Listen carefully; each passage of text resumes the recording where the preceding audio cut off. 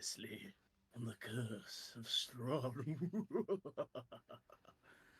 You guys were taking one Irina Kolyana on her merry way out of the village of Barovia, having, after you had met with Vistani, Madame Eva, received some fortunes, and you had just arrived at the windmill, where one more Gantha was there to greet you.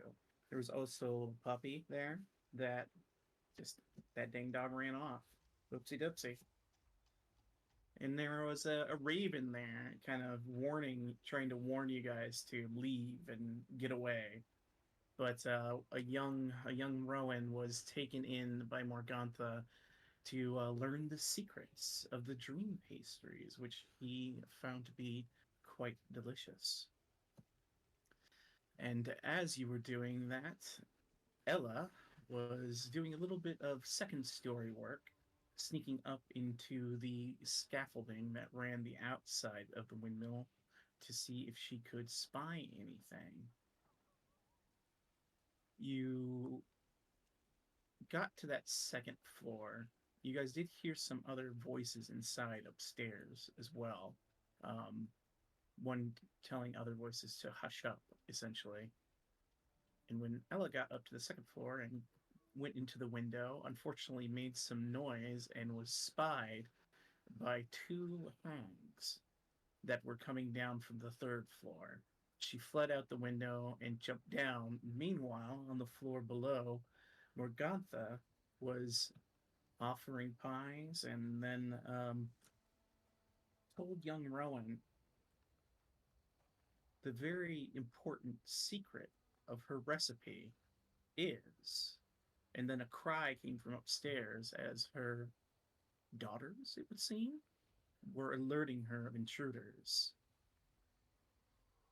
A lopsided affair of a battle ensued, where Morgantha revealed to young Rowan that the pies were actually the special ingredient to them is the dough, bread. It's made with something very special, special bone meal, the bones of children.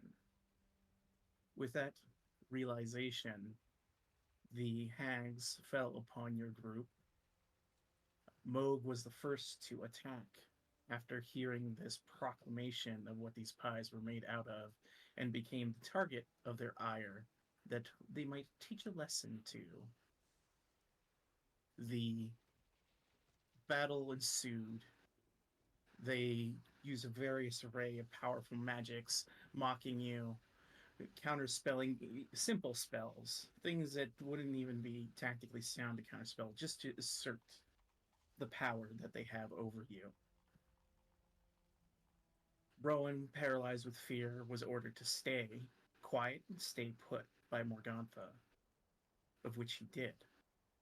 Moog, trapped inside of the mill with the hags, pleaded for his friends to all flee. You fled,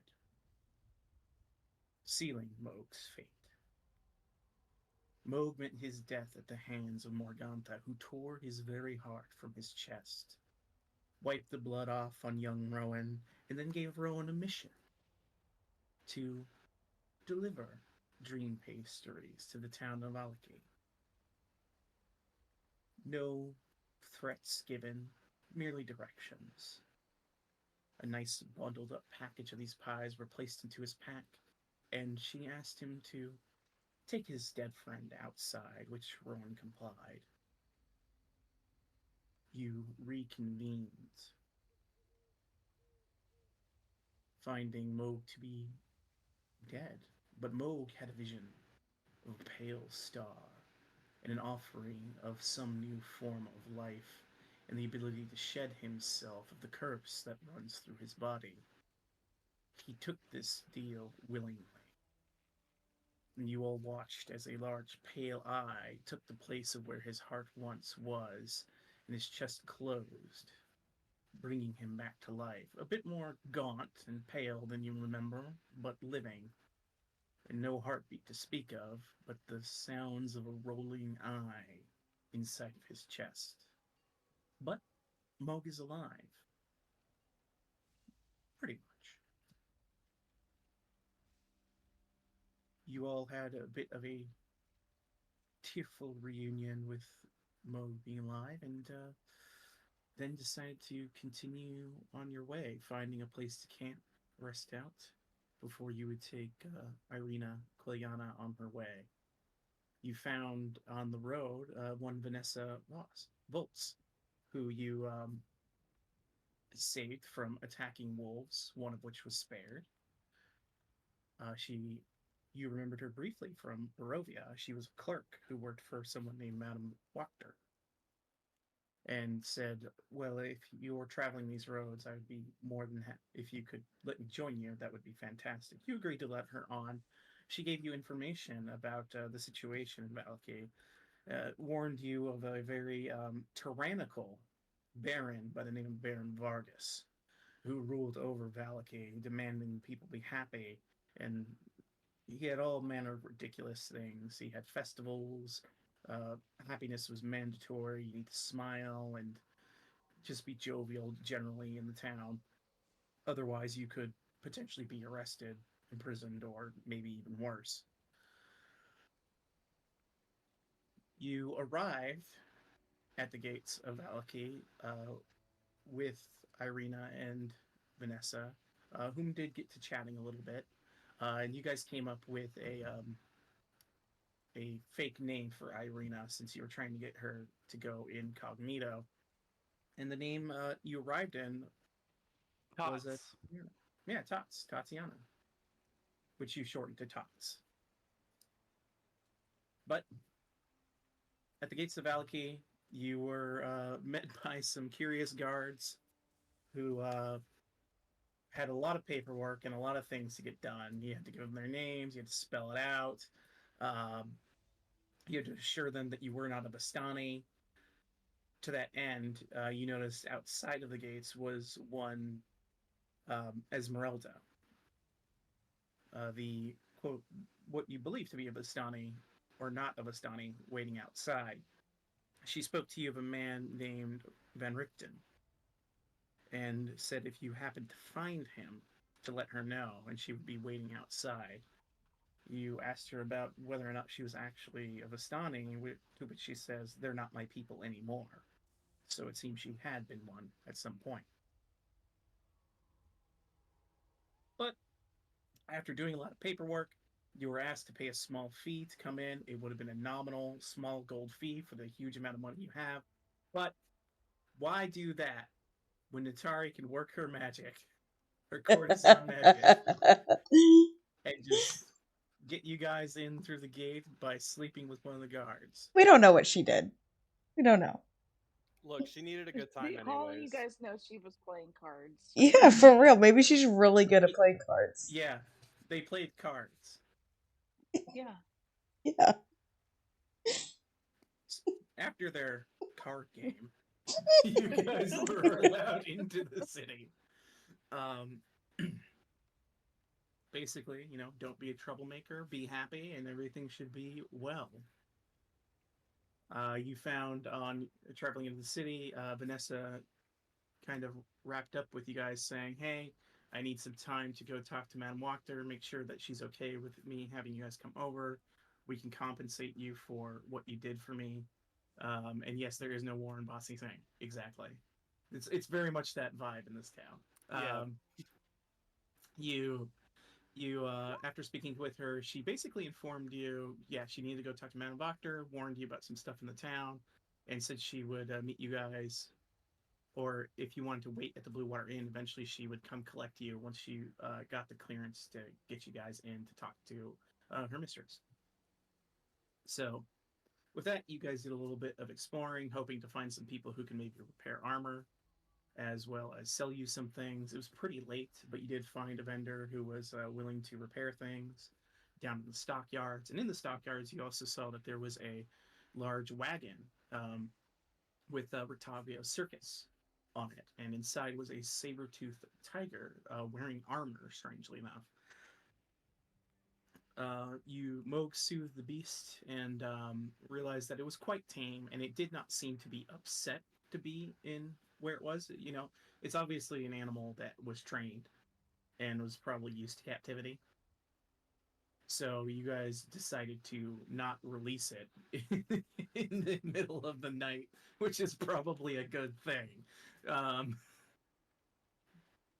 that being said, you didn't find the owner of the cart, but you decide, hey, let's go see if we can find out about Blinsky. Since you were told that he has a shop in town, you went over to Blinsky's, which was unfortunately closed given the late hour. In the main square, you saw there were all sorts of signs for the previous festival. One was the Wolf's Head Jamboree, and then a guard was out there in the rain, kind of posting up new signs for the Festival of the Burning Sun, which apparently is going to be the next festival to attend. Uh, Women and or children and something else are required, and all will be well. Each sign will assures you all will be well. Um, Talked to a local, got a little bit more information regarding what was going on, and then you headed over to the Blue Water Inn, where you met with Erwin Mardakov and Danica Dorakova, his wife, who had a bit of a chat with you. He made mention that his grandfather, Davian, or his father, Davian, uh, their vineyard is having trouble and they haven't received shipments of wine in a while. And if you do find yourself going that way, they'd appreciate the help and they would do whatever they could to help you guys out. But they didn't seem to have anything specific to help you with, other than we would be grateful if you guys would do that. They also made mention that there was one other person staying at the Blue Water Inn, one Rick Tavio, whom you wanted to speak to, but he had already gone to bed, essentially. And he's basically like, please don't disturb the other guests. let him stay in his room, and you can talk to him in the morning. I'm sure he'll be here. Um, you all decided to bed down after a harrowing travel, whereupon Moog had initially started resting outside, but eventually wandered in like a wet dog uh, from the rain to the room with all the Goyles who were hanging out. Ella, Natari, and Irina, who had a bit of a chat where you guys learned a bit about Irina and the fact that she was adopted. She was found in the woods alone by her adoptive father. She's very grateful to Ismark and the burgomaster, the previous burgomaster Indirovich of Barovia, for raising her and taking care of her for all these years. She also revealed to you that she had been bitten by Strahd von Zarovich before, and essentially said he came with gifts. He was very charming. She got kind of enthralled by him, and but she doesn't want to be with this guy, which is why she agreed to leave town to get to safety for the sake of her brother, essentially. So you learned quite a bit about her. Um, Meanwhile, in the uh, room with poor Rowan, who's still shell shocked from the events of the windmill, he and Russ were going to bed down, and Russ made some comments about how it was nice that his friends can come back, and he felt a bit bitter that all of his seemed to be gone. That being said, Rowan spent some time speaking with the kids, tried to put them into Gollum, did some experiments with possession. 9/10 of the law, by the way. And yeah, finally, you all got some slumber. Rowan was beset by nightmares that plagued him. He had an unfortunate vision of the death of his comrades and friends and family, and feeling as if they deserved it. Meanwhile, Natari received a dire warning, visions of the castle Ravenloft. breaking apart, explosions, lightning, fire, a tower cracking, revealing a bloody beating heart inside of it. All very mixed jumble of information, but a warning nonetheless. Death awaits in this place. But you all received your long rest. You all are level 4 now. Yay. And we begin. As the next day starts, and the rain has ceased. Unless there's anything I forgot, please let me know. Can you remind me the name of the person who was bitten by Strahd before? Irina. That was Irina? Okay, sorry. Yes. Tots. Irina Kolyana, aka Tots. Tots McGee. She'll forever be known. Tots McGee, I'm dead. That's McGee. Oh my god. You said the rain stopped? Yeah, as you wake up, the rain has stopped. In the room with Moog and you other two, what is everyone's passive perceptions? 15. 16, I believe. Let me double check.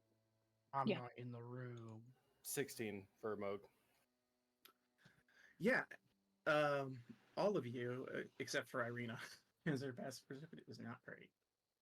See, under one of the chairs in the corner of the room, there appears to be an object.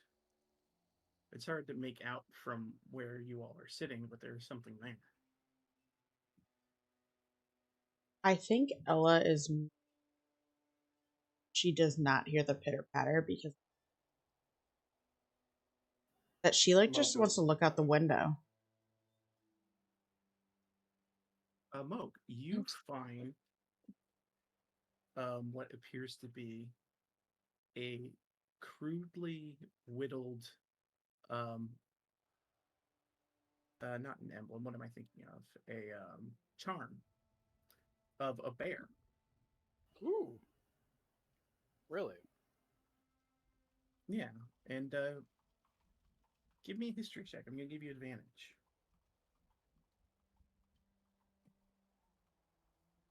Go 0 intelligence. 12. That's enough. Not a high DC on this one because you've seen this before. This is something Theobald made. You remembered back at the kind of chapel and area you guys stayed at, Theobald often, shortly before he disappeared for about a year or two, began whittling. He wasn't very good at it, but he was, passing time doing it and liked to make little charms like this.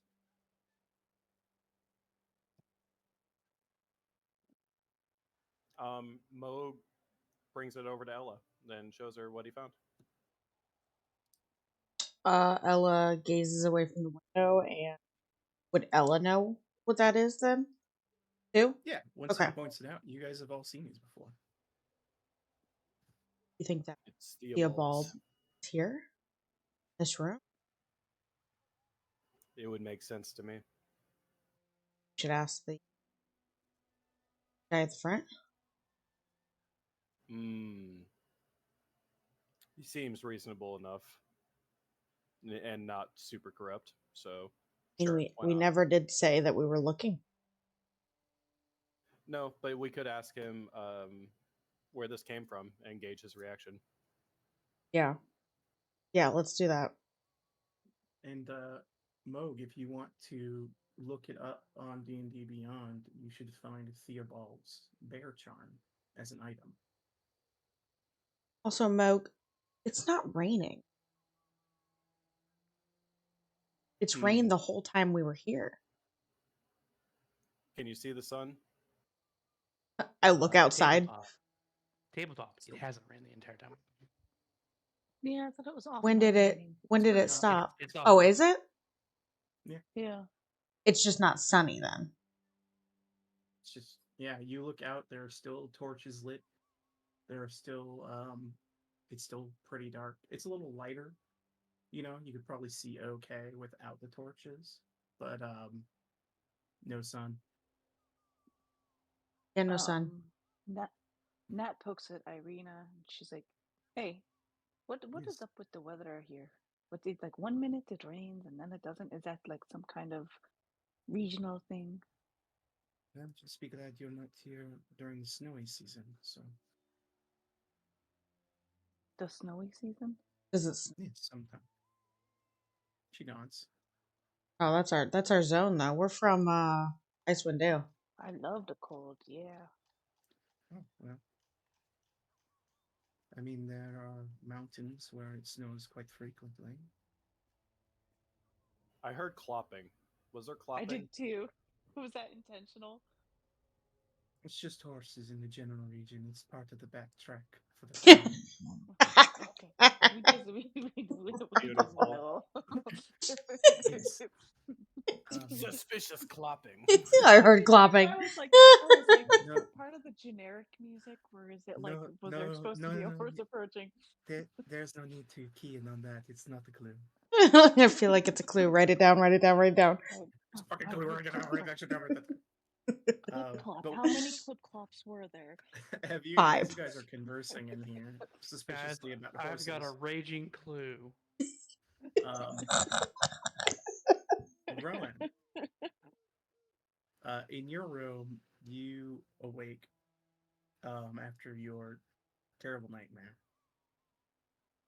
and you He see is sweating profusely. your eyes catch a piece of paper folded under a cup that's on the table.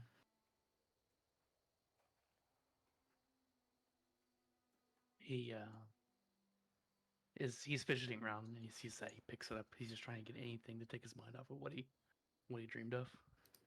All right, I will send you what you found.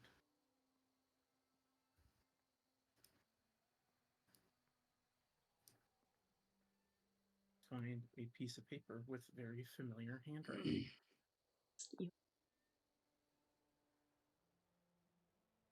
Hey man, I'm on a treasure quest. Yeah, right.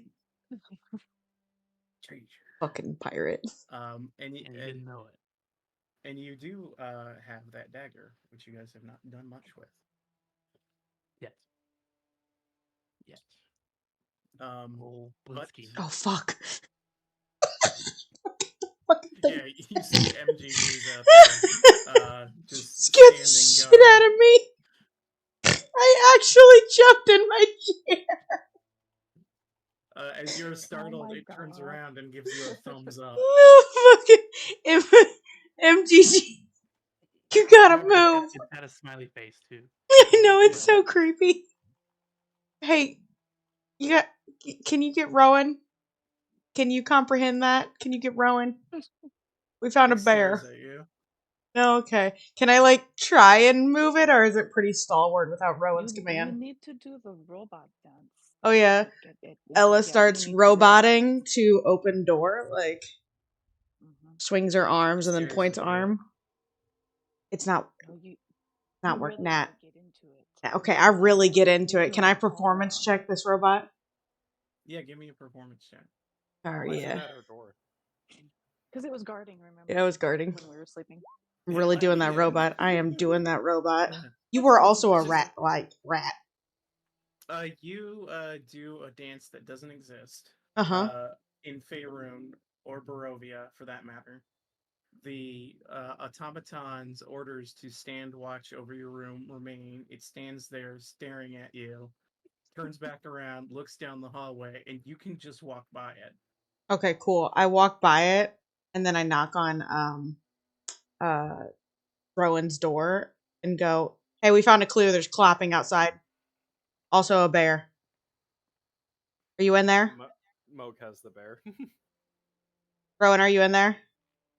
Rowan? Rowan. He's reading and Don't worry, I will get door. Rowan. I'm knocking. Rowan. Being annoying. Oh.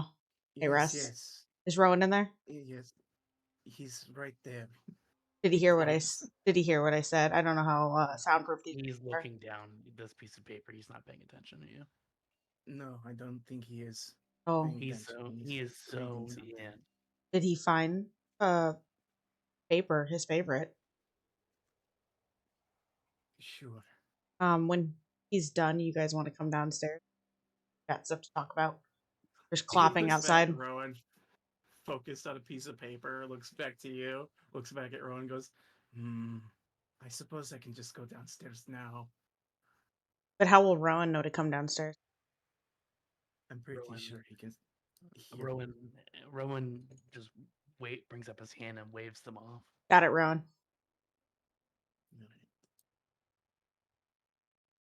I found a bear. Oh, There's clapping outside also. Moat follows Russ. all right. You guys go downstairs. Did you find the item on D&D Beyond? I did. Yeah. Excellent. It's just in my bag at the moment. He's not attuned to it or anything. Yeah. You guys get down here. I'm sorry, Mhm. the music, that's creepy. Okay, do you want the clapping? Do you want the wolves? What do you want, Nat? We have the The bugs. Oops, that's not a door. This is a door. why can't As you guys enter the first floor, you see this jovial-looking man. it's Santa Claus. Very colorful outfit. He has a large staff that's leaned up against the the bar, and he is speaking to Erwin and Danica, and he says, "And that, my friends, is how I did it. I just jumped on the back of the beast. I put my hands up like this, and he gestures his hands, and you see little sparkles come out. And, that's kind of the act. What do you think?" And Erwin's just kind of cleaning a glass, and he goes, "That's nice. Come on. Nice. It's better than nice. It's great. It's a great act. It's got a tiger in it and everything." Oh, a tiger. Oh. A tiger. Hey. Not the right person. There you go, Moog. Erwin's like, "Good morning. Would you all like some breakfast?" Oh, yes. I am starving. Where are you? And, Are you still outside? I'm coming. Where am I? What? Oh, yeah, I was still outside. I can- The wrong way. I can hear her belly from outside. It's like I'm so hungry. I can sense her hunger from here. Penetrates Could we get everything. around? Rowan will be down shortly. Have some food. Sure. He Danica, really come likes pastries. She pies. nods and goes back, and they've got the kids working in the kitchen again. Oh, God. Oh, Child that's labor. labor, you know. Child labor, Nat. But- Child labor. Different. Oh, sorry. Well, yeah. It's I a feel like family it- business. This is our home as well as our You are business. scarring them for life. If you think about I'm it, sorry. Should he's I let prepping them them. outside into the wolves? You know You what? heard You've got a them. good point. You got a were good there. point. Nat, There's if you wild wolves and horses out there. It's not safe. we did hear the clomping. Is there something we should know about I that? did hear the clomping. Enough with the clomping. It's just a horse. You don't know that. But yeah, Was it? they start bringing out food for all you guys. And while you guys are kind of convening down there, upstairs, Rowan, what are you up to? He folds up the note, puts it with the rest of them, and ponders on it a bit. And has he been feeling getting weaker? Oh, especially after last time, for sure. Okay, so he feels it, and he's just like, oh shit. I knew it wasn't just nightmares. Maybe he starts talking to himself, and maybe the church can help.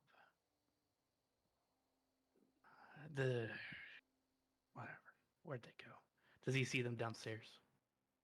Yeah, you peer over and you see them in the area below. He just says, "Let's go make." And he makes his way down. And while you guys are discussing getting food, Rowan enters. I'm telling now how the kids are going to be off because Moog is asking Erwin about this wooden bear, if he's seen it before. Erwin looks and says, can't say that I have personally. Thanks, friend. Did He you ever puts the meet back a away. priesty man named Theobald? He thinks for a second. No. Yes, No? yes, I remember him. He seemed like a good man. He he was. came here with a few of his friends. They were trying to find allies, people to help them with their quest, more or less. I told him he wouldn't find much help here in Vallaki, unfortunately. It's a pretty insular city. Kind of keeps to itself. Rowan overhears the conversation. He's like, "Do you recall the company Theobald was keeping? Their names, perhaps?" Yes. There's two older gentlemen. One of them was a bald-headed fellow, pointy beard. Gosh, I can't remember his name. I don't know why. But then there was another one. He had a bit of a hunch to him, where Dr. Robes kind of carried himself on an old wooden staff. He balding head, white hair. I think his name was Beckard.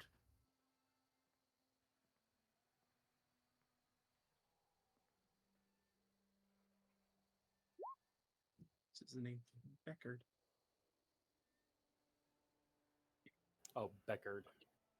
Yeah, he always wanted people to come stay a while and listen. It was really odd.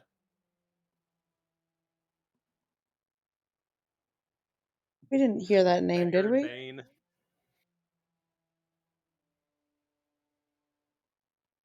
I don't think anyone knew the names. That's all I can remember, I'm afraid. He stayed here for a couple of evenings, was in town for a little bit. But I heard that his plan didn't go well.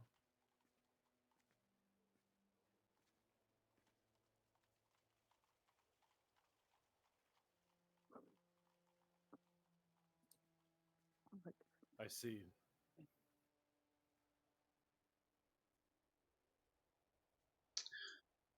Do you happen to recall what their plan was? Did they talk about it? Oh. I remember it had something to do with it keeps us in a little low town. Fighting the devil. And did anybody seem interested in joining him? In Vallaki, not many. Okay. I know No. if my father was younger, he probably would have jumped at the chance to do such a thing. He has no love for the devil. Why not you, good sir? He kind of glances back towards the kitchen. He says, "Too much to lose, my friend." Mo gives him a knowing glance. Nat, do you think If it your were so boyfriend easy, would know? we would have done something already, I assure you. My who would know? Your guy that you were playing cards with keeps track of everyone going in and out of the town. Your I may bae. have to check my bay. I will have to check back with him. Maybe they I'll have have the to check names. with him later. Mm-hmm. Check later. What is this town's name again? Valkheim? Vallaki, Vallaki or Wallaki, depending or that on one. where you're from. Words are just words.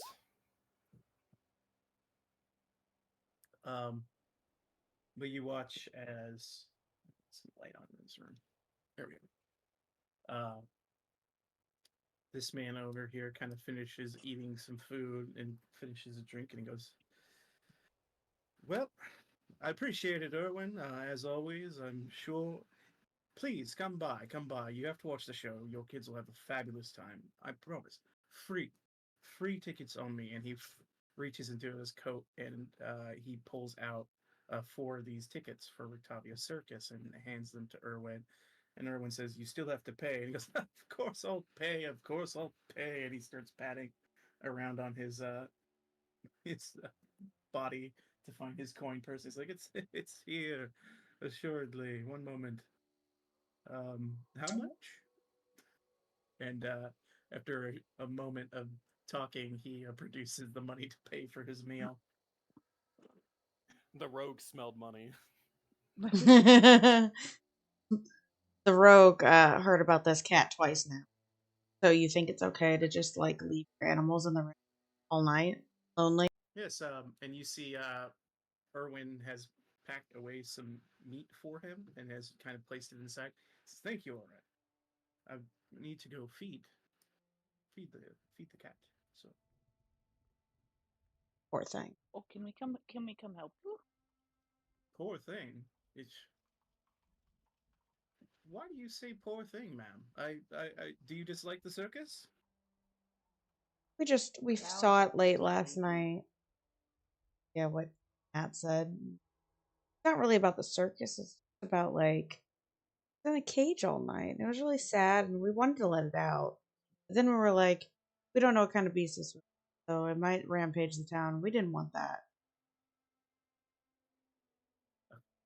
You should definitely not let it out.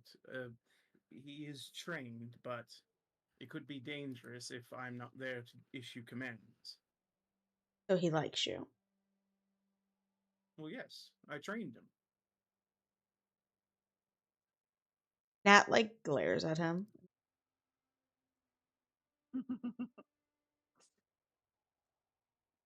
If you'd like to, you can make an insight check on this guy. If that's what you're driving at here.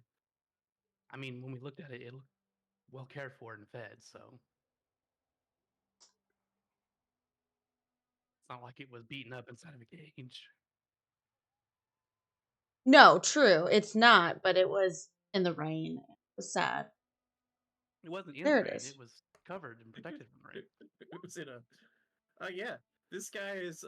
He seems to be befuddled as to why you're so angry. He feels like he takes good care of this creature, and he's like, "No, like, yeah, I trained it. He's definitely trained it. It seems Okay. he doesn't seem to Okay. be lying to you. I guess if you're taking good care of it. Corpse is extremely important. I would not want harm to come to him." Okay. Wait, I have another question. Oh, right. Where's the circus gonna As he's be? like starting to He's grabbing a shot. nonchalant. And he says, "Well, I don't want to compete with the Burgomaster's next event, which I think it's either tonight or tomorrow night. So in about 3 or 4 days, I'm going to be holding a bit of a thing. It'll be down in the stockyards. If you are interested in attending, by all means." And he produces some tickets for you. Oh, well, I feel like I should Free of apologize charge. now. Cool. Don't worry about it, ma'am. It's all right. I understand. Seeing creatures caged can be a harrowing thing, especially if you're not used to performers and performing arts. We do take fine care of our animals, I assure you. Like, what do you do? For the act, or For the act, yeah. okay, all sorts of things. He can balance on a ball. He can jump through hoops. We can play catch with each other. That's a fun one. I can Oh. do all sorts of little tricks, and he like makes another like a little spark of like almost like little fireworks that come out of his wrist, like things like that, and card tricks, things of that nature. The whole gamut. I'm a man of many trades, a jack of all trades, if you will. My name's Octavio, by the way. Can you spell that? And how many tickets? And I like fan them out. How many tickets are here? He quickly counted your number and he handed you a total of 6 tickets. And he says, "Constructs get in free." Oh, that's wonderful. Rowan will love that. So you will be doing this carnival here, just not soon. Of the Yes, a few days from now. Like I said, the burgomaster's doing his festival of the burning sun, or whatever the devil he's calling it. Um, and I don't want to step on his toes and get thrown in the gulags. And are you from here, or did you travel from somewhere else? Oh no, I'm not from here specifically, not Vallaki. I'm a traveler, a performer. I found So, myself here under most unfortunate circumstances, but here I am nonetheless. and what are those circumstances? Oh, separated from my circus and with only a single cart with a tiger. Uh, in a land filled with terrible, no offense, Erwin, creatures and monsters roaming about. Oh yeah, did you meet the werewolf thing in the woods? No, Oh, yes, don't you don't want to be meet that one. college woods, and you see what's everyone's passive insight? 15. 14. 16. Yeah, I'll say with the 15 and 16, you pick up um he has encountered this thing. Like it's a knowing, like a knowing mentioning of the name. Like he's seen it before. Like he picked that up and how he's speaking. Yes. Terrible beastie, that one. Have you fought it? Well, for a moment, and then I ran. Yeah, that thing nearly killed us. Well, it. Doesn't surprise me. The thing has unearthly strength. Hmm. Hmm. So, are you unable to leave like the other people? Oh, me? Yes. I'm unfortunately just a traveling performer, not the stuffing.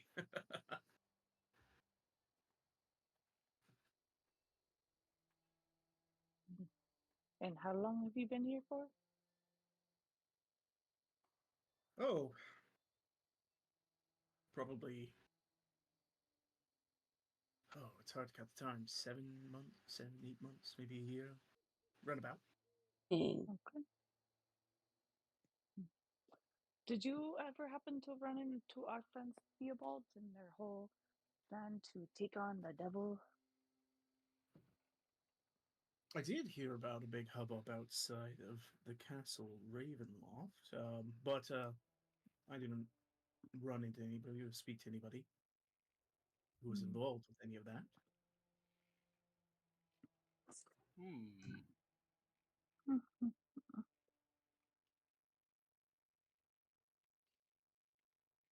Natari nods and she works on eating her breakfast for a little bit. Just gonna Oh, yeah. mull it over. What do I owe this guy for our breakfast? For all the food for all you guys, total of like 5 silver.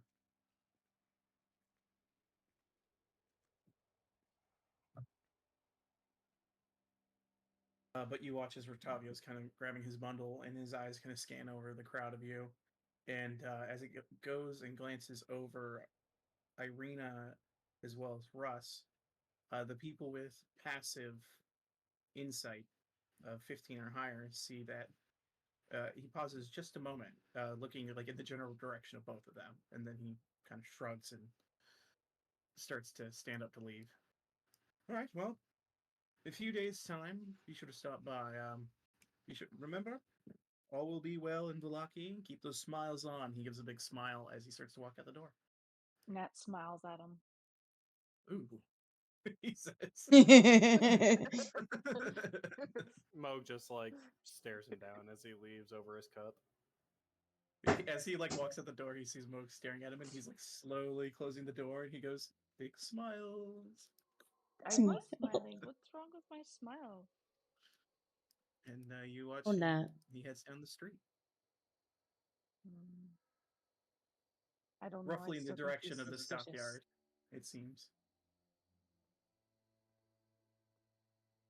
Nat, one day you'll understand your smile is not your old smile. Hmm. I guess we only have that janky mirror that you bought. I don't know what you're Can't talking see about. out This of it. is the best of Barovia. I was told so. That mirror was 45 gold. Thank you very much. It was 50, and I finagled it down to 45 because I'm awesome. It's So still you a think piece of you shit. won that one, huh? I do. You Yeah. definitely lost that one. Yeah. It was a big L. I don't know what you guys are Big talking oof. about. She looks at her mirror.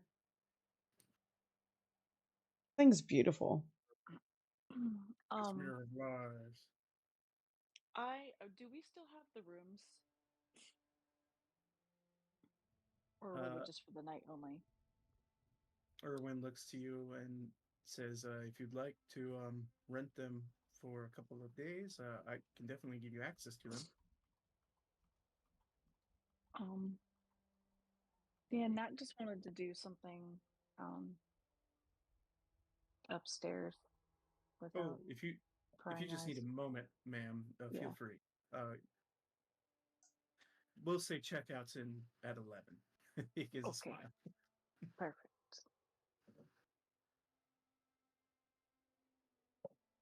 Um, So Natari's heading upstairs on her own. yeah. She's like, Ella, will you come up with me, Oh, Moog and Rowan? Yeah. there's 4?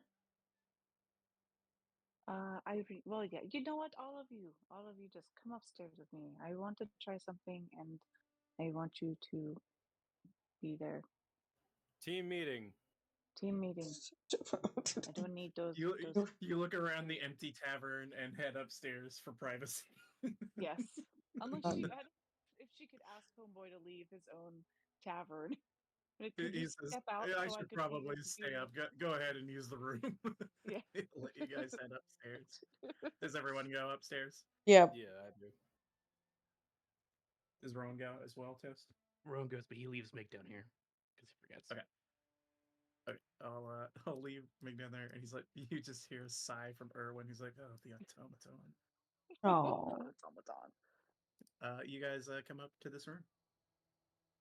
Um, what's up, Nat? I didn't know we were doing so team meetings now.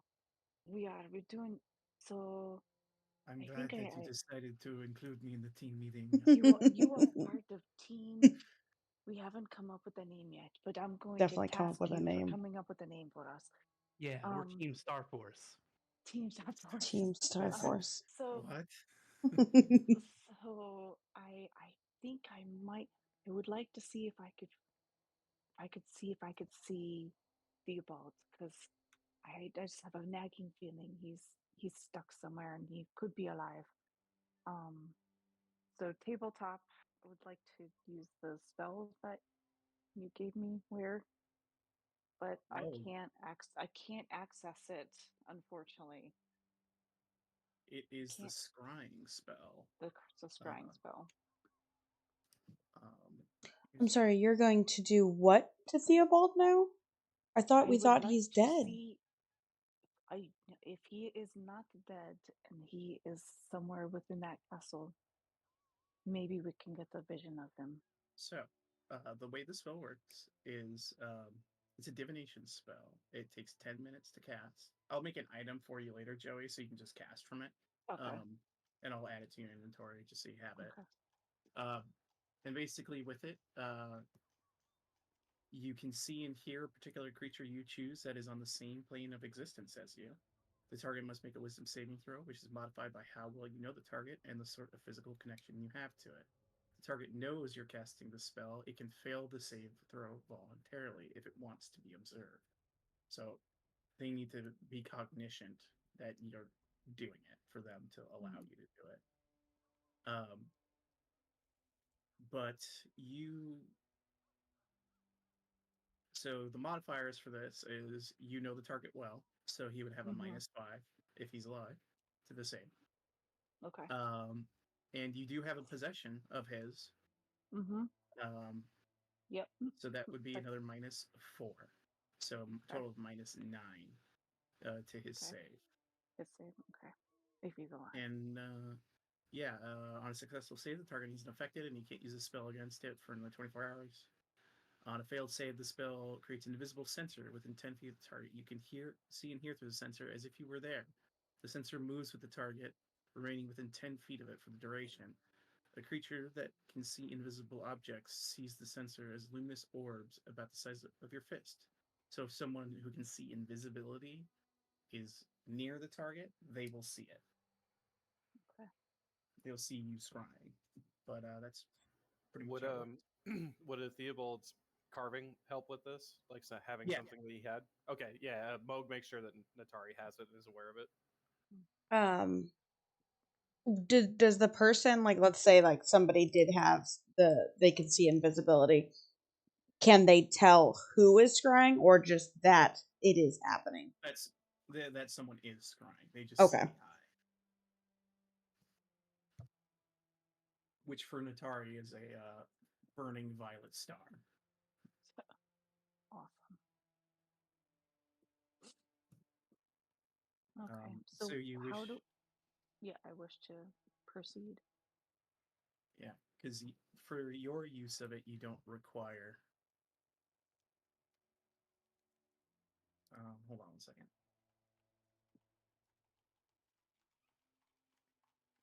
That's crazy. I feel like we're sitting in a room around the circle with there's that board, that Ouija Like a board. Ouija board. Yeah, Yep. it was like, Theobald, are you there? How old are you? So you want to attempt to scry on Theobald. Right. All right. Because you do not have like a focus or crystal ball for this, Natari.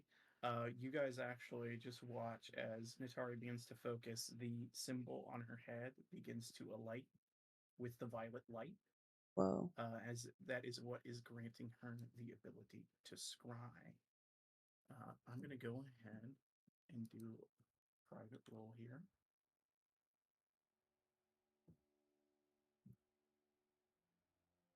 What's your what's your save DC, Natari, for your cleric spells? It's 14. 14. Plus 9? Or, yeah, whatever. Same thing. All right, and this can last up to 10 minutes. So you let me know how long Natari observes what she sees. Okay. You reach out to this power that you can feel inside of you, and as you concentrate, you guys all watch again as the violet star on her head begins to alight, and your vision suddenly, Natari, is taken like in your dreams into the skies above this valley, and it locks in like a violet star watching over everything. And you feel it tugged in a direction, but you don't know where. It's a rapid movement, as suddenly your vision is pulled to somewhere dark, somewhere wet.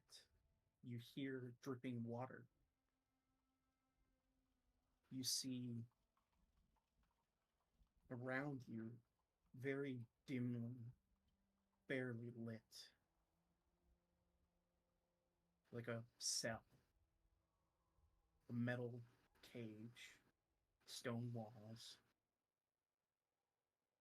ground that is partially covered in water, and on a rickety wooden bench, you see in tattered vestments of Selune the old face of Theobald. He looks sallow, malnourished. He is missing an arm, Oh shit. and his eyes still have a bit of brightness to them, as in his other hand he clutches onto something he must have hidden, a symbol of Selune, as he is quietly muttering to himself.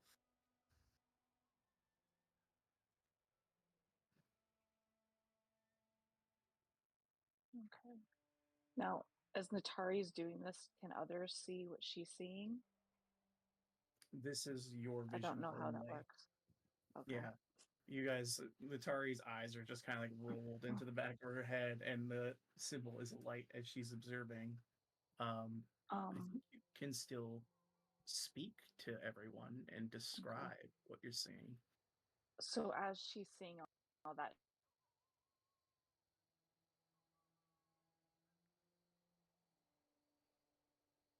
Oh, you cut out, Joey.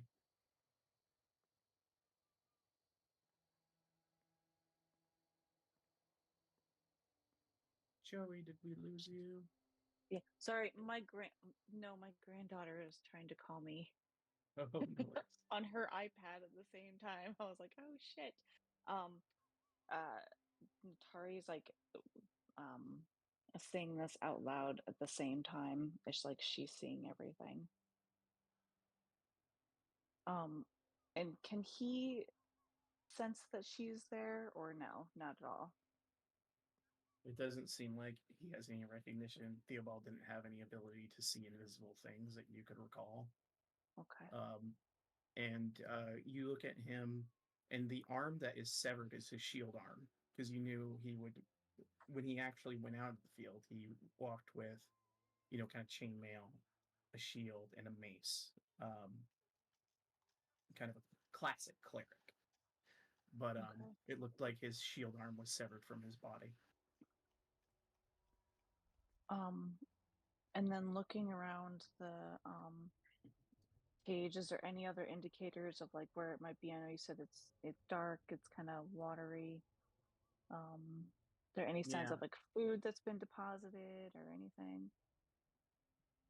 yeah, you do see very like like an iron plate that has some scraps left on it, but given like the condition that he's in, you don't think he's being fed very much. Okay. Probably just enough to stay alive. And you kind of turn the vision of the sensor around to see if you can spy anything else. Yeah. But you don't see anything within the 10 feet, just the bars of the cell and darkness beyond. Um, Natari just whispers, she's like, "We're coming for you, Theobald." And she lets the vision go.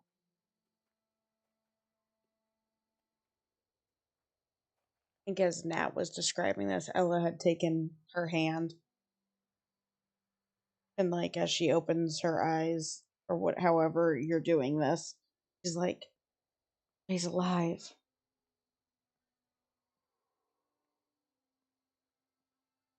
It looks like he is alive. We've got to He go. doesn't look. He does not look good, and he's missing his fucking arm.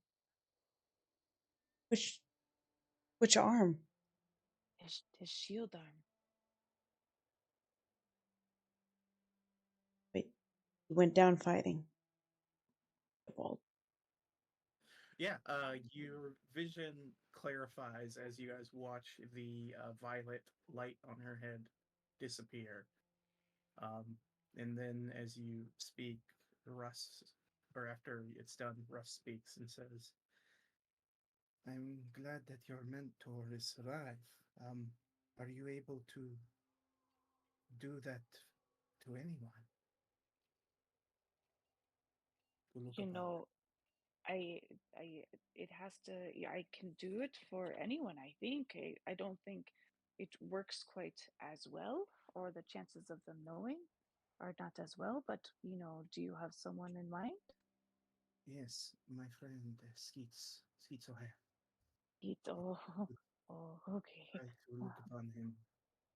Um, is there a cooldown on this thing? This ability? Yeah, it's once per long rest, so you'll Once have per to long wait. rest. Okay. Um, you know what, Russ? After we're done taking a big nappy nap, next time we shall look for Skeets, okay? Thank you. He Okay. is the only one. I do not know what became of him. Yes, Hopefully, of like your course. mentor, he is just somewhere. And then maybe we could, after that, try it on Sid. Oh, that was rude of me. If you want to look upon No, him, no, Sid. We know Sid's alive. It's fine. Yeah. Just if he's human. And well, we know he's not human either. We saw him turn. We just want to know where he is. Yeah. But You can take precedence. he It's has fine. the chance to be human. No, he is a werewolf. We know this. We He's a saw him werewolf, turn. yeah. Yep. Okay. But we can Tabletop. recognize. If he can control it, he can turn back human. It just might take a little bit if he gets a quote Yeah. unquote pack. So he It's could only be been a couple human. days, so who knows? He was wonderful. He might be human. He wasn't human. He was Genasi. He might be his fiery That's self. true. He's more of an elemental, closer related to an elemental and giant kin than I retract. He might be his elemental. Humanoid, yes. well, Listen, guys. But then again, You werewolves know, are all humanoid, so he's always humanoid. There you go. we will look for Skeets first because Russ has done so much for us and he deserves to know how his friends are doing. And we know Sid's alive. We just we will we will we will look for him when we have a chance. I appreciate it. Thank you. All right. Irina looks to you all and then speaks as well and says, "Well, we should probably head. Well, I think you wanted to meet with that woman, and then we wanted to go to the church, and there was the toys. We need to go to Man, Blinksy. I got. Listen, guys, I found another note from my pirate person. The plot thickens. I legitimately think I'm still cursed. So we definitely need to go talk to the priest at the church eventually, because I'm probably going to die. Excuse me? Can you elaborate on this note and this curse? Well, okay, so he brings up a note. He's just like, look, here's this passage. She had the same experience we had, met the hags. They're hags, by the way, 3 of them. No. He got cursed. Yeah, well, some people might not consider the possibilities. I'm just clarifying it. Okay, hello. I can drop the journal entry into the chat as well for you guys. Yeah, go ahead. He's showing it to everybody, so. Okay. But it's legitimately she, Izula, the person I've been following, the person that left us this dagger, that treasure buried in a grave that wasn't a grave. She was cursed, like I am. I feel it's the same thing because every night I go to sleep, I have a horrible nightmare, and I wake up feeling much weaker. I don't know how long it's gonna be, but I feel like this might actually kill me.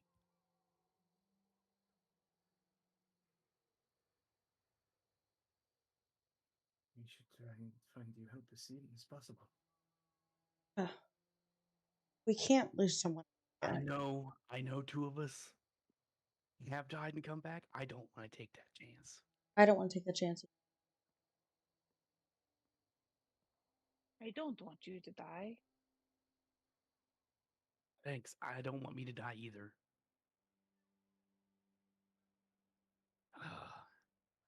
um, he's not going to share the fact about the pies in his bag because I honestly don't think he paid attention enough.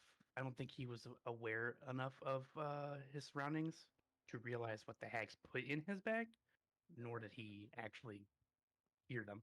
He was just too stunned when Moke got murdered in front of him. So that's tabletop for you guys, just in case you keep sweating balls over the pies in my bag.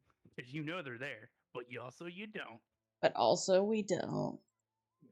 And I Wait, did drop a and note in the Discord for you guys. the Thank you. note here.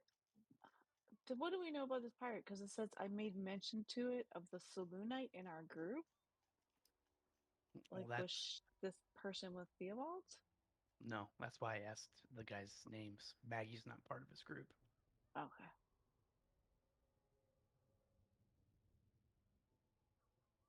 Just so happens this place seems to get a lot of Selenite clerics.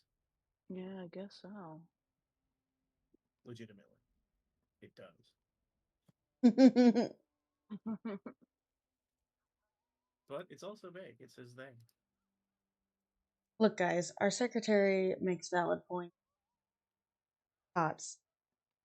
We do need to ask some questions while everyone's still awake. These questions aren't going to be answered right now, and we have questions that could get answered right now.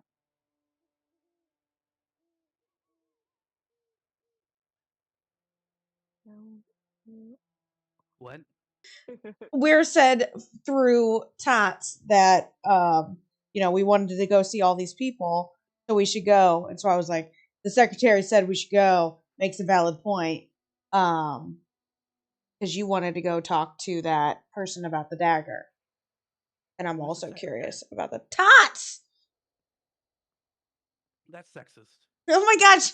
I'm only saying it because she was going, look, A, B, and C. We talked about A, B, and C. We should go do A, B, and C now. Yeah. Come on. Are you guys gonna start heading downstairs? Yeah. Yeah. Yes. As you guys head downstairs, you come out and you see waiting outside is Vanessa Bowles. I mean, hey. Sees you all and goes, "Oh, hello." Yes. So I went and talked to Madame Doctor, and she would be very happy to meet you all.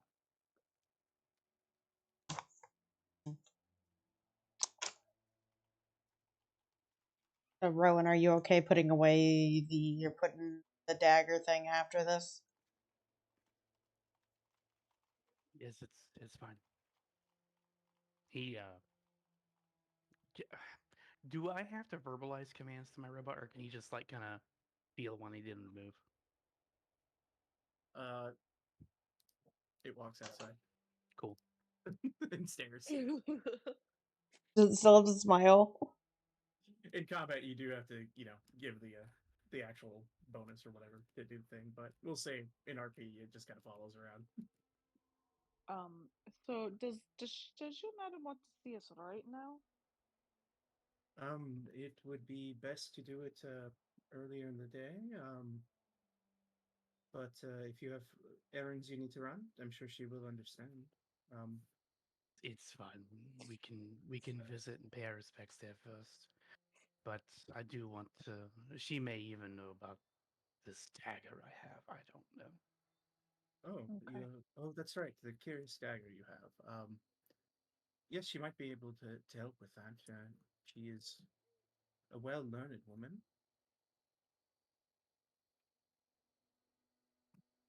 So, off we go then, I suppose. Off we go. Suspiciously. Don't be suspicious. Don't be Yep. suspicious. Barry.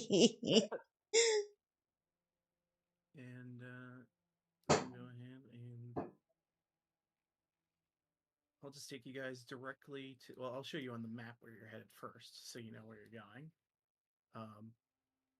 So you guys are currently at the Blue Water Inn, which is here, and you are heading east down the street and then up this way to Madame Wachter's residence, otherwise known as the Wachter House. Perfect. That way we can just stop at Blinksey's on the way back to the church. Yeah, you'll be able to do a sweep, and then the stockyard, of course, is in the far east of town. So you guys head over to the Wachter House. Go ahead and bring you guys there. Make sure I have this set up right.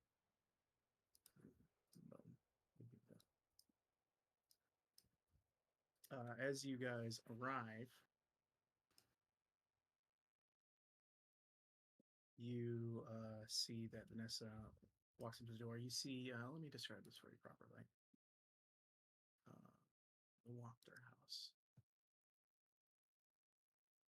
It looks like an old house. It has sort of a slouching roof that hangs heavy over furrowed gables. There's moss-covered walls that sag and bulge under the weight of vegetation. As you kind of look at the house's sullen countenance, it's almost like you hear like a bit of a groan coming off of the stone because it's so old.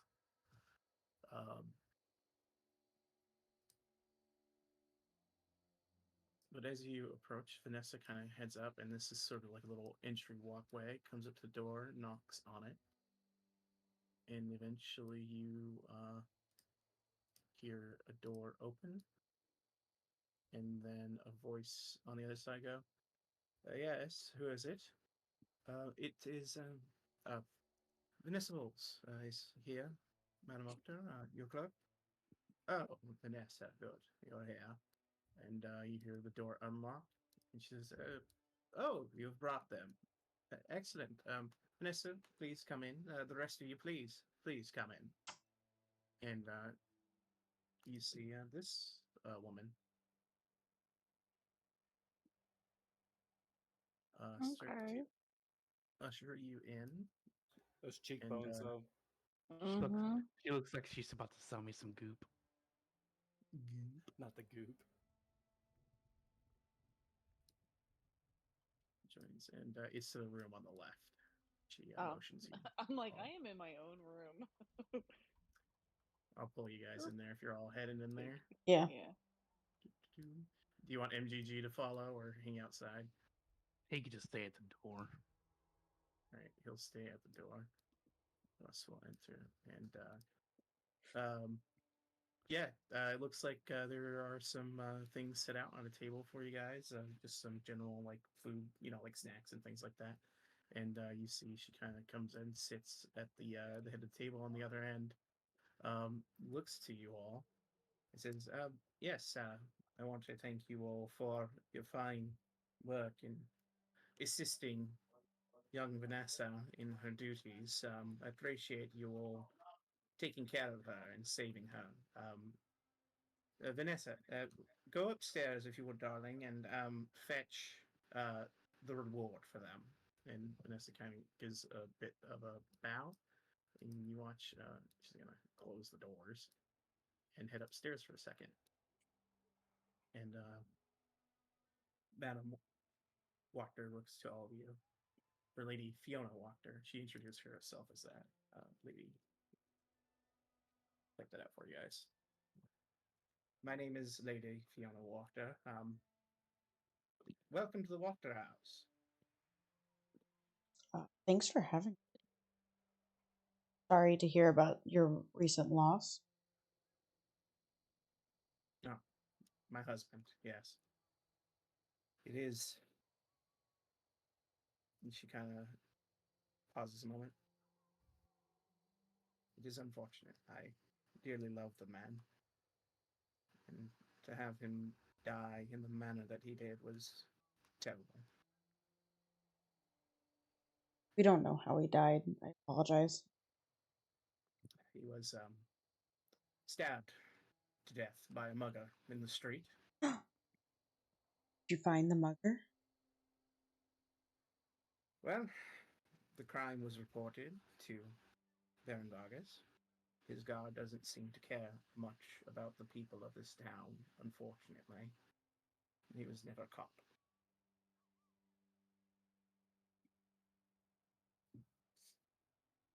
But your condolences are greatly appreciated, young lady.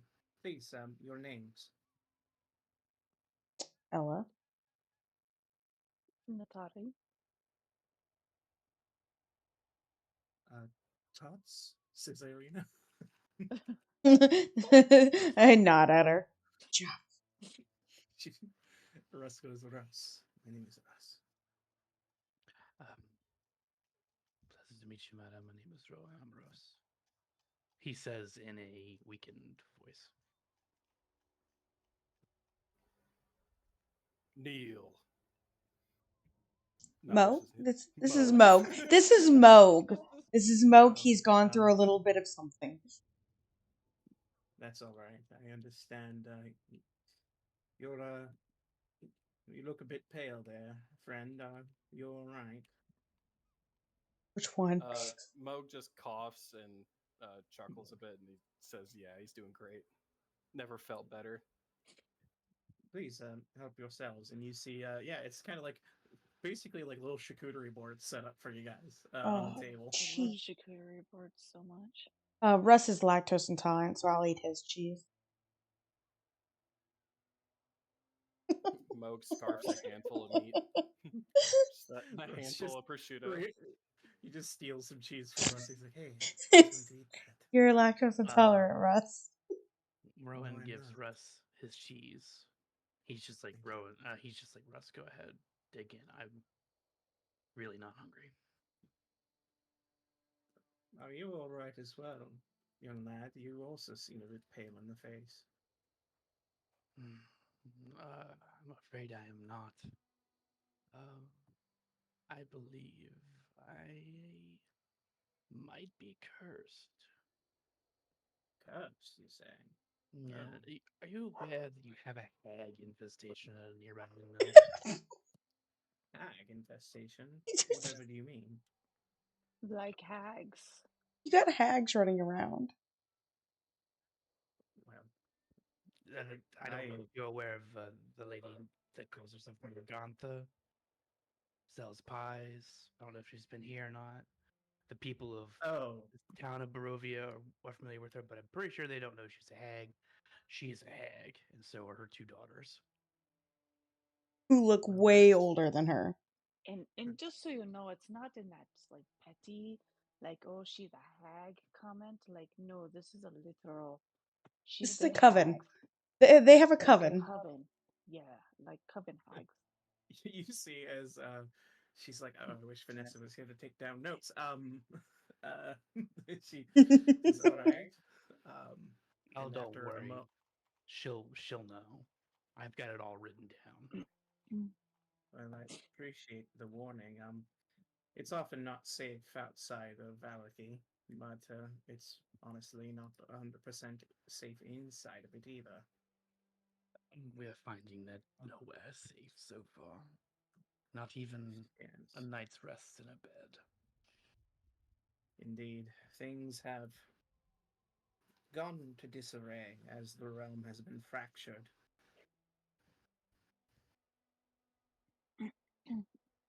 But the Water House has stood for generations and will continue to stand. And after a moment, you hear the door open and you see Vanessa comes back in, and she has a small chest and a wrapped package, kind of about uh, it'd be like 1.5, 2 foot long package, and a small chest, and she places them on the table, and she's like, rewards for your fine work and your assistance in helping young Vanessa here. Um, oh, and Vanessa, could you please take my daughter her medicine if you would be so kind? And Vanessa nods, of course. She nods and says, of course I will. And she kind of ushers off out of the room.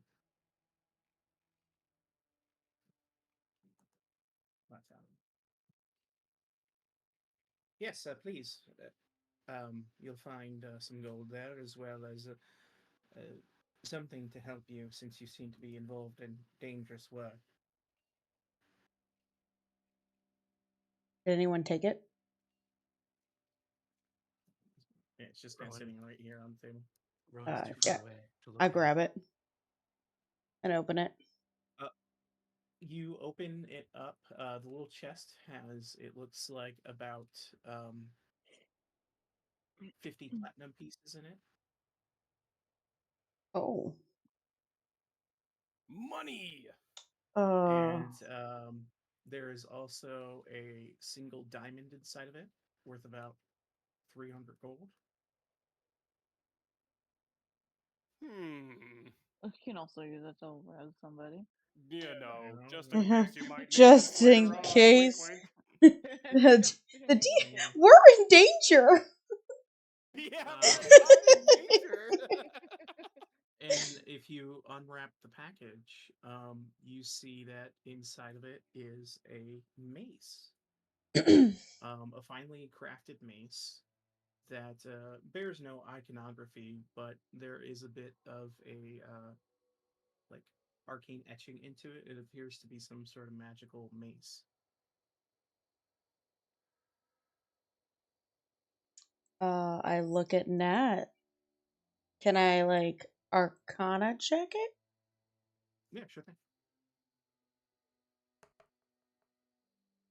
I look at Nat. Let me look at that. Oh, it doesn't have much better. We'll see. Oh, it like Oh. it went from an 18 to a 4. It was like, ooh. Hey yo, that mace is magical. It's magic. She's It's for like, sure magic. He's it too looks far like away. it's magical. So I'm just going to take this and show it to Rowan. Hey Rowan, look at this magical mace. Russ looks at it and he's like, "It is a +1 mace." Rowan looks at Russ. He's like, +1. What does that mean? It means it's a little stronger than a normal mace. Don't worry about it. Sweet. That will help replace my mace that is ineffective I because mean, if it's you've not listen, man, magical. if you've got a system that quantifies strength and numerical values, please let me know. This is very interesting. It's I his will tell you favorite. about it later. I actually have an entire catalog of spells and their level. Oh my god. Rowan, do you need a moment? He looks excited and dying at the same time. Excitedly dying. Excitedly dying. He can't die. He needs to learn more. Shakes from excitement. There are too many books I haven't read. And as you guys Oh, are my looking lord. at these rewards, you see a lady Fiona Walker smiles and she starts to drink some tea, and you hear like a crashing noise upstairs and what sounds like a cat, like a loud cat, and then some just like a scuffle for just a second. She breathes heavily and steadies her teacup and then looks to you all and says, "Sorry about the noise." Is everything all right? Yeah. Yes, everything's fine. My well, you seem like good people who like to help. We My do what we daughter can. is afflicted. She was meant to be wed to the Baron's son, but in our discussions and having her go over to the Burgomaster's mansion, um, she spent some time with the young Victor Velakovich.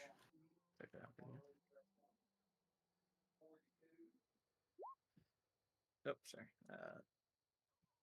Victor Kokovich. It's a V. Velakovich. Typo there. And when she returned, she was returned to me with a broken mind. She thinks herself to be a cat. I don't know what they did to her.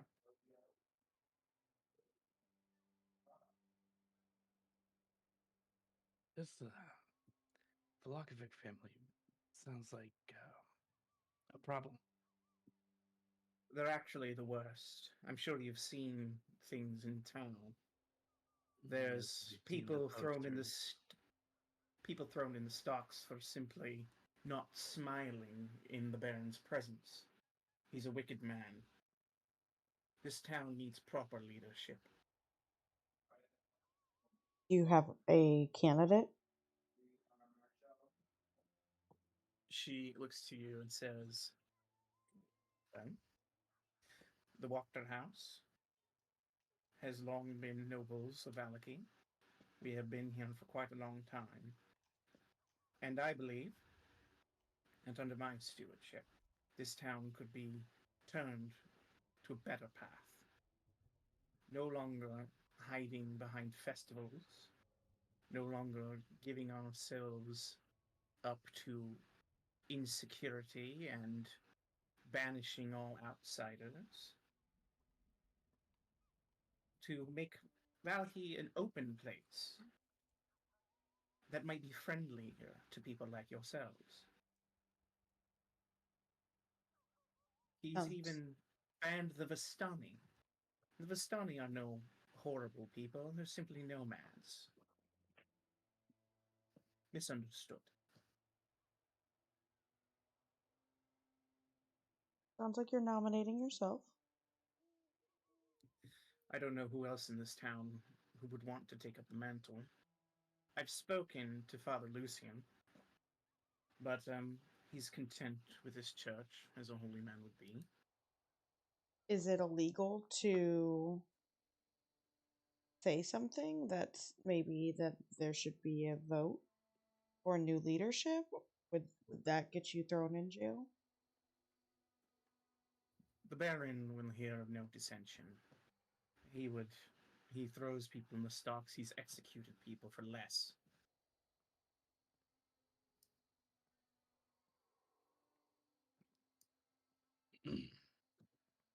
Is he a well guarded man? That's the problem. He himself is not a powerful individual in prowess of combat or any sort of arcana. He's just a man. But at his right hand is a fearsome warrior by the name of Strahd. A man with a fiendish arm who rules through terror and fear. Would be hard to take down, is what you're saying. Not if you can get him alone. And I'll give you a copy paste of the name she said. To which end, I have friends in the guard, people sympathetic to freeing Vallaki from the Baron's rule. They could arrange for Ezek to potentially be on patrol in a place isolated. Whisper in his ears of crimes against the Baron, and I'm sure he'll go yapping at it like a dog. Hmm. And if you all were there to meet him, I'm sure 6 versus 1 wouldn't be much of a fight. I look kind of like longingly at Rowan now knowing his dilemma. Does that sound like something you'd be up for, Rowan? He coughs a little bit. Would we we do have some things that we have to tend to first. Of course. Our friend Hot's here. We need to get her over to Father Lucian. And if you have any information on how to maybe help care for Rowan, or if Father Lucian can do it, we would like him back to be fighting strength. Because this is not him. This is like Rowan 20%.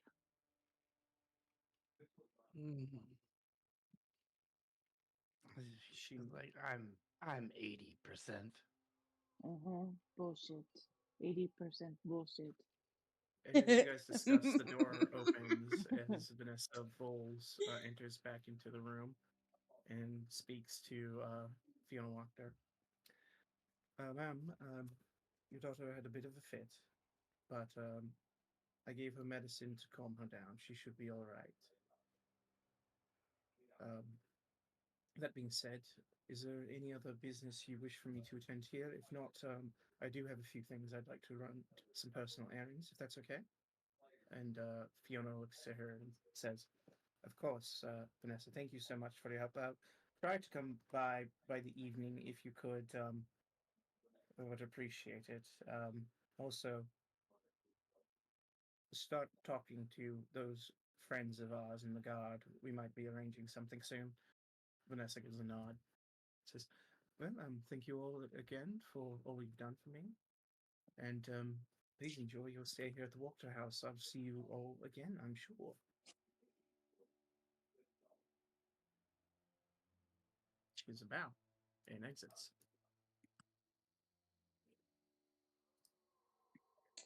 Just in the short time that we've been here, we can tell that the place needs a sprucening. Minus the hard playing at the gate. I think that all should be welcome. I don't think that leaving somebody outside the gate was very nice. So I myself would love to bring some joy back into this town. Rowan Authentic just joy. cocks his head. He's tiredly resting on his arm that's leaning against the table, and he's just like, "What would you do differently to keep the devil out?" She looks to Rowan and says, "Well, I don't believe that pushing away the devil is the proper course of action. We need to speak with him, negotiate with him. He's a man, after all, a vampire, but a man. And you don't need to call him the devil here. We know his name to be Strahd von Zarovich, the Lord of Barovia." Mm, You're tough. diplomacy it is then. Moog respects her. 100%. Yes, it is a fool's errand to hinge oneself upon ceremony and ritual in the thought that you could overcome such a force. Such forces are beyond mere mortals like ourselves. Well, Can I myself, insight I her? should say. I won't speak for you. Go ahead. And as she continues to talk, everything she's telling you, she seems to believe. You get the vibe that she does not trust in the Baron's leadership, does not think that pushing Strahd out is the appropriate maneuver. And you get the sense that she would indeed do as she says and speak with Strahd and have dialogue rather than just hope that he stays away. Hmm. She's got guts. It is. What with my insight? Am I able to pick up like not a fear? Well, maybe a fear, but like reverence or anything in their tone? Uh, there's respect for sure.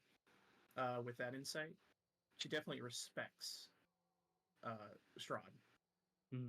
Like she's not Okay. speaking of him like in a manner that would belittle him, and she uses his proper name, so that's kind of easy. Like as she says, he is the lord of the land. Were our characters given the reason why they don't say his name? No, Just superstition we played along with. We've kind of gathered that they are terrified, and it's a he who must not be named type of situation. Yeah, okay. But look, my cards are on the table. I intend to treat with Castle Ravenloft to try and build a better future for Vallaki, one that is not governed by superstition and fear mongering. That is my intent. If you do not wish to aid me in that regard, I could understand. But if you are willing to help me make changes here in this town that is so ruefully hopeless, I would greatly appreciate your allyship.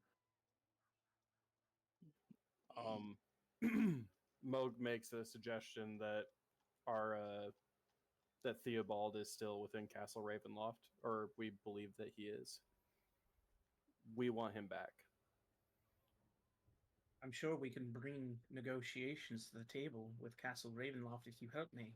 I will have a voice of power from Vallaki as the leader of this town. I'm sure I can broker some sort of deal if you have a friend who is imprisoned. Strahd is not beyond reason. She has my Maybe he support. can kill the hags too. Who knows? Oh, true. A vampire against hags, please. For sure, second. I'm sure he wouldn't be pleased to find out that there are hags running amok. You have Heck, to I mean, understand that the even one of people his have been wives. resisting. What was that part? Sorry. One of his that wife could just punch each of those hags, hole right through their heads. Just hole right through their head. Yes. Well, excellent. So it seems like we have an accord here. I understand you have business to conduct. It will take me some time to organize my pieces on the board to isolate Ezek, but Yes. we hope to do it before the next festival that the Baron is handling. My goal is to, at the festival, rally the people against him and hopefully have him surrender the town to me. But this is in the next 2 days, right? Exactly. Oh. Things are moving quickly. You've come at a very fortuitous time. So you're planning on taking out Ezek before this, correct? Yes, honestly, if you have the time this evening, would be fantastic. We can keep his disappearance quiet for a while. The Baron will be none the wiser. I look around the table, inciting everybody. Moog's not deceiving you. He is ready to fight something. What does Nat look like? Nat's looking at Rowan. I look at Rowan. Rowan's eyes are just sunken in a little bit. He's just like, ugh, man, ugh. Let's do this. 4.5. What time Against is it one. right now? What time is it right now? Still morning. This is the morning. It's essentially the morning. You do also see in here there is a clock that's like keeping time. There's like a nicely made clock, and yeah, it's only about like 9 a.m. You have plenty of time. So will this be like I in the think shadows of the night thing? In the shadows of the whatever, because it's always shadowy. Rowan, you always know what to say.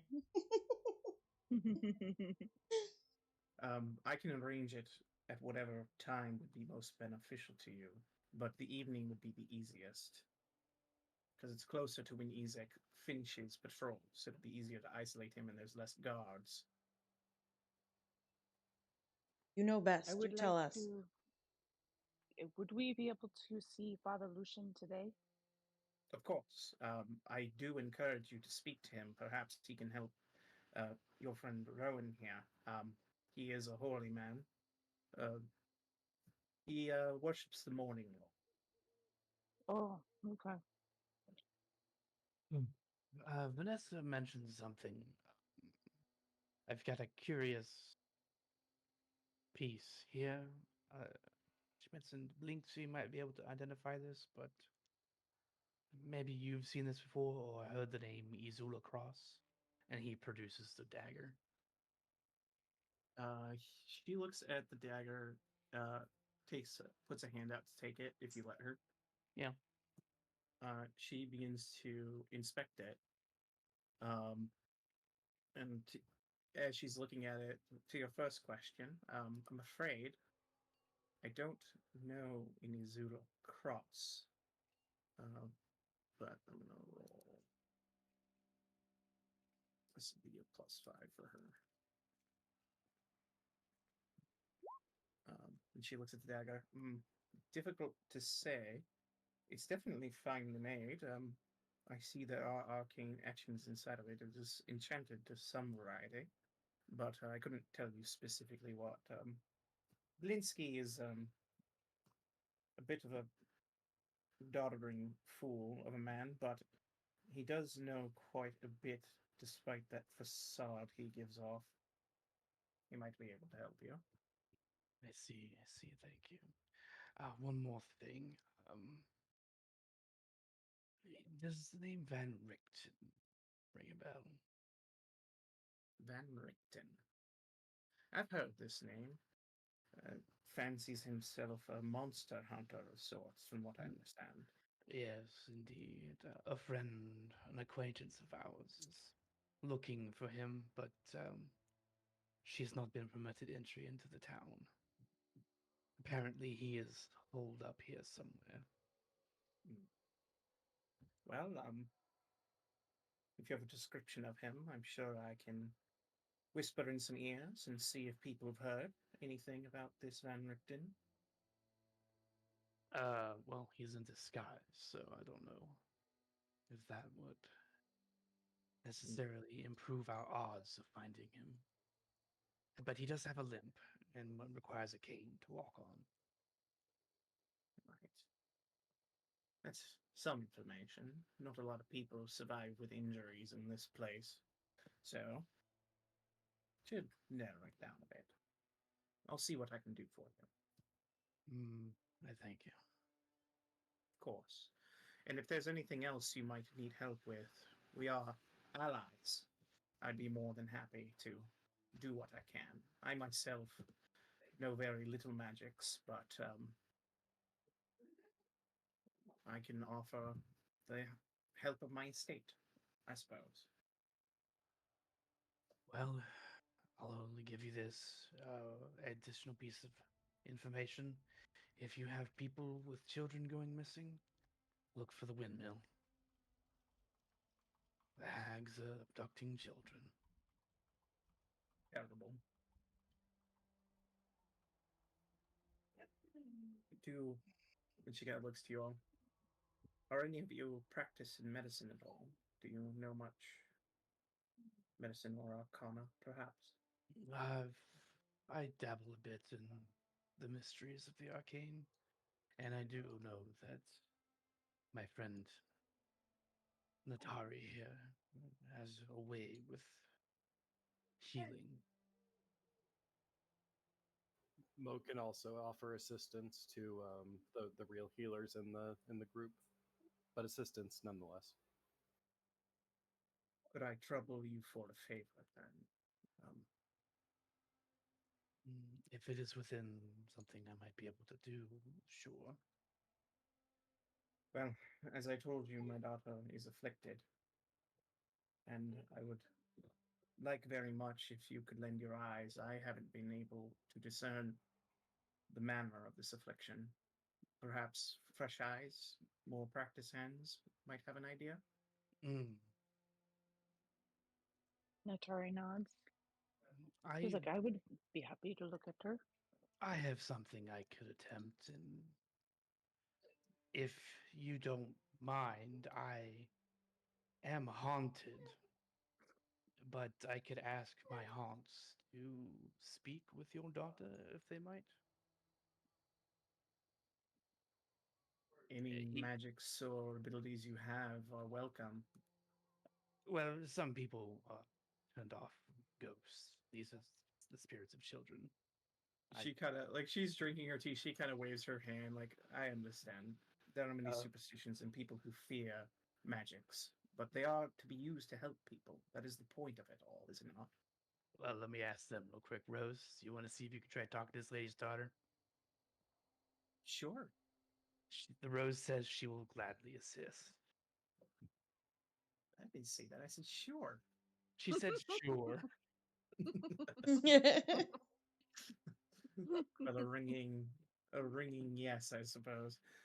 Well then, please, if you're all well fed and ready to go upstairs, I'll escort you to her room. She's probably mostly asleep, since she was given some medicine to calm her. Rowan gets up And and really will lead the way. she begins to lead you upstairs, and she heads into this little hallway here, and then up the stairs Natari was heading up before. There you go. See, I knew I was supposed to go Let up me there. let me gather you guys. Let me gather your party before venturing forward.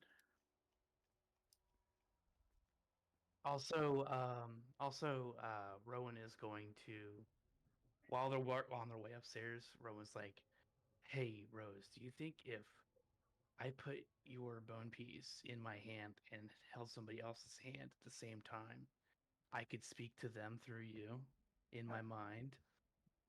She you hear a ghostly shrug and says, "I don't know, maybe." He says, "Hey, Ella, hold on, quick, hold on your hand." Why? As she puts out her hand. Rowan puts the bone in his hand and then grasps her hand. Don't worry about it. It's not gross. And he thinks real Wait, hard. what? He thinks real hard. Can you hear? Rose, can you try talking to her right now? Testing 1 2 3 1 2 3. Ella, you don't hear anything. So may I ask now why you're touching me? He leaves the toe piece in her hand to see if she can hear anything. Ella again. is looking at Rowan, shocked. Natari looks back to see what's going on. She's like, what is going on? Huh? You yeah, I think he told you guys. Yeah, you guys know I'm haunted. Do you accept the toe bone, Ella? He's like, just hold on this real quick. I mean, it's sitting in Ella's hand, and she's like, what do I do? What's happening? She's like, oh, just take the toe. Just And now do it Rowan, you no longer hear this voice, but Ella, you hear it. Hello, hello. Oh my god. Can you hear me? Rose, is that you? Oh, it's you. Yeah, it's me. Rowan's like, can you hear her? Yeah. So what now? Awesome. Okay, cool. I just can't. She can't hear you when I'm both touching at the same time. Here, Rowan, you can have Rose Dorn back. Bye, Rose. It was nice talking to you. In my head. Rowan takes back the bone. She's like, Yeah, that was weird. Rowan just talks to Rose. Well, that's one experiment down the drain. We'll continue testing, see what we can do with your ghost powers. Ghost trip. No. As Madam or Lady Fiona walked her, and then Russ here walks up to the store. I'm actually just going to leave Russ and Irina back up here for now. And she gives a gentle knock on the door, and then slowly pushes it open, and walks inside the room, and kind of motions you guys. Here's your animated token, guys. As you see, this young There lady. she is. kind of sleeping on the bed. The room's pretty disheveled. It looks like things like crashed and broke around here. You see like a plate of like half-eaten food. It's like, you know, That's right. it's like fish. No, you're in the wrong room again. It's down here. Oh, damn it. Jesus.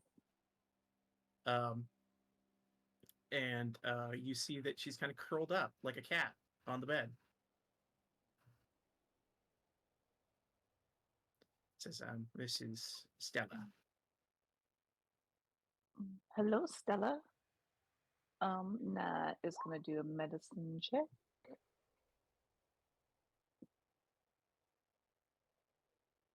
Yeah. Scoot you over there, Moog, so you guys are on top of each other. You begin to look her over, and as you say hello, Stella, her eyes kind of flicker open a little bit. It looks like she's probably given. Immediately, you see she was given like a mild sedative to calm her down, more or less. Um, you see that she has like there's not much physically wrong with her that you can see. But what is of interest to you is you look at the fingertips of her right hand, and it looks like they got burned and healed. Just on her right hand, like she touched something that was really hot, and it burned her fingers, and then it healed over.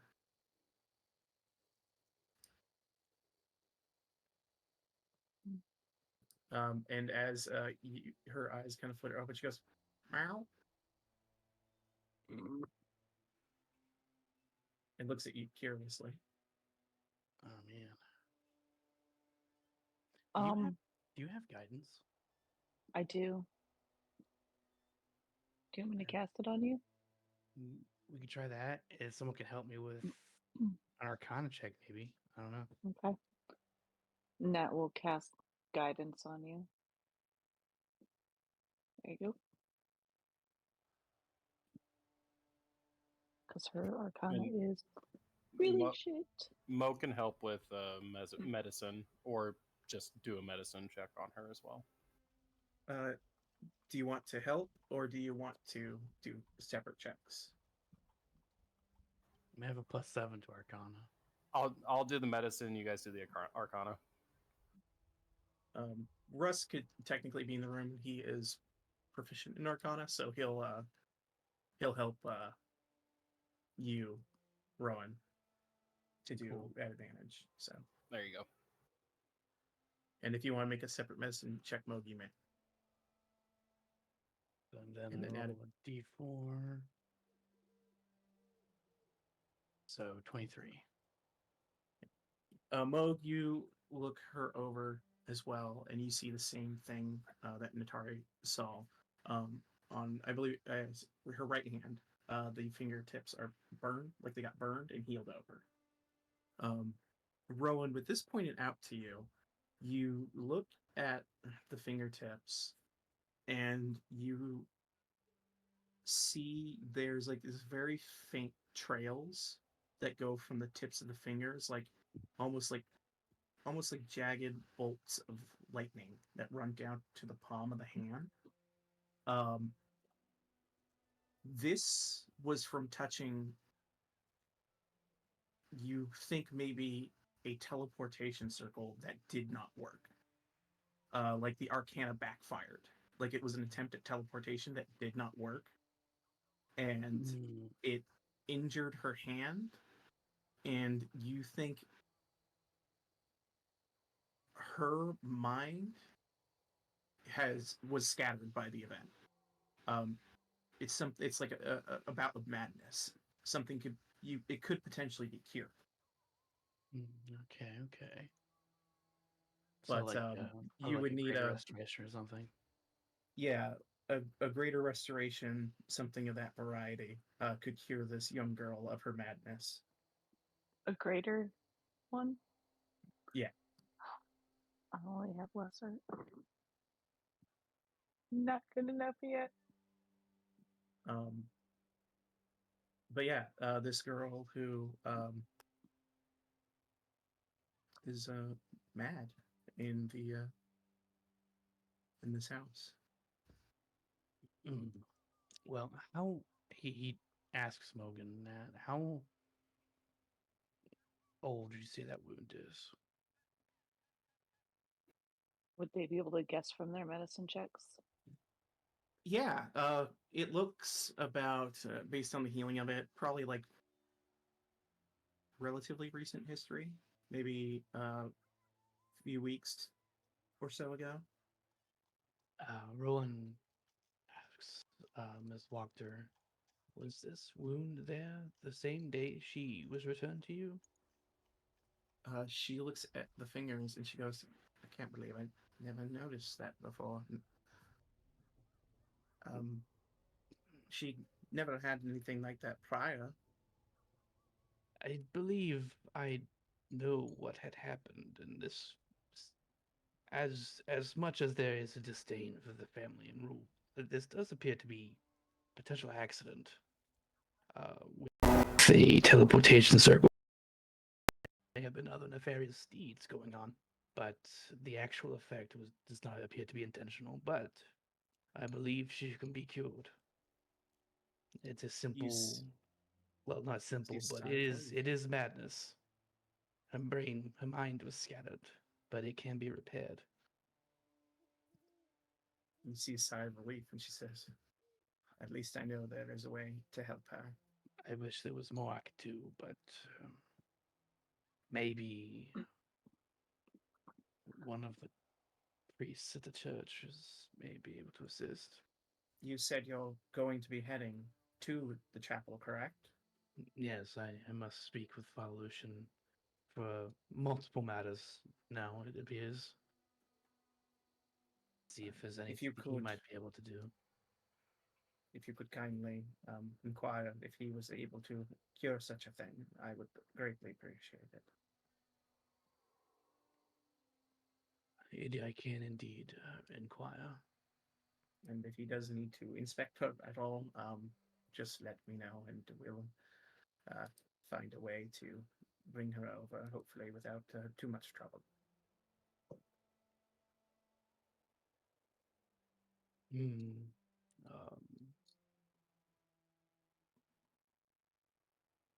Does she see, like, if my hand gets closer to her, does she like flinch and stuff? She's a little sedated, so not really. Can Rowan fashion a necklace out of Rose's toe bone? Yeah, sure, you can take a little piece of twine, wrap it up. And he's like, all right, I'm going to put this around her neck. See if you can assert control over her body. And move it around. If you could, Rose. Madam Wachter looks to you and says, is it safe to do this? I will let her do it now, actually. Rose, take control of my body and walk up around. If you would. Yeah, you guys watch as Rowan's eyes go a little ghostly for a second, a little ghostly blue to him. They flash a moment, and then it was in Rowan's voice, hi, my name is Rowan Poopy Butt, and watch me walk on the wall, and walks on the wall. Oh man. And does jazz hands. Check it out. And then steps down and releases Rowan. Possession. My name is not Poopy Butt. Well, that is a new development. I don't know. It came out of your mouth. You called yourself Poopy Butt. I feel like that's not your last name, but No. I digress. That would Rose playing a juicy prank on me. So A juicy one. But yes, Rose is a friend of mine. I'm letting her see through my eyes an adventure since she never got to leave her home. Give me a persuasion check. I'm going to give you advantage. Because Lady Fiona Wachter considers you guys allies. She nods a little bit and says, all right, if you would like to try this, I'm willing to let you do so. Just be careful, please. I'll say that she can control for no more than a minute. I just want to see if she can. Because I don't resist, obviously, so your daughter might resist. So he places, he's like, Rose, just see if you can take your control over for a few seconds and speak to her. And he puts the necklace on her. Okay. You place the necklace on her, and after a moment, have to do a roll because it's a possession thing. So I have to see if she can save from it. uh, you watch as this young girl's eyes flicker with the same blue light. You hear kind of a quiet voice come from this girl. It is her voice, and she says, "Hi, this is Rose. Hello." She kind of sits up and, "Oh, this body's kind of heavy. It's harder to move." How so? Rose. She's She's just sedated. like, it. Yeah, it feels lethargic, I guess. Oh, okay. So it's not Rose, like an injury that you're feeling. are you able to sense her mind at all? It's and she winces a bit. It's a mess. Are you able to help her at all, guide her back? I can try. But please don't hurt yourself. Let's see. A malady of the mind. Can a ghost fix this? Let's see. This is a dice game. Let's make a roll of it. Dice, please don't shatter Rose. She's my cool friend. All right. I'm gonna let you roll a die for this, Rowan. I'm gonna call it an Arcana check. Do I still have guidance? Yeah. Yeah, you can be guided again. All right. Let's see what happens.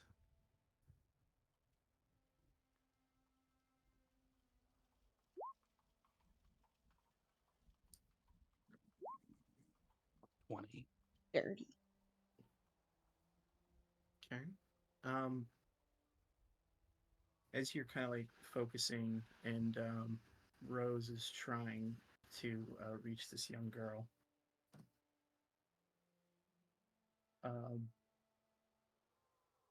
She says it's hard to make out, but says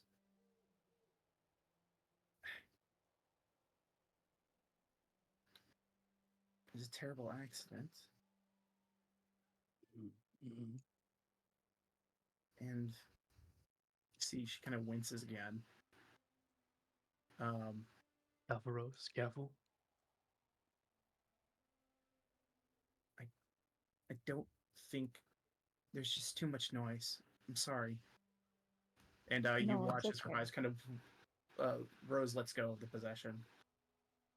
Rowan takes back the necklace, and he says, "Thank you, Rose. You were a great help."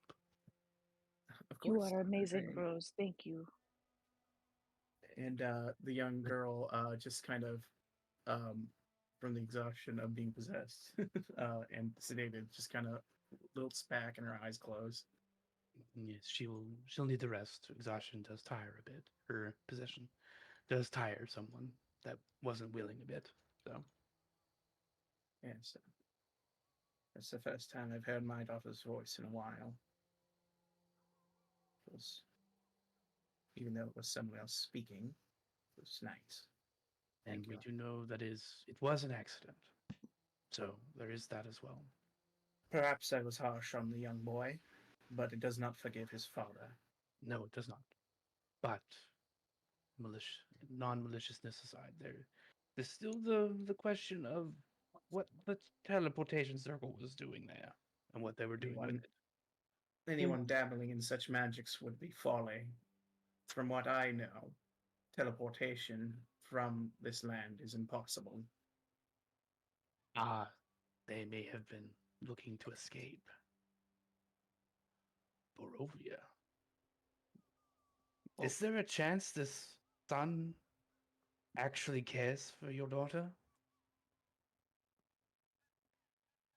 He looks at you, gives a bit of a grimace, says, I don't know if that young boy cares about much other than himself. He might have not done this maliciously, but I don't believe him to be the kindest. Mm. I only agreed to the talking of their marriage because I thought it would put me in a position to help, and Stella was kind enough to agree to try, Mm. and I regret it. I understand. I only know from many books that those in love are many times fools, and fools do foolish things. Indeed. But thank you for what you've done, and I hope that your speaking with Father Lucian is fruitful for you, of course. Because if it is fruitful for you, hopefully it will be fruitful for my daughter.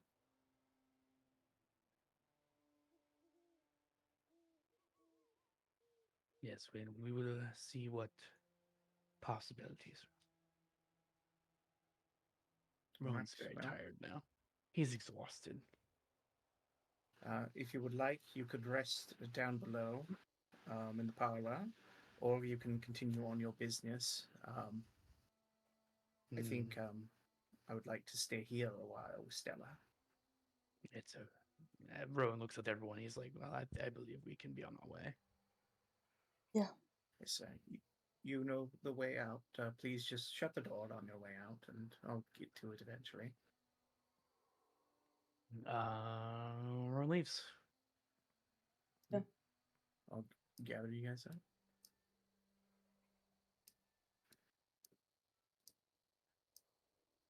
Oh, hey, Russ. You guys. I was here the whole time. You were a great help, Russ. I You never did could have Guys, done such it a good without you. job. head up, and MGG kind of salutes, follows. Beep, uh, boop. beep boop. Why? And yeah, Russ kind of looks to you and says, terrible plight for that woman, it would seem. A dead husband, a maddened daughter. It seems nobody has it good here. No, does not seem that way, does it? Well, hopefully we can turn her luck. As well, this place still sucks. Amen, brother. I agree. Irina's like, yes, it does suck. Sorry. I live here now. New Jersey sucks. No. This place is worse than New Jersey. All right.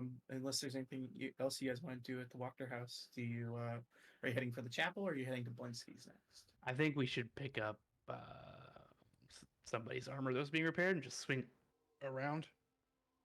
Oh, see Oh, if do the that circuit? armor's done, yeah.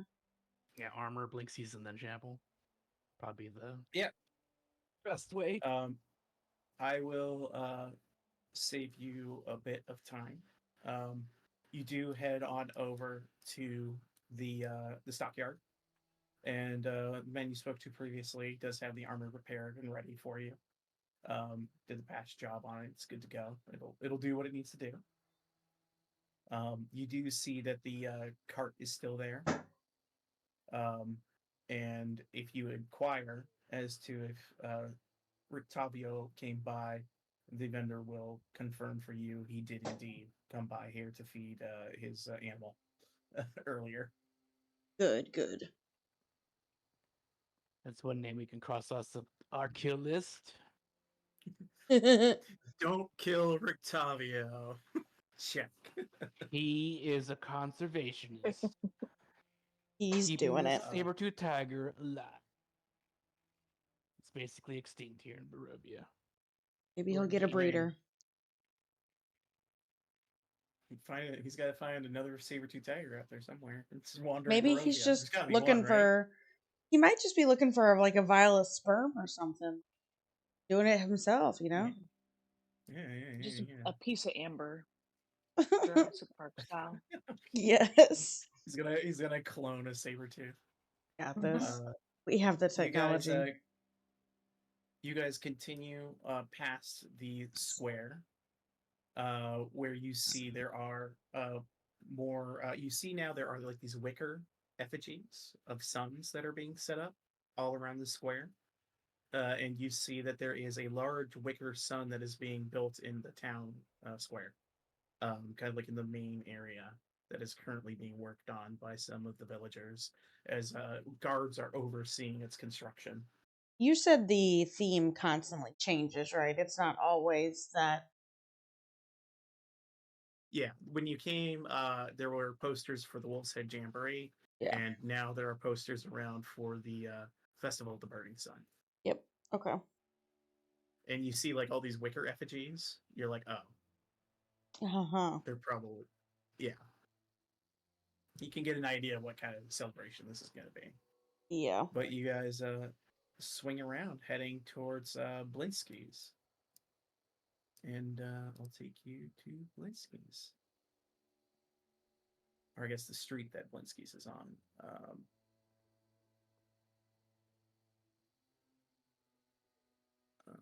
That would be Market Streets. Here we go.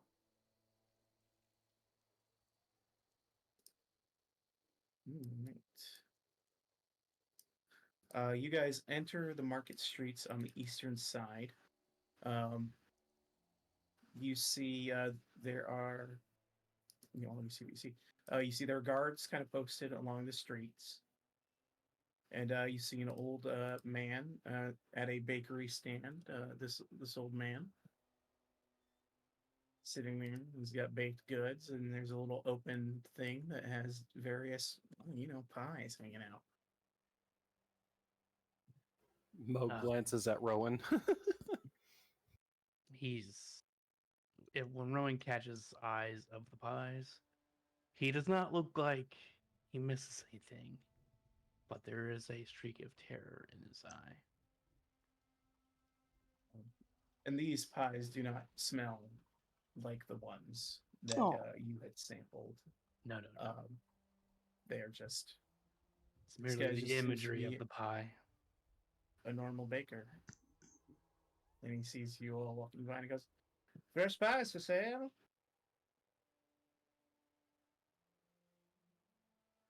Rowan walks and smiles, forcing a smile as much as he can.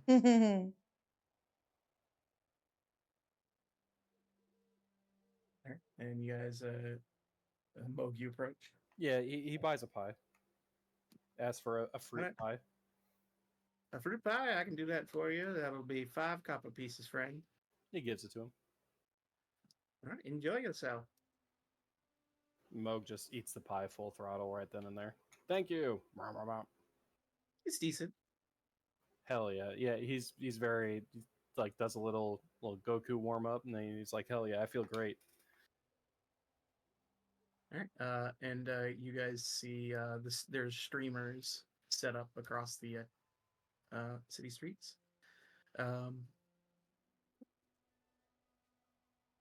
Which house was Blinksy's again? You were given kind of a general direction. You can ask one of the guards if you'd like. Well, we stopped at it before. Oh, that's right. So you guys actually continue around the corner here. And you see more guards in the city streets. Jesus. And as you kind of round this corner, you see approaching, patrolling through the streets. You see 2 guards flanking this man. Wow. A large, muscular man with a bald head, and you see that one of his arms is this strange, fiendish-looking arm with long claws on it, as he has an axe placed on his back, and he walks through the streets. There are also, like, commoners on the streets that I don't have tokens for, but you see as he's walking by, people are getting the fuck out of this guy's way.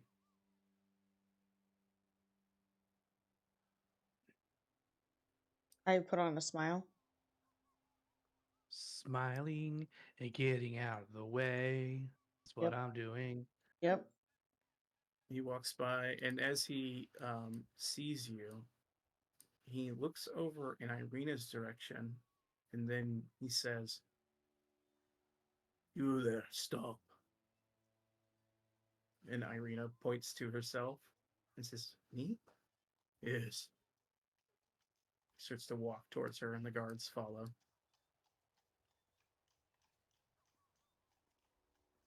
He approaches and looks at her. Do I know you? You look very familiar. Just a commoner, like all of us.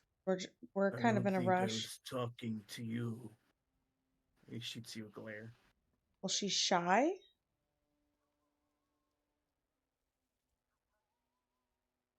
Stare back. I smile back. You see, as you like smile and glare, he looks back to her, ignoring you. I know you. What is your name? She says, it is Tots. And he like narrows his eyes, and she's gonna Your, do your full a name, honey. Your deception. full. Can I give her advantage with by saying your full name, honey? Your full name. Uh, sure. Come up and put her hand on your shoulder and say, "Just give the man your name, and then cast guidance on her." It'll be if you want to cast a spell in front of this guy, he'll be able to Yeah. see you casting Oh, a that's spell. true. He'll be able to see it. Never mind. All right. So Irina's gonna run a deception check. I'm gonna give her advantage because you guys are trying to run interference. Um, she's actually pretty good at lying. Funny enough. Ooh, has she been lying to us? Okay, That's good. what I'm like. Ooh, Uh, Wink, wink. it's well, Yeah. she's also good at persuasion. okay. Persuasion, deception, and insight are her 3 skills. So she can spot a liar, she can lie, and she can persuade. It's about all she's good at. He knows a liar. She is a liar, I and she can make someone lie. I'm glad I helped her. Exactly. Let me go ahead. I gotta grab my Ezek here. And roll Oh, his this is Ezek. That's crazy. That's the guy with the funky arm. That's so Yeah. crazy. Oh, It's just a straight wisdom check for this lad. oh, thank God. Uh, Oh, I'm so happy I gave her advantage. and he kind of like peers at her and peers at you. And he says, all right, Tots. You all are new to Vallaki, I assume. I have not seen you here before. What is your business? Well, we were getting tots out of Barovia, and then we found a dagger, and we were informed that you have somebody in your town that can help us identify it. And that is what we're currently doing, if you don't mind. He looks at you.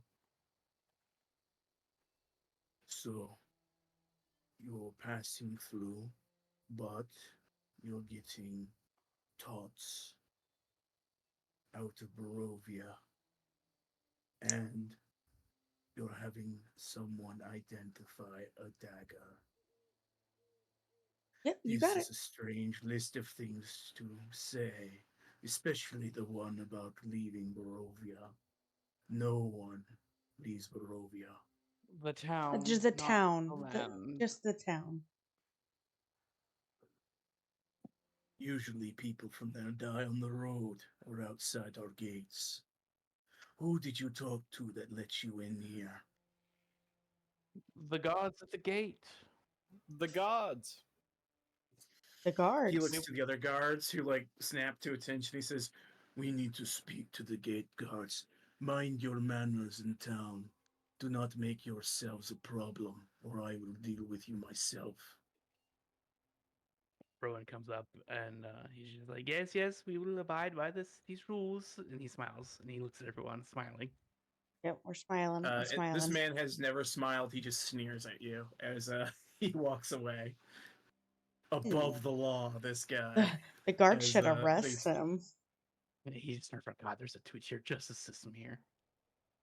I can't but fix yeah, this. You watch as what you can assume is Ezek, based upon description alone, a man with a fiendish arm. Oh, we forgot to Um, tell him it's the guard that's really good at playing cards. But he apparently is off to go have a little chat with the gate guards. It's the one who's really good at playing cards. It's the one that Fools. sleeps with travelers. Like, you might have signed someone's death warrant. Not our problem. Not our Bye. problem. We did our As part. you guys head out, and you see a little shop outside, and you see there are little tents that is no fun, is no Blinsky. And Okay. you see jack-o'-lanterns like the exterior of this shop, which has no windows, but there's a wooden door that is closed. Let's try this And again. yeah, you approach the door, and let me give you a description here of Blinsky's toys. You see this Blinsky's. shop has a entrance portico above which hangs a wooden sign shaped like a rocking horse with a bee engraved with on both sides. Flanking the entrance are two arch lead frame windows. There are glass in the windows, but they're quite dirty and difficult to see. It seems like there's displays of toys and hanging placards bearing the slogan "Is no fun, is no Blinsky." Does this rocking horse have a hole in its head? No. Thank God.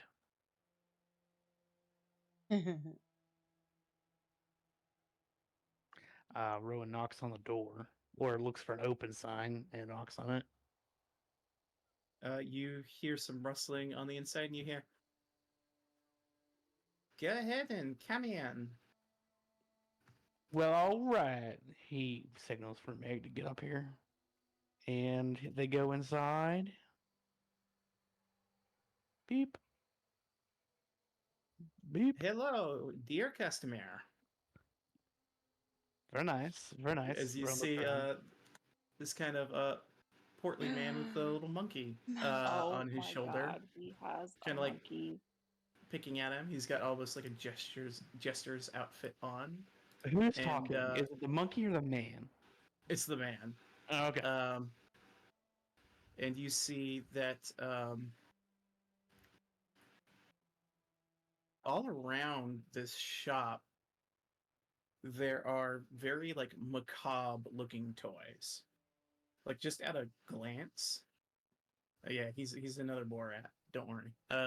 At a glance, you see there are things like a headless doll that comes with a sack of attachable heads, including one with its eyes and mouth stitched shut.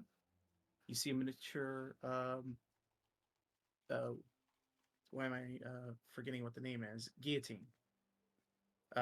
With a little trap door for like the head to fall through. You see a wooden set of nesting dolls each one that gets smaller the older it gets until the innermost doll is a mummified corpse.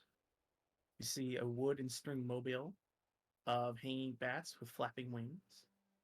There appears to be a wind-up merry-go-round with figures of snarling wolves chasing children in place and of prancing horses. You see a strange ventriloquist dummy that uh, looks like a vampire almost. It's got like little fangs and weird little eyes. And give me a perception check, everyone who's in here, actually. Blah, blah, blah, blah. If you notice anything else. Oops. Fucking. Matt doesn't notice anything. I'm trying to persuade the room. Um, Fucking A. as you are approaching this counter here, you see like a bin of dolls, and you're looking at them for Rowan, Ella, and Moog. Or wait, sorry, for Rowan. I was looking at your persuasion from earlier. My Yeah, bad. I'm sorry. She was Rowan, trying to talk the wall. you notice that these dolls bear a vague resemblance to Irina. What? As That's this man like creepy. greets you and says, "So, what can I do for you, friend? I have all sorts of toys to make the Kinder happy. If you would like to purchase, please let me know." He looks down at this doll. He's like, "What do you call this?" Those are not for sale, I'm afraid. Apologies, I had those set out, and he starts to gather them up. Oh They no, are no. I mean, I don't want to purchase them. No, I'm just. What are they? custom orders from a particular customer. And he starts to kind of put them back under his shelf. I They see. Who are is the customer? Because I'm nosy, so I want to know. um, I shouldn't tell people about who my customers are. That would break some sort of confidentiality, I assume. You're not Uh, a lawyer. Did you sign a paper saying you wouldn't divulge his name? uh, he's already visibly sweating as you guys are grilling him. And he's like, Oh, eh, who is it? just give me an intimidation check. It's not a terribly high DC. I rocked it though. I'm in his face. Who is it? I really, really got him for this one. He looks. He says, "Look, I don't want any trouble. Okay, It who is is it? it is well, Isaac. He asked me. He comes in all the time and asks me to make these dolls. He just describes something person that he's seen. He So he says, plays with dolls? Is that what you're What? saying? I That big guy plays with dolls? he's I don't Oh. know what he does with them. He just comes in. Mm. He I, demands that I make these dolls, and he describes the person for me. And he looks back at Irina. give me that doll. You're her. Give me that You're the doll. woman. And Irina's like, what? Give me that And doll. his hands are up. You could just grab it. Okay, I grab it. Eh, eh. Hey, And he's definitely seen you and before. and Blinsky's pointing. This is exactly what he describes to me. No, we got that. Um, We got that. That's why we grilled you. Hold on. okay, I'm trying to be helpful, but you're being rude and mean. Tots. He I just sell I toys that make people happy. Why are you like this? I need Rowan. to understand something from my friend here. And I whisper, I lower my voice. Tots, have you seen Isaac before? She shakes her head. She's like, I don't know. I never met that man. I give her the I've never doll and I seen go, him. how does he have this memory? She is just flabbergasted. She's like standing. I don't know. Look, that's you, so we're gonna keep this because that he would have it. Like, Just grilling everybody. and okay, sir, you can continue now. I just really needed to understand that. Rowan goes, "So don't worry, man. I'm something of a toy maker myself. I make dolls too." And he Oh my brings up God. eggs. That's a very fine construct. It's very nice. I like it. Very good, very good. Nice. Well, Very nice. we didn't actually come here to grill you on your dolls. I really could care less. Oh, he like his posture like kind of droops. He's like, oh, good. I thought you were going to kill me. No. No, not at all. But Rowan, as he says that, Rowan pulls out the dagger. Oh God! He jumps back, and the monkey like the monkey raises up like a fork that it picks up off the table at you. And Oh my Rowan's like, God. no. I just want you to look at this thing. Oh, We were told by Vanessa that you could maybe, help us out a little bit. oh, sure. Like you could Oh, identify it or something. Yeah. you see, he sits down for a second and catches his breath. He And he's hands like, oh, he hands the dagger to Blinsky hilt first. Like I'm not here to like threaten you with this. I just want you to see if Uh, you can help look at this. Tell me anything he about it. nods, and he takes it, and he says, oh, I have to double check something here. I forgot that it's a great name for this monkey. He goes, Piccolo, go get it, and he taps the monkey, and the monkey kind of jumps off, and you see it kind of goes up to a shelf and pulls out like a little eyepiece, similar to the one you saw Bill's right. Ugh. That motherfucker. Oh God. Triggered.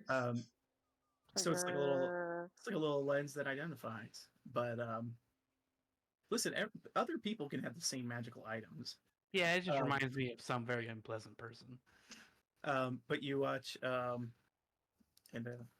yeah, the name of this is straight up Piccolo, like DBZ Piccolo is the name of the monkey. And the monkey brings it on over, and he takes it out, and he like starts to look at the dagger, and he goes, "Oh, well, this is very nice." This is very nice. And actually, let me pull it up on D&D Beyond, and I'll tell you exactly what this dagger does.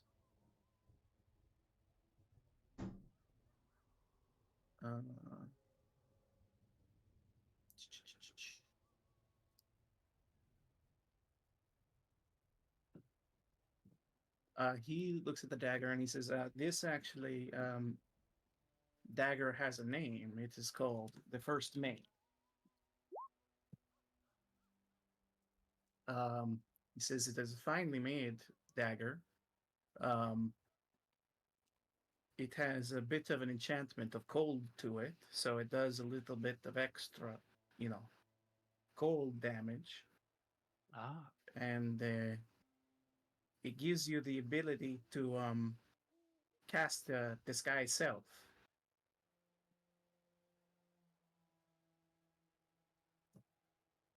Very nice. Very nice. That's a nice piece. Very cool. That is pirate treasure, my friend. He's like, "Oh, pirate. Very nice." Very nice. So, where did you get such a thing? Buried treasure. Literally buried underground. That's very cool. Yeah, everyone else thought it was a grave, but I knew. I knew it was something. So you were robbing a grave and you found treasure. That's great. That's correct. There was no body. It wasn't a grave. Moog says from across the room. Yeah. Correct. And he follows it up with a little jaunty tune. It was an unmarked grave, made And, to look like a grave, but it was actually a pirate chest that was quadruple booby trapped Yeah. underneath. Ow. I do hate to be a bit of a stickler, but since you're not here to kill me, and you seem to be here for business, normally I do charge. I was just very afraid of you, so I sort of just did it. Oh, Well, thanks for doing that for free, buddy. Oh, he frowns. I do want to how let much you do you know. charge? Usually for an identification, a gold piece. He gives Oh, him that's gold. He's like, whatever. I don't want you to be out for your time making that doll, but we will be taking it. So how much for the doll? I mean, please don't steal it. If he comes back and he finds out I don't I'm not have stealing it ready it. for him, I'm buying. He will burn down my shop. Ella, we don't have a need for the doll. I just don't want Isaac to have it. And there are several of them, and he'll just make more. Taking one will do nothing but bring this man harm. We're gonna kill him Please, anyway. He will.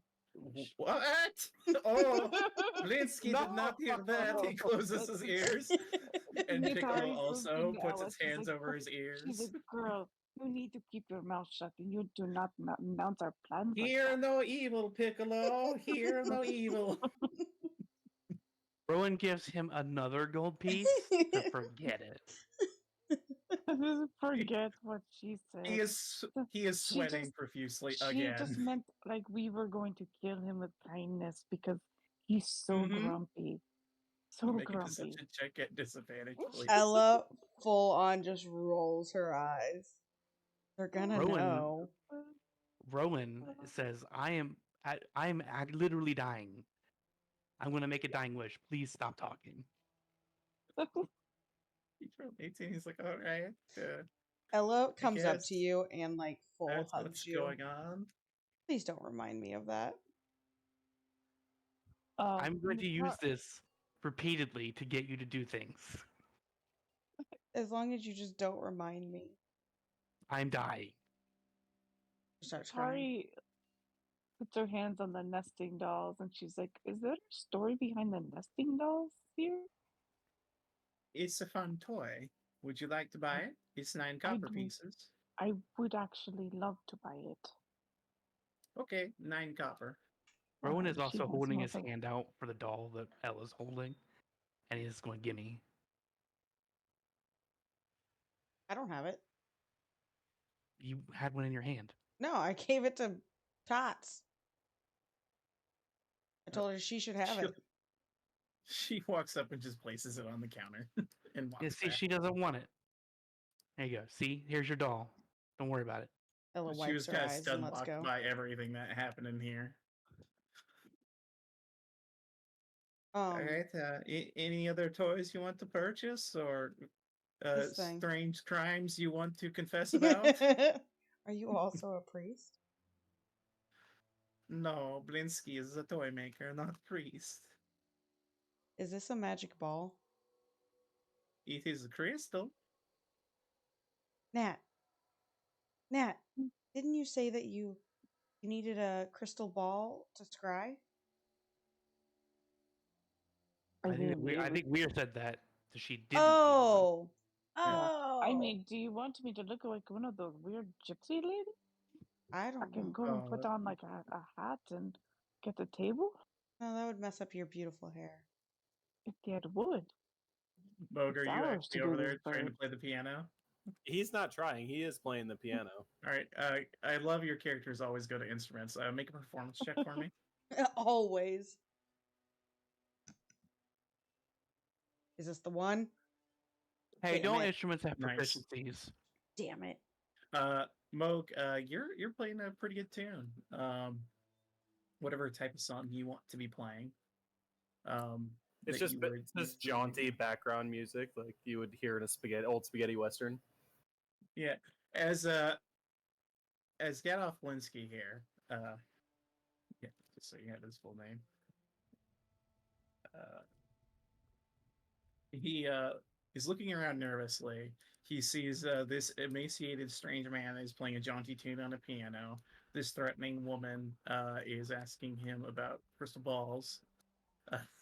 Uh, uh, a construct staring at him, and there's only Smiling. actually one or maybe 2 customers in this actual building. He looks really nervous, and he's like, "This is a crazy day for Blinsky." Could I ask you a question about the dolls that you make? Sure. They're not like voodoo dolls, are they? What? No, they're dolls for children. So weird. What is voodoo? It's not like a magical That's not doll. the real. That's not the real thing. Not in No. Faerun or Barovia. Why do I keep doing this? They're not magical by any means to make somebody No. do something that they wouldn't want to do. No, they are not magical. Okay. Most of them. Do you have magical dolls? Hold on. Do you have magical dolls? Oh, yeah, I got one, but you don't want him. Why not? Oh, now that Damn. you say it, of course I don't want to. He's a pretty naughty doll. I mean, How is he Ooh. naughty? But why do you want him? I don't want anybody to buy him because he's my problem. Oh, why is he naughty? Well, he likes to play tricks on people. He likes to put things in places that are not great, and you trip over them. this guy's name is And How Sean. much? Guaranteed. What? I am not going to sell him to you. He is terrible. And he gestures at the doll that looks like a vampire. I will light that thing on fire. Just saying, like a doll that causes mischief, that could be so useful. Horrendous. Yes, indeed. Leave it alone. It is a cursed item. You do not want it. It is bad. It does terrible things. But it could do But terrible if you want things to and pay distract. Like, it's a like 100 distraction gold, doll. maybe Blinsky sell? Rowan, hear me out here. Distraction doll. That could work I in have handy. one. I have one. It's over there. Yeah, but this doll MGG looks like it waves. could get into like small places and really fuck some shit up. I can make a small robot. No, you don't understand how the doll works. The doll just does things when you aren't looking. What It's if not you gonna feed do it? It's not gonna do what you tell it to do. Ella. Oh. Yeah. That's That's why sad. it's He's in my. visibly terrified and leaves. It's not an obedient doll. If I'm picking up what he's saying, this doll is more likely to draw a mustache on you while you're sleeping Tita than to Chucky, do got anything you it. say. Yes, you do not want this doll. It's no good. Blinsky not make it. Someone sell it to Blinsky, and Blinsky regret Oh. buying. But Have you tried burning it? Tried burning it? Blinsky tried burning. He tried to smash. He tried to have Father Lucian bless it, and nothing worked. What if you dig a really deep hole and just put it inside the hole? It dug out after about a week. Oh, my god. Oh my god, that's so Ooh. creepy. I know. What if I you And put it it- came back. That was And gonna it say, came just back? popped back up one day. I mean, at Yes, least it was knows who on. its It was owner on the is. shelf that it's currently sitting on, covered in dirt. Ella tries to wave at the doll. You wave at the doll. Yeah, it definitely likes you better. If I bought it, it would just come crying back anyway. So I guess. Like I it's worth said, it. it doesn't do anything when you're looking at it. So if I turn away, Oh, will it do so something? Let's all turn away. this All is right, for if you sure want, if Chucky. everyone wants to close your eyes at the same time, I promise you it will do something. Well, Right. how do I know that you just don't go over there and move its arms around? Blinsky gestures at his large frame and he goes, "I'm not very stealthy." I kind of want to know what it does, guys. You know, sometimes those big guys can be pretty good. Wait. All right, so the doll is currently here, right now. It's not depicted on the map, but it is here currently, and Blinsky's like Sorry, looking right at it. Turn back to it. The- She's like, I don't see you. All right, everyone close your eyes on I'm 3. closing my eyes. Piccolo, you too. And he taps the monkey. 2, 1. Does everyone close their eyes? Can Yeah. I fake Mo's close out of my the eyes room. and roll like Okay. a stealth? Mog, you're out. I'm gonna have you outside. Irina went with you. So did Ross. Everyone said fuck. I do not like possessed dolls, guys. I cannot be a part of that. No, thank you. You guys close your eyes and you hear. Nope. And Sorry, goes. And I you- got the gun. you immediately open your eyes and it is sitting over here now. Oh no. Oh, the Oh, fucking doll. I man. heard See? that. It Only sounded when like you're a not little- looking. No. It didn't do Have anything. we- though. Have we tried It just burning ran it across again? the room. Yeah, it moved, but it didn't do anything. Have we Mm. tried burning it again? She says. Ella, make a dexterity saving throw. Oh. Oh. You feel as you begin to move your legs that a rope was tied around both your legs, and you start to trip, and you catch yourself so you don't land face flat, but you like fall to the ground and catch yourself so you don't take an injury or hit anything that would hurt you. Double But check you the see seat. very, very close to where your head would have landed, there is like a wooden block that would have cracked you right in the skull. Oh man, this doll is fast. I like you, and I boop its nose. Rowan checks his feet. You look at your feet, Rowan, and you don't see anything. He moves around and he just double check and make sure nothing else is weird with his body. Give me an investigation check.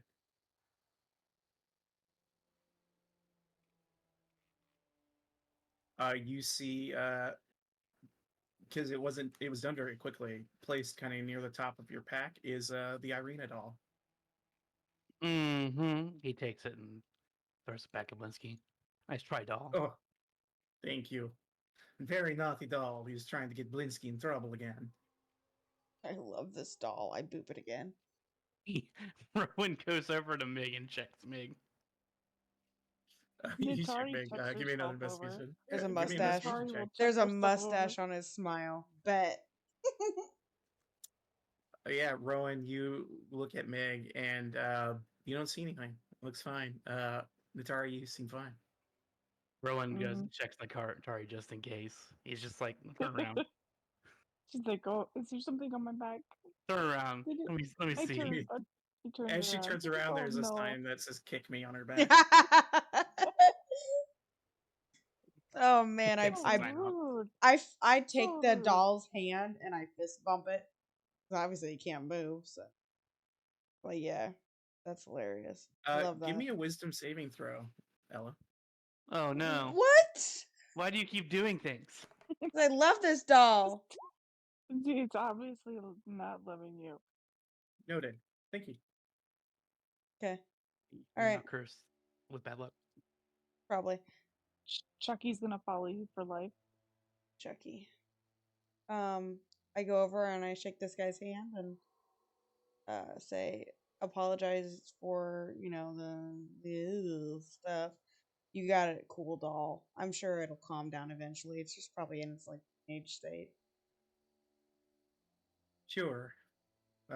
If there's nothing else you want to buy, have a great day. And remember, is no fun, is no Blinsky. So wait, what does that mean? If it's not fun, Then it's Blinsky not make it. It's not you. Okay. Okay. Yeah, so if it is a shitty toy that is not fun, Blinsky did not make it.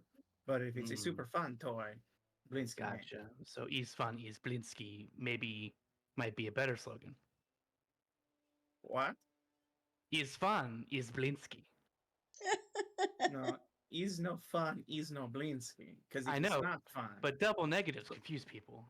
But everything that is fun is Blinsky. That's what it means. I know, and you should capitalize on that. That's solid I marketing. Blinsky spent a lot of money on branding already. This is Look, free. Blinsky, I like it. I don't know if I like that coming from you.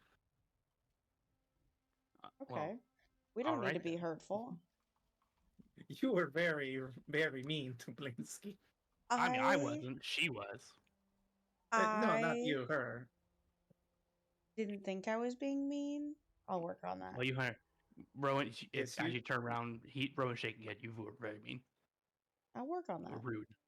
Yes, work on your social skills. Have a great day. Mig waves bye to him as Mig walks out.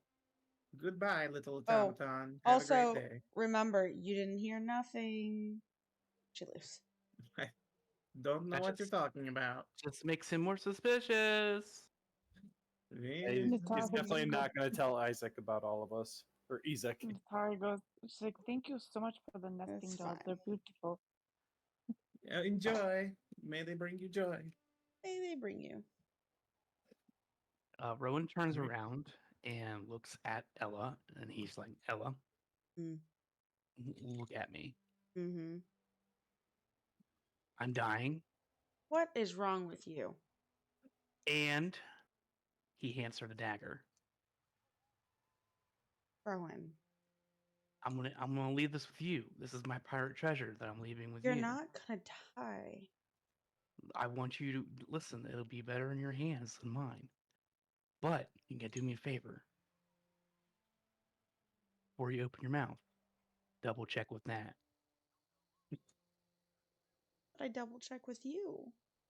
No, double check with Nat because you can talk to her silently.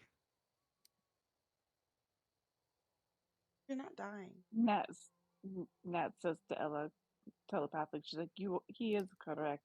At least I could tell you to shut up before you say something." Breaker. He's not dying. Oh, he's dying. That's why we need to get him to Father Lucian. You guys need to stop. I've lost too many Let us people. Let I us know, get to and the if you church, I and think. if you don't keep saying silly things to the toy maker, dude. We will spend more time with him than we will with Father Lucian, so we need to go. But now you have a dagger for more sneakiness. If you look it up, crafting, the dagger is called the First Mate. You should be able to find it. I was trying to. I could Disguise! not find it. Really? Let First. me pull up your. It shows up for me. The first. Just type in the first mate. That's what I did. Do you have homebrew on? Go ahead, check that. When you go to manage your character, if you go to edit Oh, or manage character and levels, there should be a button on the home that you Gotcha. click on homebrew. then I can. Okay. The first. There it is. All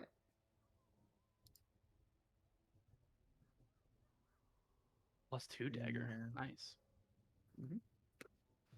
It's +2 dagger that gives you initial 1d4 cold damage, and you can use it once per long rest to cast Disguise Self. Nice. And it has a tentacle hilt. Now, is it like Scrimshaw. magical? So when I hit something, yeah. It is. Yeah, it's magical. +2. So now you have a magical weapon. Oh, that's what makes it magical. Is a plus whatever. Yeah, anything with a plus Okay. is a magic weapon. Nice. Good to know. Anything with a magic infused into it, even if it wasn't a plus weapon and just did cold damage, that would still be a magic weapon because it is infused. It's enchanted. Mm-hmm. Like my shit, it's all magical. Because I enchant it myself. My shit's custom. Gold guns. Mm-mm-mm. Pew pew. Cool. This weapon that nobody is aware of that exists. And my guy that punches people, he's also magical. Oh my god. Let me gotta find it. Yeah, so are you guys heading your way to the church? Yeah. We're going to church. Yes. I believe that's the Take last me to one. church. How long does attunement? An hour. Yeah. Okay. Short rest, essentially. Gotcha. All right. You guys ask around town, and you are told that the Church of Saint Andrel is on the western side of town. And, Onward.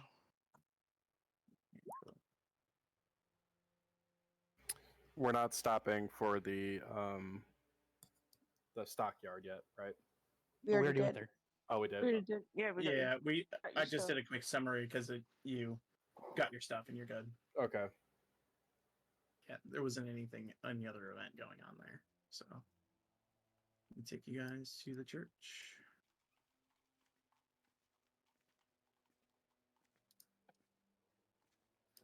All right, so you guys approach the exterior of the St. Andrew's Church.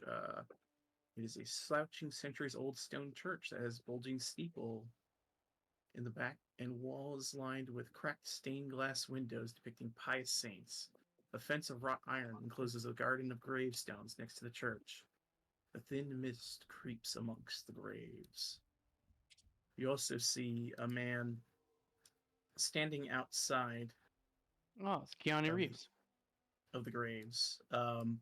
He seems to be smoking a pipe and just kind of, you see he's got kind of like dirty work clothes and he's sitting there. Looks like the guy's taking a smoke break, essentially. Neo, you're the but- chosen one. You see, and you guys are coming during the day, so these people wouldn't be here. Give me 1 second.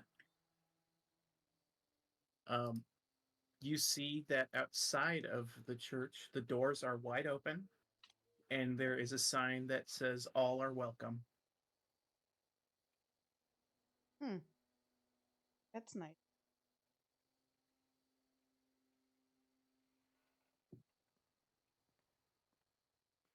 Where was this guy sitting outside?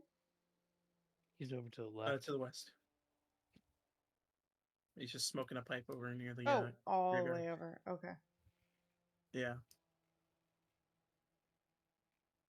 And he just watches you guys heading towards the church, and he just lifts his pipe, gives you guys a nod as you're heading towards it. Rowan nods. Make waves.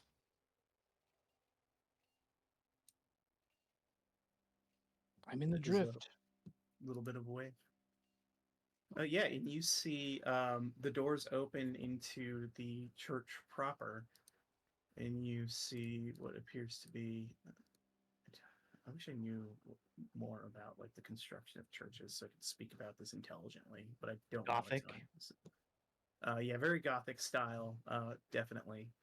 And it has kind of this entryway that has just kind of what are they called, lecterns, I think. No. Little booths off to the sides, as well as various I think they're like votive candles is what they're called, resting on the little altar here. Like people write prayers and light a candle type of deal. And the iconography of a sun is on the carpets of this church, and it is well lit. There are torches and candles lit everywhere. Um, in this dark place, it is this interior of this church is a pretty large beacon of light. Oh, sorry, I didn't mean to grab you there. Just watched her fly off the screen like, oh. Yeah. He's I thought I had a Spirited joke away. in there that It's that shouldn't be wisdom there, check. and that's why. Yeah, you Counting see this Ah. man wearing these white and red vestments, a wizened old man with white hair, who sees you approach and he goes, "Oh, welcome, welcome, welcome, one and all, to the Church of the Morning Lord, St. Andrew's Chapel. Good to see you all here." Rowan turns around. Wait. Where's Russ and Tots at? He goes, Sorry, They're here mentally. oh, I was fixing a bunch of lighting. Sorry. They're They were also Greetings. having a smoke break outside. they're with always them. they're taking a smoke break. Leave them alone. She's been through a lot of shit. Okay. I mean, And I'm it just. helps. It might have been canonical that she was afraid to come into the church. No, She has been she's bitten by a actually- vampire. She does come into the church fine, and it isn't afraid. Actually, if anyone's hanging back a little bit, it's Russ, who's just kind of taking the scenery in. But Irina steps up with you guys. He says, "Yes, welcome, welcome, children of the morning, Lord. Please, please." And then he sees Natari wearing like clerical gear, and he said, "Apologies, apologies. Not all children of the morning, Lord. Though you two are seen in his light." I've seen a What can light, I do that for is you? for sure. "Oh, well, do come further and come." And he'll actually kind of step away from the altar and step towards you guys. "My name is Father Lucian Petrovich. What can I do for y'all?" A few things, but I'll take a. "Well, if you're here for a sermon, dear girl, that's usually in the evenings. People are most fearful of the dark and seek the guidance in the night, so I try and provide that. Oh no, Though it's always rather gloomy." I'm not religious. But those guys are. And He's Tari like, steps up. She's like, I'm clearly not a worshiper of the Morning Lord, but I do thank you for letting us in your temple of worship. he sees you and he looks and he goes, "Oh, I recognize that symbol. Salune, I believe they call her, correct? That is correct. I've I seen heard that symbol a fair few times." I have heard of that many times over now, which is one of the many reasons why we are here today. The first is this young lady to my left, Tots. We've been tasked with bringing her to you for safekeeping. He looks to you, looks to her, and she just kind of waves and says, "Yes, I was sent from Barovia, and I'm looking to hopefully find a place of safe harbor from diabolical forces." And you see as Father Lucian steps forward, his smile kind of turns to a bit of a frown. And he speaks, "Oh, well, if if it were normal times, I would definitely be able to provide you some safe harbor, but things are not as safe as this at this church as they used to be, I'm afraid. Um, he looks to all of you. You all seem, well, you all seem like adventurous sorts, people who might be able to find some things out. Maybe you can help me out. Rowan Our takes a seat in the courts will be pew. He's willing to help tired. you as well."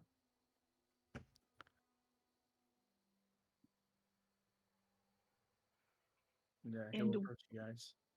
what would these things be? He approaches and kind of says in a hushed tone to you, "This church was protected by the bones of Saint Andrew, holy relics that sanctified this church and protected it from all manner of things. Not just this church, but the town of Vallaki was under the protection of the Morning Lord under this blessing, but the bones have been stolen. They are gone. The blessing is gone from this place." You mean this Was place it is like no longer hallowed ground? No consecration here? He shakes his head. "I'm afraid not. It was the sanctity of the bones, the reliquaries that were within this church, that offered protection. They have been taken, absconded with by a criminal. Who I would do have not done know such a exactly thing? whom. Oh, Ah, I don't know exactly, but I have a few suspects." Rowan takes out his notepad and starts jotting things down. Uh, he's going. Let me make sure I get this list correct.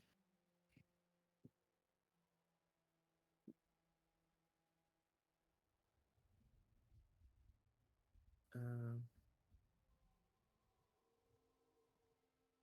he says, "The only movers and shakers in this town that I know of are, well, I know that the Baron was rather upset that I refuted his claims of his festival, offering protection to this town. I told him it is only the will of the Morning Lord and the blessed remains of St. Andrew that protect this land, and he shouldn't blaspheme against the Saint or the Morning Lord. Uh, but he was very upset with that. Baron Vargas was. He sent his man Ezek here to tell me to pipe it down and not disrupt the local peace, and I've kept my mouth shut since. Um, the only other person who would really know about the bones themselves, well, is the gravekeeper, Milovich.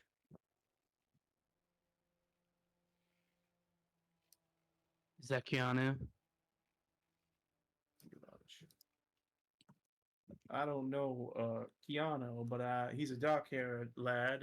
He tends to the graves outside. He might be out there right now. Oh, the guy out the there taking a smoke break?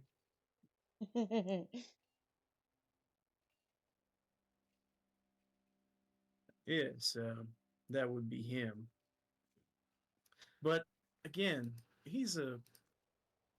The only reason I suspect him is because he'd have the opportunity. You know, he works at the church and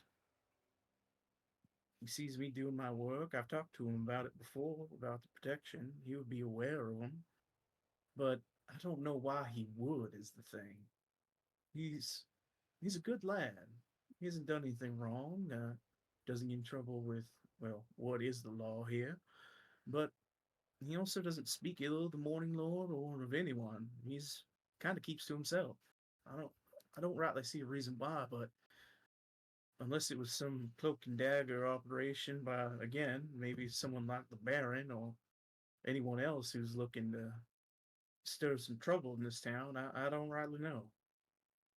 Rowan Mm, strokes his chin and he's, what are your thoughts on Madame Walkthor? Oh, the Walker House. She doesn't often come. Some of her children do. Her sons. She has a couple of sons, but usually they're a bit rowdy. Um, she has come to me. She's only come to the chapel to say some prayers. She never comes to talk to me specifically. I know her husband passed, and I did offer my condolences one day, and she thanked me. But she's a woman in bereavement for the loss of her husband. I understand not wanting to talk, but she hadn't been a very religious woman for most of her life. But Tabletop.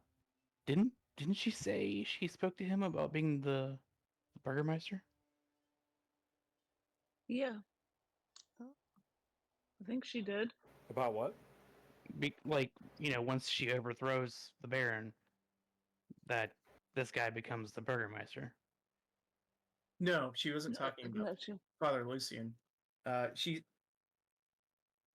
She didn't. I don't think she said anything about Father Lucian becoming like the burgomaster or being in on the plot. She was talking about something about somebody I thought she taking said. over as a Yeah. leadership position. She said the only. Yeah, she had a conversation with him at some point. She said, if he would be interested in it, but he kind of refused. But he just said that essentially she didn't talk to him much, but you can press him on that if you'd like. Sorry, Gotcha. to clarify. Yeah, I just want to make sure because he said that was what I was getting at. He says that she hasn't talked to him, Yeah, he says, but she said she did so, talk to him. yeah. So let me clarify a bit. He says, yeah, doesn't talk much to me, but I did do my condolences for the passing of her husband, and apparently her daughter was stricken ill, but I hadn't had a Yes. chance to speak to her. She, as I said, I have to tend to this church. Consumes most of my time, and I'm trying to figure out what happened to the blessed bones. Well, couple points there. We did have a chance to look at her daughter. Um, stricken with a bit of madness. Oh, Some mishap with the teleportation circle. It didn't go right. It scattered her mind. I believe she can be cured, but I can't do such curing myself. But you might be able to. I don't know what your proficiencies are, but it was a he'll think. thought. I do believe that she can be cured. He thinks for a second. Maybe with some level of restoration, if you have that ability. He says, madness and afflictions of that variety require a cleric of a very high order. Um, I don't think I personally would be able to take care of it, but I do believe I know someone who could help you. Who might that be? And let me just make sure I get this right. I just have to grab from another chapter here.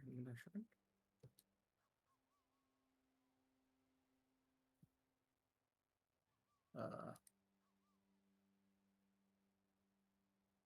well, a strange fellow over in the city of Kresk, further west of here, is known only as the Abbot. He is a holy man of some regards. From what I understand, he has the ability to perform some manner of miracles beyond my ken. A practice cleric. I don't know exactly what deity he follows. I think he's part of the Lord's Church. I've never spoken to him. I've only heard about him.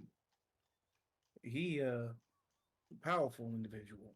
He could definitely, if anybody could, help with that. The madness and any other powerful magics that might be woven upon that young girl. I see. I see. And he mentions a village of Kresk. Sorry I couldn't be of more help to you, but if you're looking for healing of that variety, you might need to take that girl on over that way. Mhm. Well, I do thank you for the information. Um, but you mentioned a while back that Madam Boxer only came to talk about, you know, your husband. Not much else was there, but we spoke with her earlier today. Um, we were at her manor. She did mention that she did speak with you about potentially stepping into a leadership role here in town. He sighs and he says, "Oh, she's on about that again, is she?" Yes. Well, yes, she did come here, and she look. The Baron isn't exactly what you call a kind man, and I understand her frustration with him, but I'm merely a servant of the Morning Lord. I cannot and will not bring myself at odds with leadership of this town, whatever it may be. I'm here to serve the people and those who wish to seek the light of the Lord in the darkest hours. I cannot abandon this church, and I will not, and I don't rightly honestly see myself as a particularly good leader. I couldn't even, he gestures back the round of them, I couldn't even keep my hands on some bones. What should I watch a town over for? Well, bones are one thing. I'm quite familiar with taking care of bones, but as a father of a congregation of a parish, I do believe you have some proclivities towards being a leader of people, leading them towards the goodness. And he raises his hands and looks up at the ceiling, look at all the sun effigies everywhere. He's like leading them towards the light. Well, that is mighty kind of you to say, my friend. But my place is here. I don't want to get mired in politics or anything like that, and yeah, I don't know. I Give me a persuasion check. he'll God, where's the button? Be like, well, I wouldn't think of it much as politics, more thinking of it as humanitarian aid. The people here Kind do look like they need it. He kind of strokes his beard and says, "Well, Besides, you could hire a deputy to take care of the politics, someone that you trust. well, look, I don't know if it would ease people's souls if I were to have any sort of leadership. I'm not gonna push for it personally. It is not something that I seek out. But if the people turn to me looking for leadership, I would not turn them down. I will not turn anyone away from this church. All are welcome. The doors are always open. So if that's what people desired in this town, I'd be more than happy to do what I could. But things as they are, I'm not going to be making waves. If you understand what I'm saying. It's like not all leaders need to make waves. Some just need to step in when the tide goes out. If you want to speak to Madam Walker, let her know, obviously, about the abbot, and just tell her my doors are open always.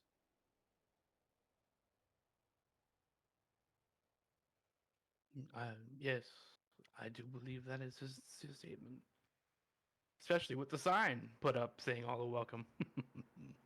All are welcome, though all is not well in this town. Yeah, and Rowan coughs a little bit. You seem So, affected, child. Can I help you? yes, I that's the other reason we're here. Is him? It's his issue. I do believe I already have my answer. I likely need to seek out the abbot. Oh, it's that serious, is it? Um, Well, I don't know how aware you are of the windmill and those that reside within outside of town, but I believe I've been cursed by a coven of hags to wither away until I die. He strokes his beard and he thinks, "Cursed, you say? Yes, I might be able every to day I help wake with up. that." Oh, really? He says, "Wait here a moment." And he walks back.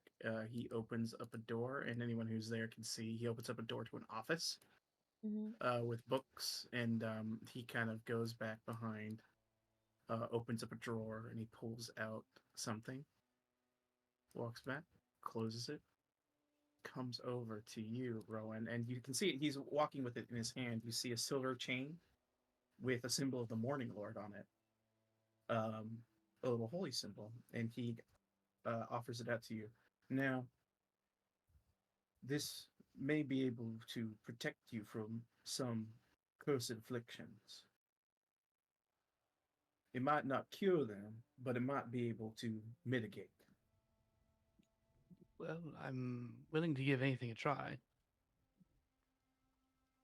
He hands it to you, and he kind of places it in your hand and grasps your hand. And he says, "May the Morning Lord watch over you, and may one day you see the sun, my boy." He pats your hand. Uh, he grasps onto it.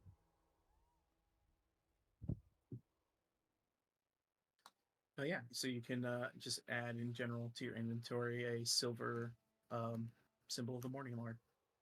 Hmm.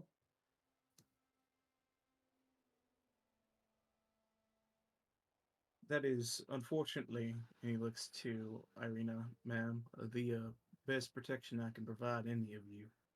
As I said, this is not a safe place. I apologize you came all the way looking here for safe harbor, but until this problem is solved, there is no safe harbor here. Hmm. Well, it seems we can't do what we set out to do until we find those bones.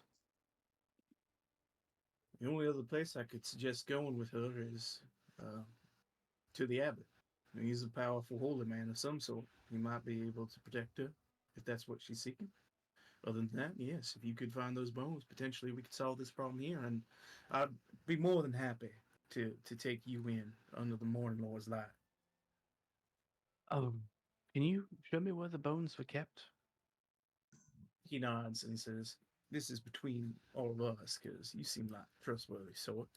And he'll lead you up here, and you'll see, actually, if you kind of zoom in on the ground, you see the disturbed stone on the floor. Yep, yep. There is a small, like a coffer type thing, like a wooden box that's inlaid with like these nice, like pillows, like velvet type of pillows. And he says this is where they were buried in before. Was inside of this box, and you can see the box is like broken open. It was like nailed shut, but popped open. And he's like, I had put the bones in there, sanctified them, sealed it, and then I put the mosaic tiles to cover up where I had buried it. But someone knew exactly where to dig, because yeah, there wasn't much other disturbance. So, like I said, the only person I can think of that would know exactly where they are is Bilbo. So, good place to Hmm. start. He, I tried talking to him, but he don't want to talk to me.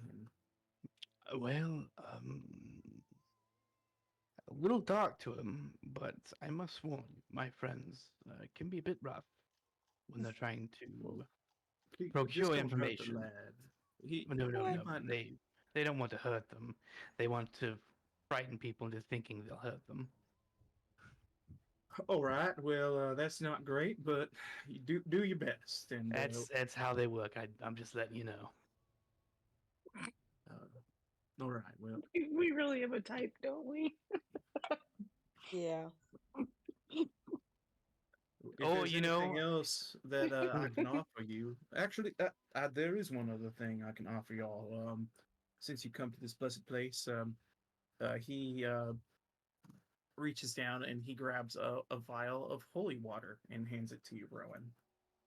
oh, This might be able to help you a little bit against some of those darker spirits and nastier creatures out there. It won't do terribly much, but it'll help in a pinch.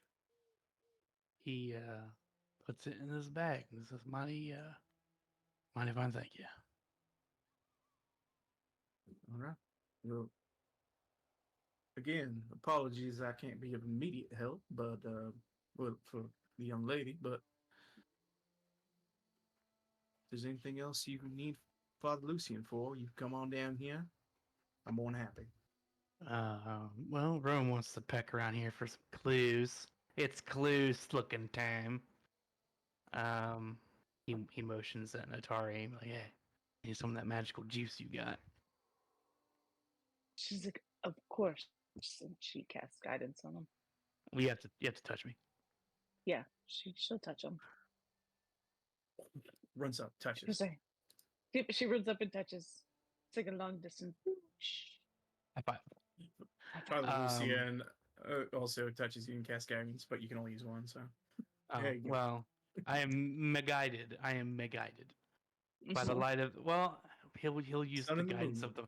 By the light of the sun and the moon. You have Well, guidance. this the sun shines out in here, so we'll use the light of the morning lord. I'm not. This isn't a competition, but I appreciate it. He was like, praise the Natari what smiles. is the morning lord in Oh, this my. context? Is the morning lord in this context Lathander, or is it a different deity? Make a religion check.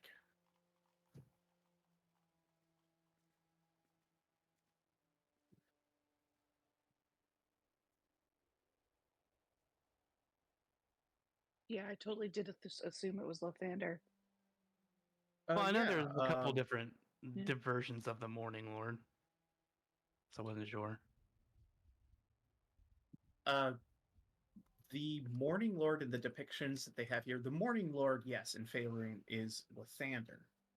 But the depictions in these churches and the symbols you've seen and the one he's given you are not of Lathander's church. They are referring to a different deity as the Morning Lord.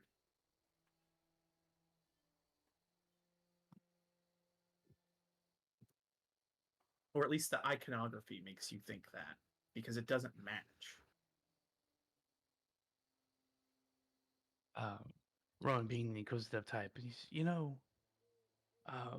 I am familiar with a morning lord, and that being, I believe, if my memory serves correctly, Lathander.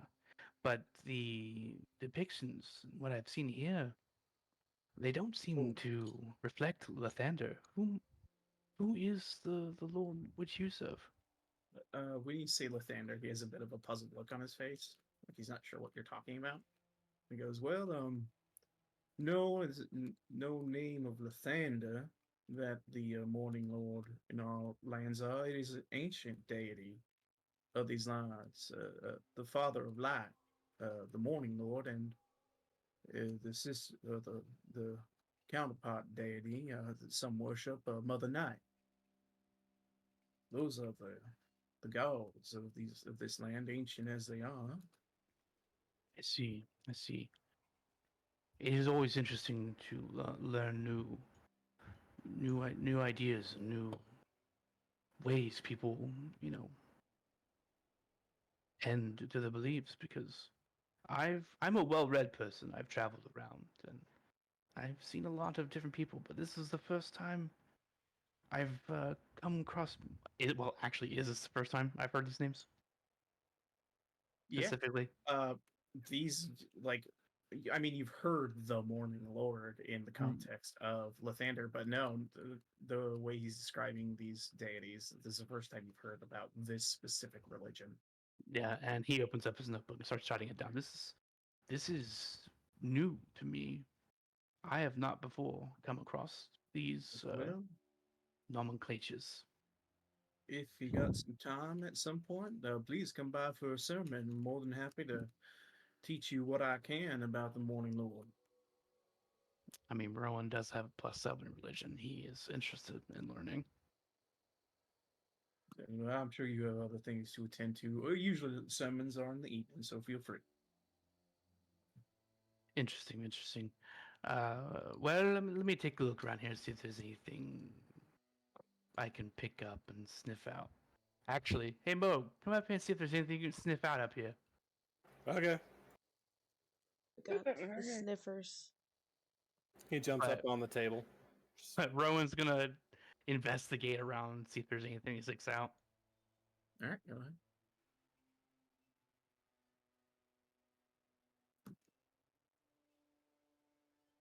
And I had a D4 as well.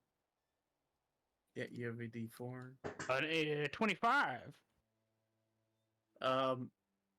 Yeah, looking at the stone and looking at the area, I mean, it looks like this happened fairly recently, like within the past few days.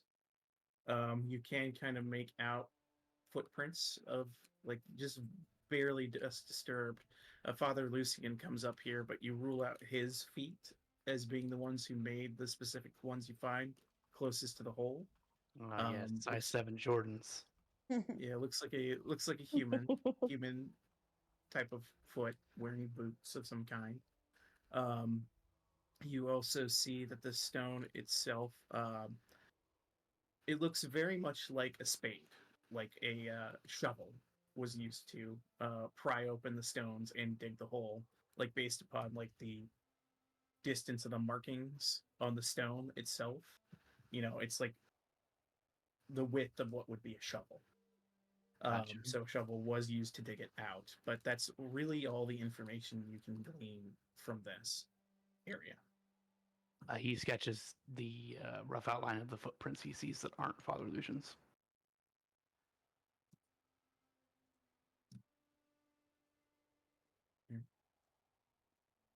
He's full on CSI right now. Yes. Yes, This- indeed. This seed is from a pasture. Oh, this is. I'm going to let you do your thing. I'm going to go sit on this pew and close my eyes Pray. and He's just pray. like- I'm going to pray. And he's just like, "Do you pick up any 4 cents, boy?" No, not really.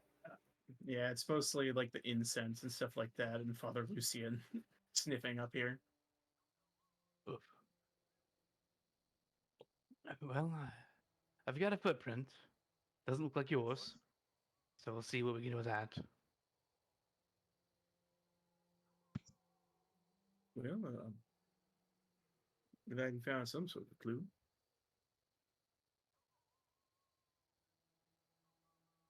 We should check his feet. Oh, he'll is from what he saw of the shovel marks, is there a way to determine the size of the shovel head that was used? Yeah, you have enough information, like you could CSI compare contrast based on Nice. 25. Nice.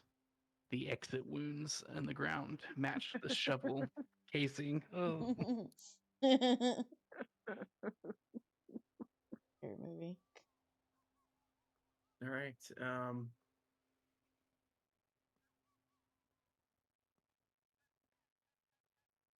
You guys can.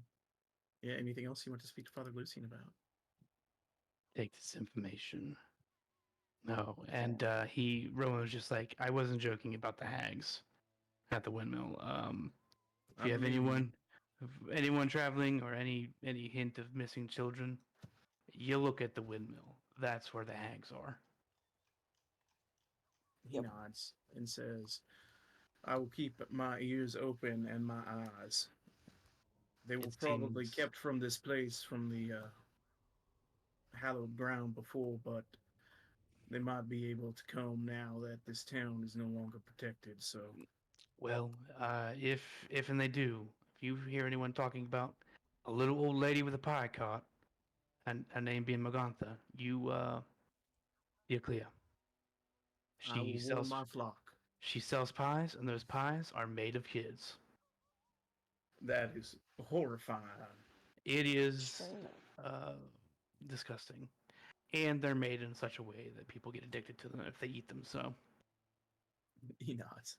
Says, I assure you, my friend, I will warn all of my flock of this blight that could be coming to our doorstep. Do not worry. Rowan is going to spread this anti-hag propaganda wherever he goes. Good, good. Understood? All right. But he'll bid the father a good day and or good whatever, and start leaving and say, "Well, we got to find some bones." May the morning Lord be Indeed. with you. Walk in light, my friends. In response to that, Moog throws up a little light, just to Wait a make minute. make what he said Smiles. literal. No, never mind. Okay. I was gonna say, does this sun pattern look like my star with the circle around it? But it's not a. It's different. It's not a circle with a star around it. Completely different, yeah.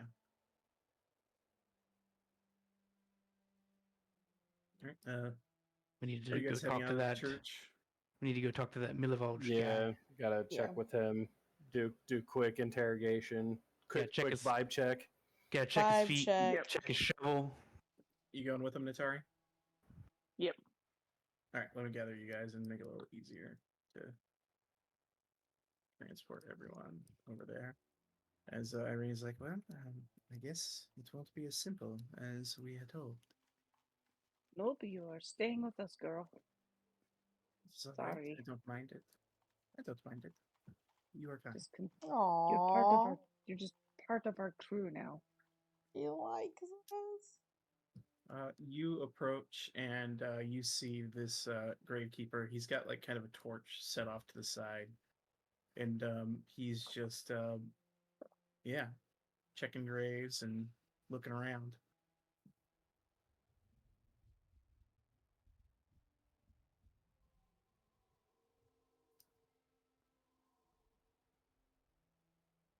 Hello, friend. Hello. You dig anything Hey. up lately? He raises an eyebrow at that and he goes, Shut up! Shut up! usually what I do is I bury bodies, man. Oh. Well, hello. I'm Natari. Is the ground out here Village. impressionable? In what manner? Like, is he leaving footprints around? Oh yeah, I Oh. mean, it's not like terribly so, but there was recent rain, so there's still like a little bit of muddy ground. Yeah, he's not gonna like toss this man and grab his feet or anything.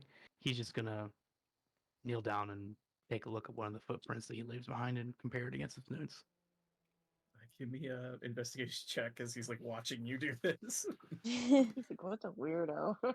$5 per foot. Well, I'm not touching him. I'm just looking at the ground. You can call me a nerd. It's fine. Let me just double check something.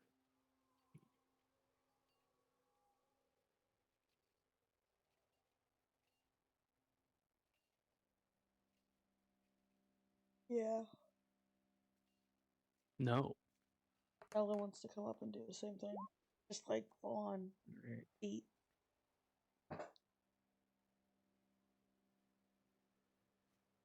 He looks to you, and as you're looking at the footprints, yeah, they definitely match. Looking at the footprints, it appears to be the same kind of shoe size. And he just kind of says, "Can I help you with something?" Yes. Where were you on the night bones were taken? And his robot punches his hands in his hand. Okay, give me a intimidation check. I'll say.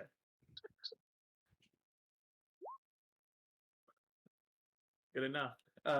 He You watch as your automaton just kind of clacks its fists together, and this guy kind of steps back and he goes, "Whoa, whoa, whoa, whoa, whoa! Calm down, calm down. We don't have to come to blows or anything yet." Friend, I'm calm. It's the robot you got to worry about. It's hard to read the emotions of that thing. I'm It like, doesn't seem calm. I'm Oh, right it's behind smiling him. right now. I tell Mig to turn its face around to the frowny face with the downward eyebrows. Yes. Oh, so definitely not. Look, look, look, look. You're looking for the bombs. I get it. Father Lucian has been pestering about it. Yes, I took them. I don't have them. I took them. Well, I don't care if you took them. I just want to know what happened to them so we can get them.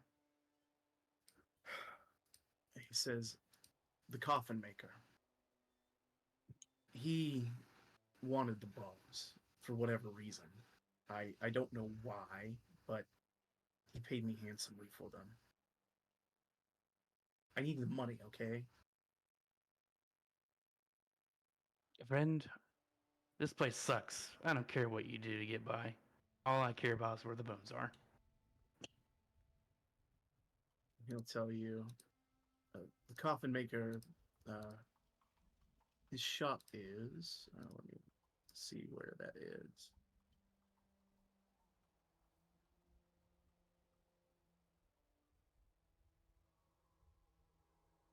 Oh, I have to double check. Sorry, give me one moment.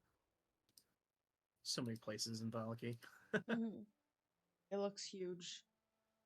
We need to go all looky over the place. He says it's near the stockyards, on the eastern side of town. We were just there.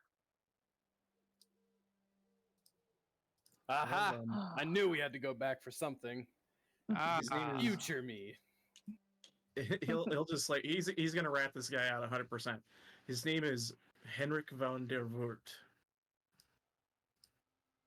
I'll give you that name here. Hurt. He is a older man, white beard, kind of looks a little bit like Father Lucian if Father Lucian was a ne'er-do-well. Does he have a cane? No, it doesn't walk with a cane or anything like that. But I honestly don't know why he wanted the bones. He just paid me a lot of gold for them. And look, yeah, like I said, you said you're fine with it, so I'm not going to elaborate any further. But he paid me off. I got him the bones. It was a simple transaction, just business, nothing more. You're right. I don't care. You should probably go apologize to Father Lucian, though. Make a persuasion check.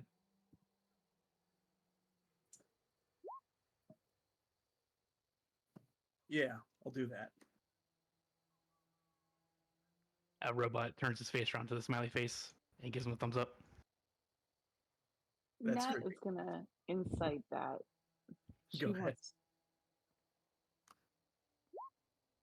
Oh yeah.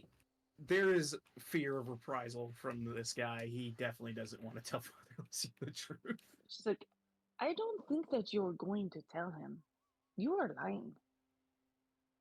But you ruined the sanctity of this church for people who sought They're just safety bones. from it. They were not just bones. Bones and of you know loved that. ones. Whatever, lady. Look, I told you what you want. Don't you Enough in whatever case. me. Don't you lady me. Oh, I you wouldn't better whatever. watch out. She might take you to bed. He Or picks play up his cards. torch. He picks up his torch and just shakes his head and starts to walk away from you guys. Rowan doesn't care Uh, anymore. He's on his way. He knows where he needs to go.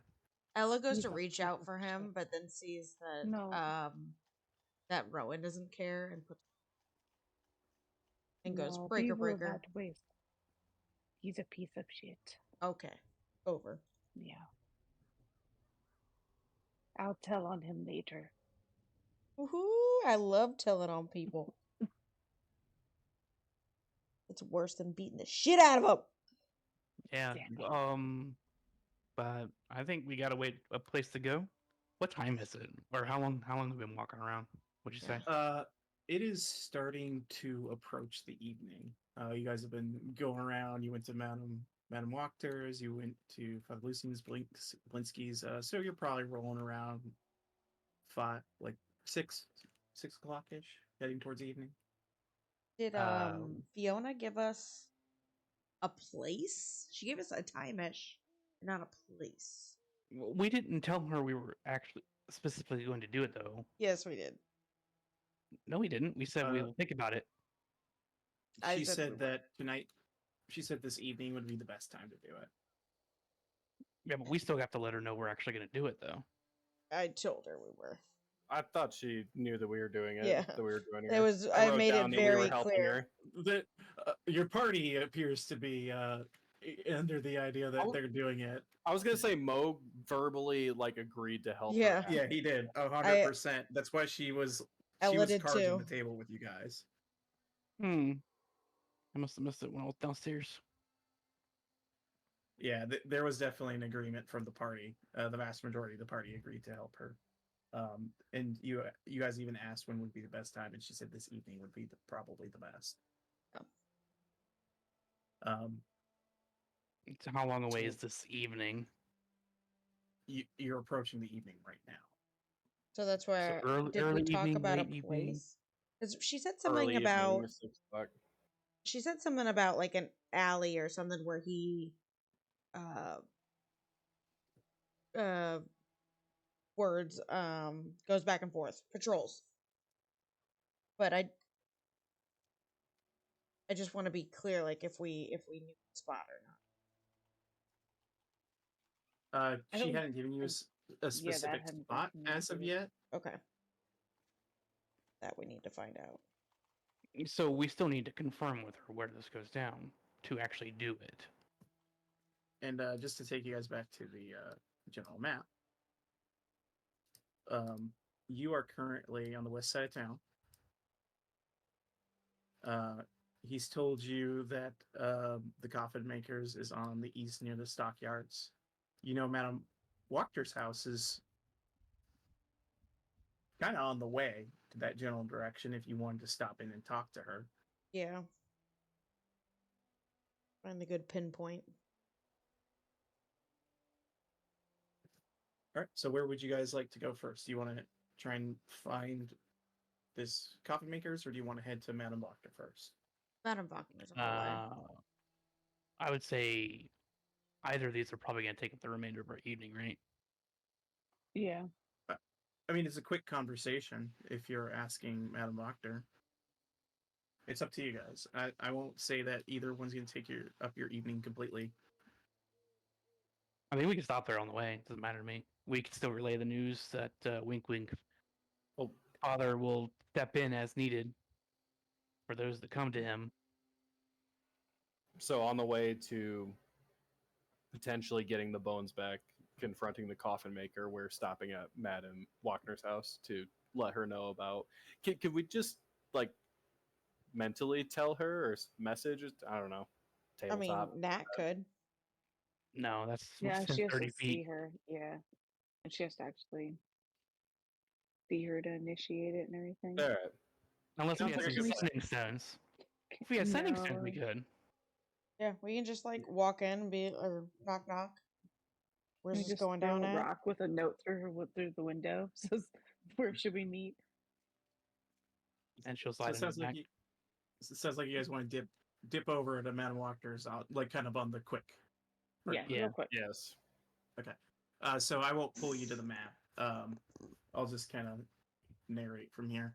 You guys approach the Wachter house, knock on the door, and the door opens, and you see Lady Fiona Wachter there, and she goes, "Oh, good to see you're all here. I have good news. If you're ready for this evening." Yep. Indeed. Excellent. We have some news as well. It's mediocre news, though. Oh, excellent. Oh yes, what did you find from Father Lucian? Did he have anything to help my daughter? He can't personally help her, It would have to be the abbot in the next town over, he says. She nods. Also, And he says, said, wink, wink, we talked about, the troubles, what might happen soon. He said he would not turn away the people of this town, if you catch my drift. She nods and says, "Good. I wouldn't want to make an enemy of Father Lucian. He is a good man. He has the people's interests in mind. I'd rather have him on my side than against me. I'll have to speak with him directly, I think. I may have given him the cold shoulder in the past, but for the better of this town, I should speak with him, I think." She nods to that. Yes. Yes, I But think speaking with him would be ideal. as far as the abbot, can I ask a grand favor of you all? I know I'm asking so much of you already, but could you, if you're going there, take my daughter with you? Uh, I, b- Rowan looks at everyone else. And he just kind of does the yeah, sure shrug, maybe. I do not think we should take her right now if you expect us to go meet with our No, friend in the alleyway. no, not 'Cause she- immediately, of course. I Because mean, after she you. could possibly die. She's about to see some shit. No, You do I that. mean, when we've concluded all of this business and the Baron is dealt with, once you have found a safe place for your friend, obviously, um, we can maybe we can provide that as well once all this business is taken care of. But yes, after you are leaving, if you are on your way to Kresk, please keep my daughter in mind. Of course. Thank you. But I was going to say, this is wonderful news, but I also have news. I spoke to a few friends in the guard, and there are some alleyways near the stockyards. Izek will be there alone this evening. You should be able Oh, to find him goody. and ambush him.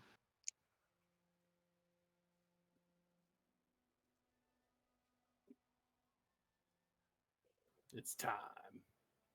It is time. Because, yes, on the western side of the stockyards, you should be able to, or actually in the stockyards themselves close by, you should be able to find him. I made sure that money went to the right hands of people. It should be empty of anyone else. The shopkeepers are closing early. Let's go play some hide and seek then. One more thing. What can you tell me about this? What was his name again?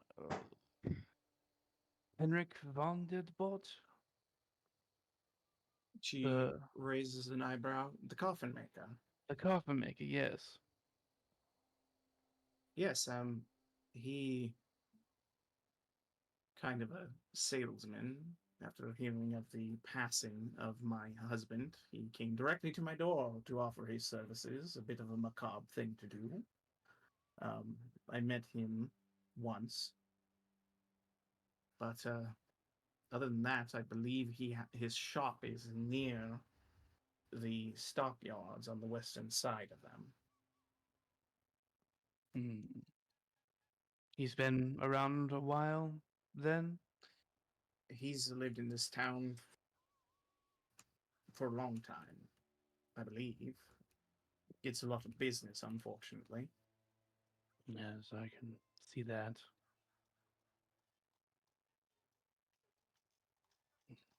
Afraid I don't know too terribly much else about him. Right, gotcha. Did when he said the name, did she like react to it at all?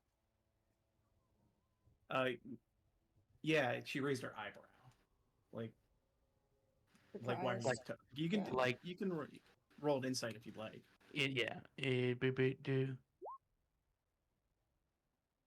Yeah, it was like she recognized the name, and it's like a weird name to hear type of deal. Like, So more like a why are raise an eyebrow, trying to remember anything about him type thing instead of Why yeah, are you like she was asking? scanning her brain and like curious as to the mentioning of the name because it's like you come up to someone's house and go, hey. What can you tell me about the guy who makes coffins in town? It's like, huh? That's well, kind of the eyebrow raise you got. she's an information broker, basically. I She kind of guess I is, don't yeah. know. And She plus, does I know a kind of lot. plus Rowan kind of has a sneaking suspicion that she's not all on the up and up. So, But as yeah, he's with that insight check, it's just a like a quizzical scanning brain for information slash odd that you would mention that person in a conversation. All right. All right. Well, you should be able to make your way there and take care of business soon. You should be there within an hour.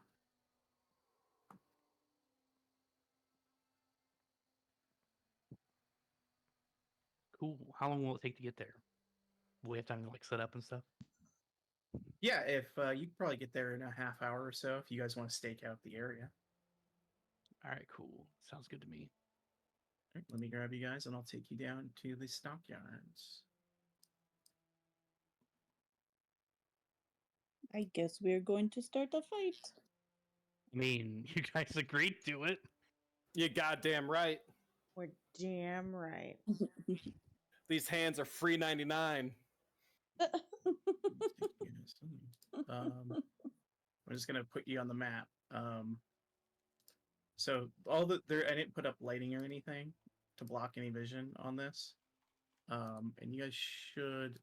I'm actually gonna set this to daylight mode so you guys can see the whole map to plan. Oh shit. Do you think we could have had Potts stay with Madame Wachter? Oh, and you wanted not to leave her behind? Yeah. and not be part of the scuffle with the potentially murder hobo? Yeah. Yeah. Unless Madam she wants to get speedy. Wachter. Yeah, Madam Wachter will say, "Of course, I will protect the young girl. Please, Tots, come in, and we'll have you stay here. I have a guest room. You can stay. If you guys, that's my thought. If you guys, No, want I Yeah, no, agree with sure. you. No, I agree. All right. So I'm take her out of the area here. She is currently at Madam Wachter's house You can Yeah. have a sleepover with her. with her daughter. and Vanessa, Mm-hmm.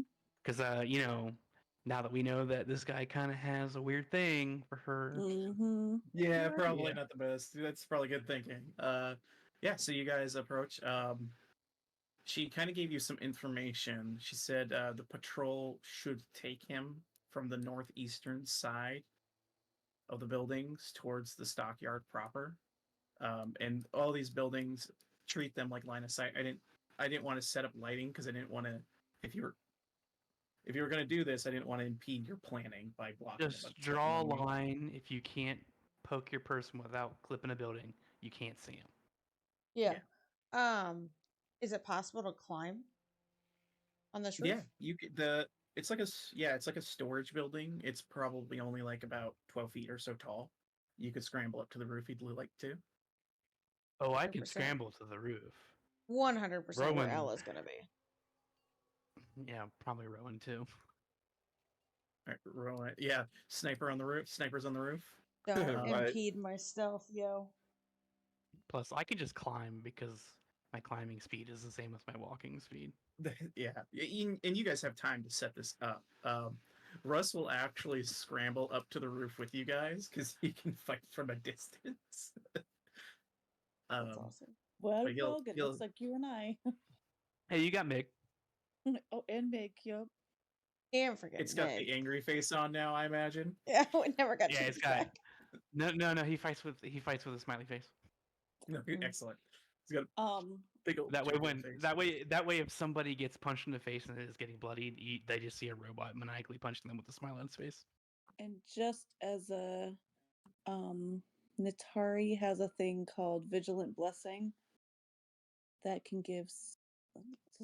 Here we go. I'll show it. Gives an initiative bonus, doesn't it? It gives an initiative bonus, so she's gonna give that to Ella. Oh, baby. Plus 10 to initiative. Let's go.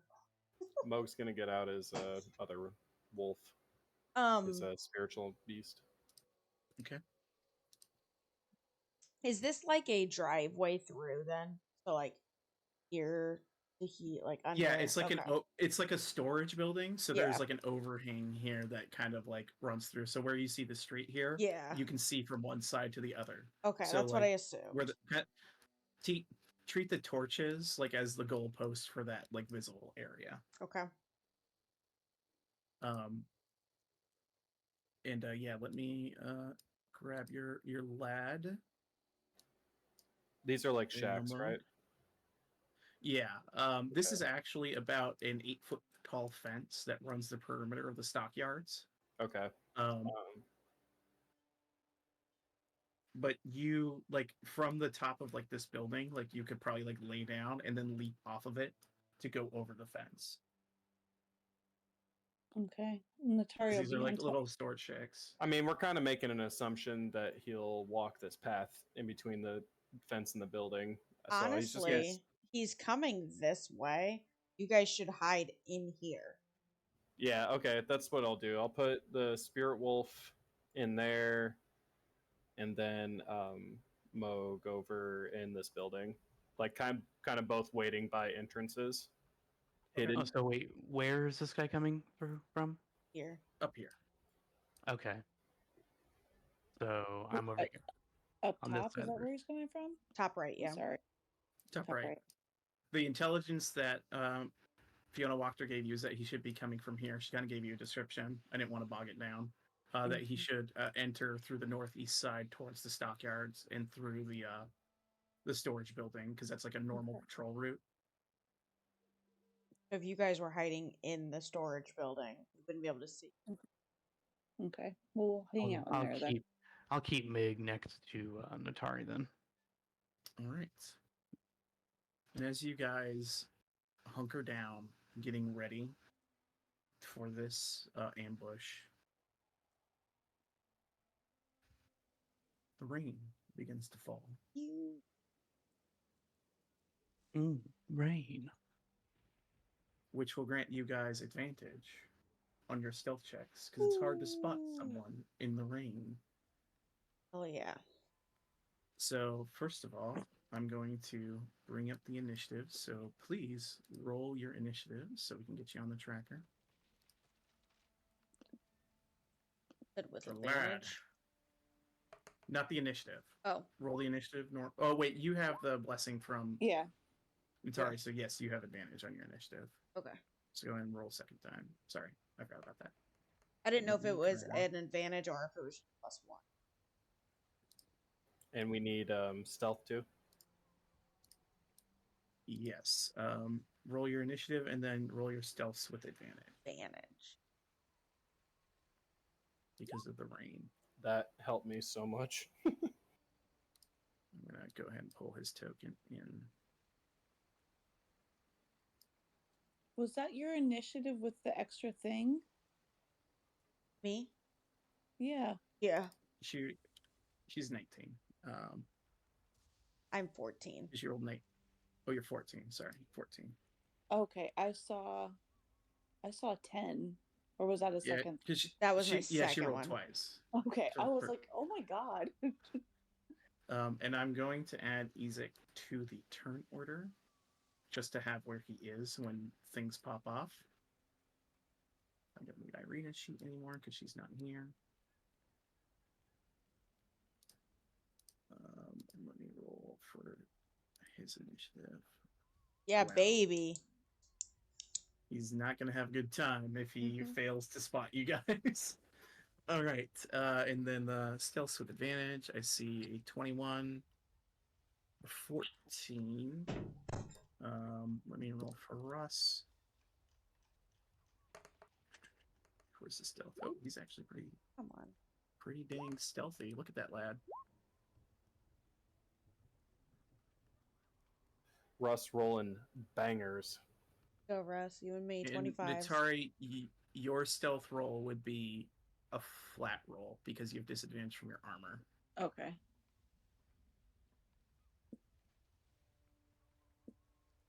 So just normal roll, I guess. Yeah, so just roll once.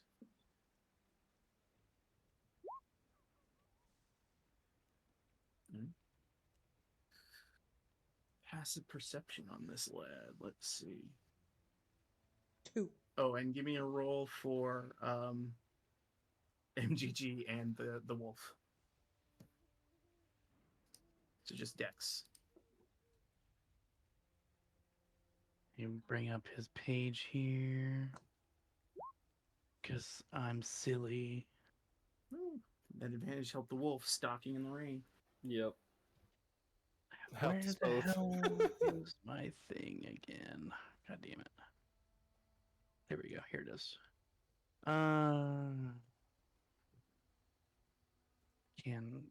Does the shift thing not work here? Let's find out. Nope, it does not.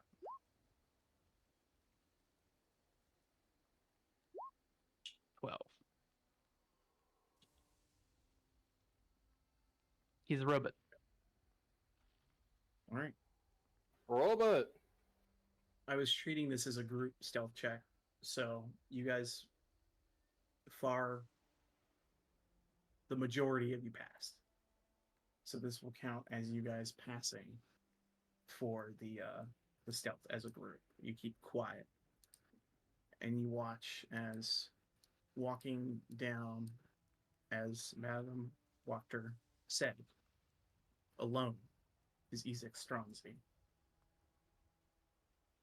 As he's continuing down the path. And once he gets to about here, where he's about to kind of like approach where he can see around that corner, you guys are able to act. You get a round of surprise on him. Awesome. Hell yeah. As Russ is going to Russ is first. You got 24 on initiative. You crit it. He's going to come down here, and he is going to cast shoot a guiding bolt at this guy. Yeah, random bright ass light come at you. Yeah, right. That do be what's happening. 17 is definitely going to hit. Isaac is lit up with 14 points of damage, and his body is light as he like turns. As he gets hit by this bolt of light, he goes, "An ambush!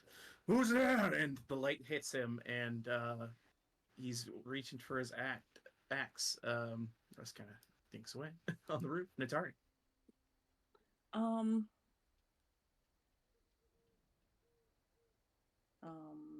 Guiding bolt. I know. I'm like, oh, should I? So many blinks of light. And she's like second verse, same as the first. She's like, okay, Russ, let's do this. We'll do back to back guiding bolt combo. All right, yours has advantage from Russ's. So. Oh, I didn't click advantage on it. You can click again to see if you if it makes a difference. I don't think I need to. Do I need to redo that one? Roll a d20 to see if you get a nat 20. Okay. Yeah, that one slams into him. Another 21 points of radiant damage. And Moog, any movement from you, Natari? No. As you may notice, they did not put on battle music. Because you guys are ambushing the shit out of this guy right now. This is gonna be a bloodbath. This is good music. Yeah, just a somber cello music playing as this guy's getting a red wedding.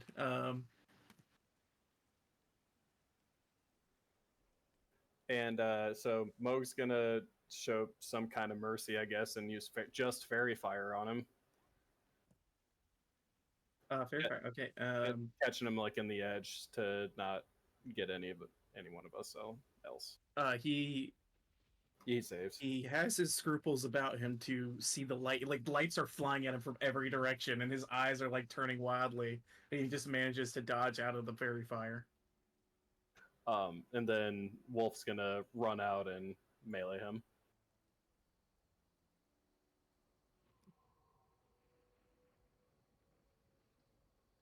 All right.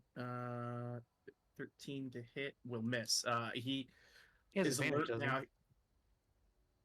now. From Guiding bolt. Oh, the guiding bolt. That's right. Yeah, so 16 does hit. 16 hits, and he is bit. His leg is bit into.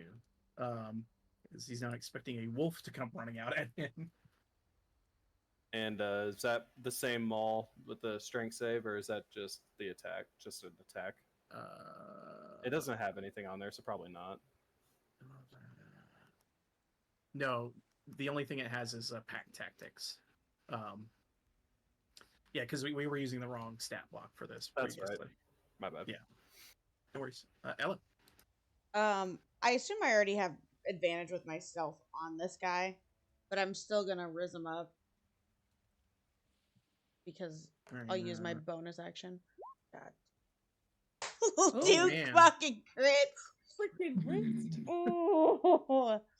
Nobody kill this man. Man. He's my new husband. He's so A crit risable. versus a crit. How do I adjudicate that? I mean, My crit's She does higher. have the higher crit. that's true. I'm gonna give it to you, but you feel like this man riz so hard at I you. mean, nobody kill this man. I gotta put a ring on it. Please. He has a raging rizzer right now. His pecs Ew. pop.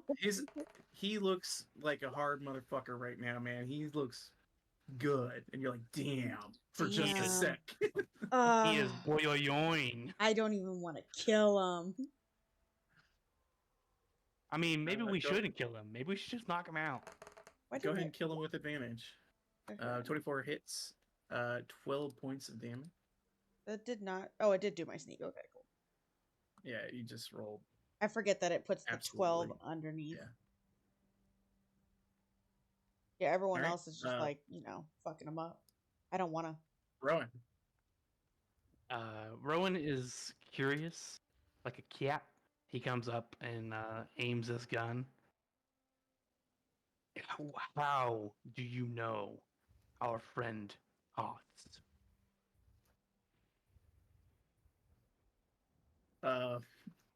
Shit, dude. Give me intimidation check, I guess. I'm gonna say at disadvantage because he's really pissed off. He can't see you. He just hears this voice. How God? do you know our friend Todd? It's me, Mom. Yeah, this guy is in no mood to talk. You see he looks furious. You see his hand is starting to ignite with flames. And the rain is dousing it. A little bit, but it's not. The flames are burning magical. through the rain. Oh my god, it's the real devil. That's the rain evaporating you hear, not the fire going out. Yeah, you just see it's like steam off of his arm. And Oh. the flame is like a lit. He Guys. rizzed so hard. Guys, leave him alone. Rowan, is that all you wish to do on your turn? Well, he didn't respond to me, so he takes a crack at him. Right, fire. And he misses. Yeah, he kind of clocks where your voice is, and he just kind of pushes his foot out of the way to Don't you dodge have the shot. advantage? Why would I have advantage? Oh, I thought the You're guiding hidden, bolts. so... No, the wolf used it. Oh, yeah, the wolf used it. Yeah, and you're the one who gets the sneak attack thing.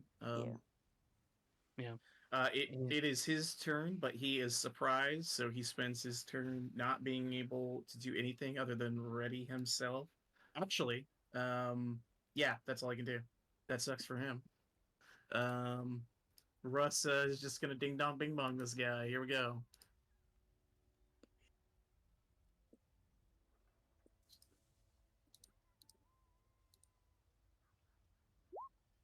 Okay. Wisdom save. He's super duper wise. He barely manages to save. Russ is like, why every time? Damn it. And, he ducks back. Natari?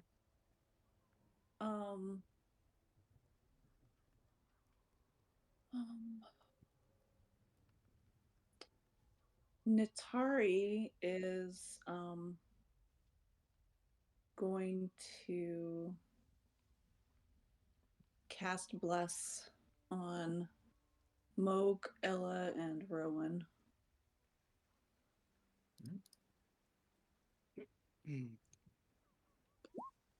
So I think it's 3 people, right? Yeah.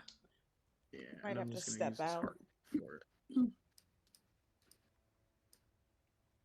Yeah, you can come up here, peek, see her Oh, cast, gotcha. and step back. Yeah, Yeah. She's like, boop, I see you, bless you. because you're like shooting over the overhanging, Ella, and you haven't hidden again yet. So True. And then you said Rome as well. yeah. The heart is for Bless. Yeah. Blessed. And that is it for right now. All right, Moog. #blessed. Yeah, Moog's gonna run out. 10, 15, 20, 25. He's gonna shillelagh this guy in the face. All right, Get go him. for it. No advantage or anything like that because Right. he is in the fight now.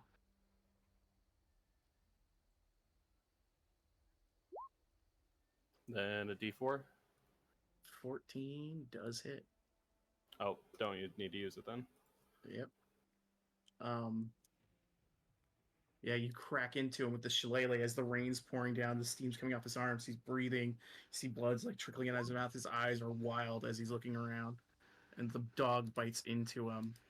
And as the dog bites into him, you just hear him go, as he ignites into flame. His whole body becomes lit up with fire, burning away the rain around him, fury in his burning eyes.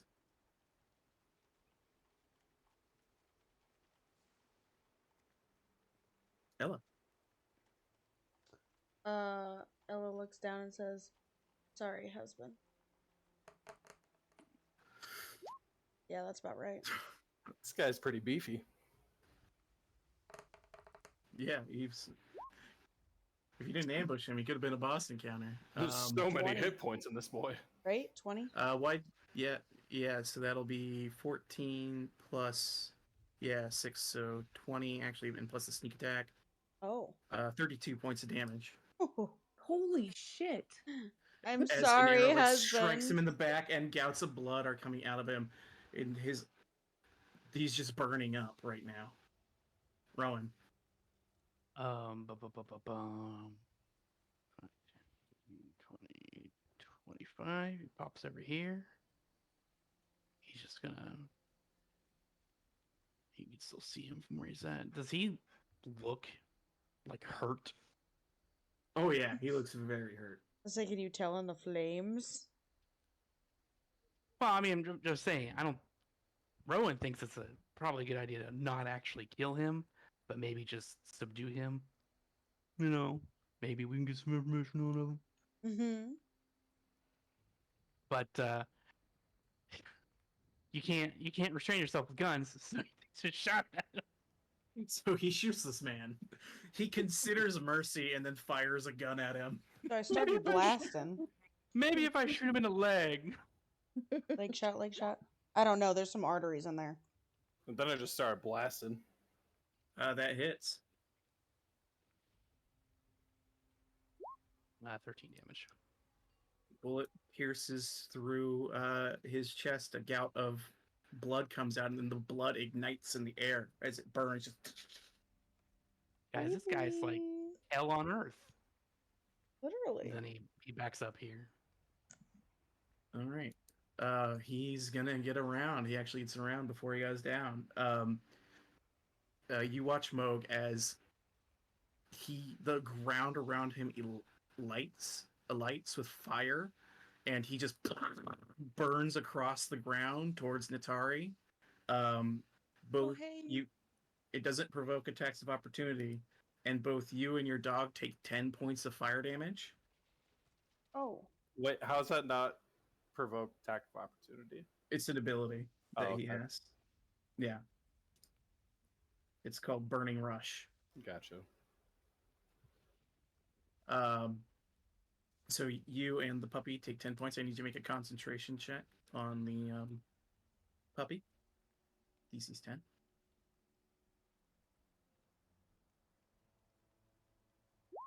That was nice. That landed on 3, then it just went to 16. Love it. Puppy stays, and he hefts his heavy battle axe and swings at you, Natari, twice. Crit, Oh no. Oh, and an 11. The crit I will miss. do. That'll be 22 plus 20, so 42 points of damage as he crashes his axe oh my into you, god. almost crumpling you to the floor. And I need you to make a concentration, For the so a bloods. Constitution save. Yep, and the DC on it is going to be Oops. 21. The bless fades as he says, "I'll take one of you with me."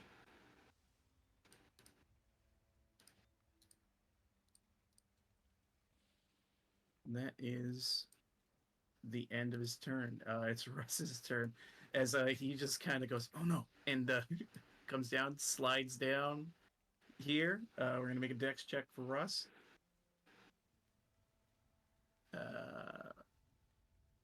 That would be acrobatics.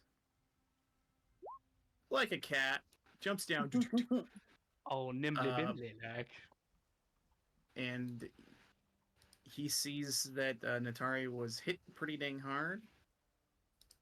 So he's going to, first of all, try and get this guy with a ding dong bing bong. And then he is going to hit you with some healing light, which is going to be, we'll use 3 charges. He'll give you 3d6. He needs it. Healing you for 10, and then Isaac makes a wisdom save. Thank you. He fails, taking 10 necrotic damage. And says, "I have your back, do not worry." And it is your turn. This is at the start of your turn, being so close to the intense heat of this man, you take 5 points of fire damage. Jesus Christ. Okay, well, let me take off 5 of what I just took. She's like, "Oh, you're hot and not in that kind of way." Kill you. I'll kill every last one of you. She is going to, well, shit, she's pretty hurt, so she's going to do a 2nd level cure wounds on herself. Nice. And then she's going to shield of faith herself. You can't cast 2 Oh no, level spells. yeah, I can't. That, yeah. Heal for 7, and you stare at him. Yeah. Casting Shield of Faith. Yeah, she thinks about it. And then that's all she does. She thinks about it. On my next turn, I'll do that. On my next turn, I will think about it. All right, Moog. Alrighty. Moog's gonna charge him with another shillelagh.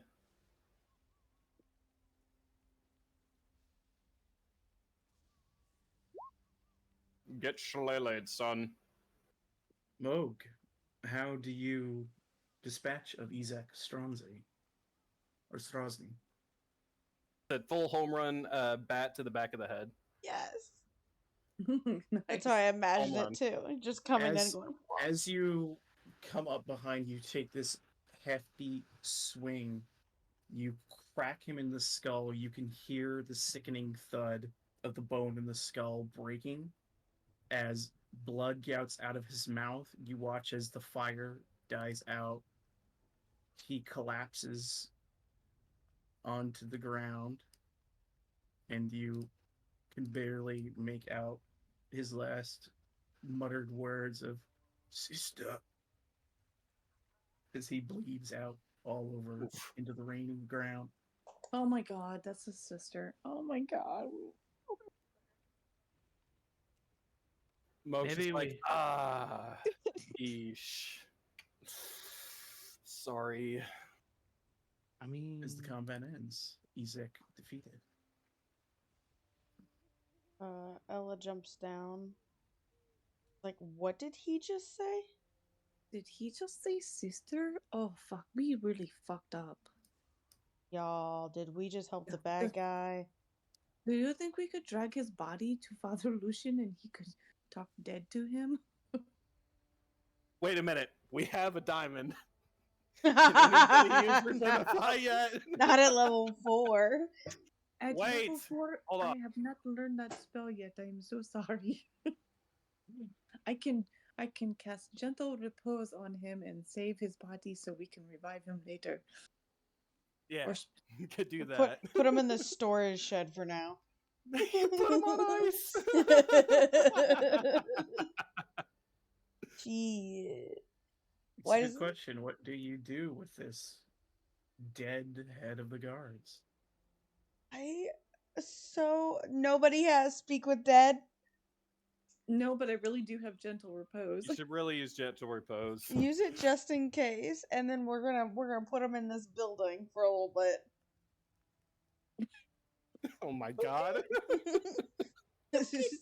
Put a blanket over him. You know, gentle repose keeps him from not smelling. So we've got 10 days to figure out how we're gonna speak to this I motherfucker. cast formaldehyde. We might level up by then, and then somebody can grab Speak with Dead. And we can find out if we fucked up. hmm. I don't want to hear it Rowan from just you, comes back. Rowan. He did try to talk to him, and he would not talk back. Very So- true. He wasn't having it. We also jumped the shit out of him. Yeah. Can you imagine if we didn't, though? Oh my god. We'd be dead. That's an assumption. 2 of us already, 3 of us already were dead. Who? This guy's dead for sure.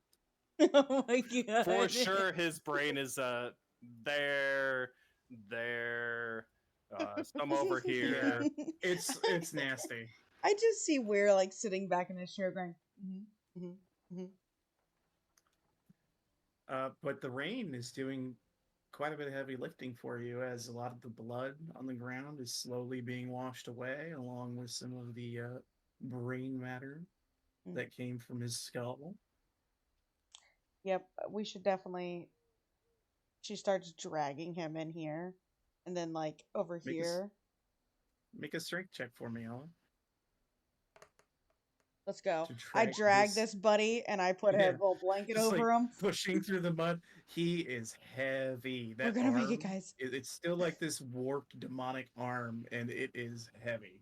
Wait, does it detach from his body? Everything detaches from the body if you try hard enough. Yeah, you want a saw or something? I didn't know if I it was mean, like a mechanical arm where you could just like click, click.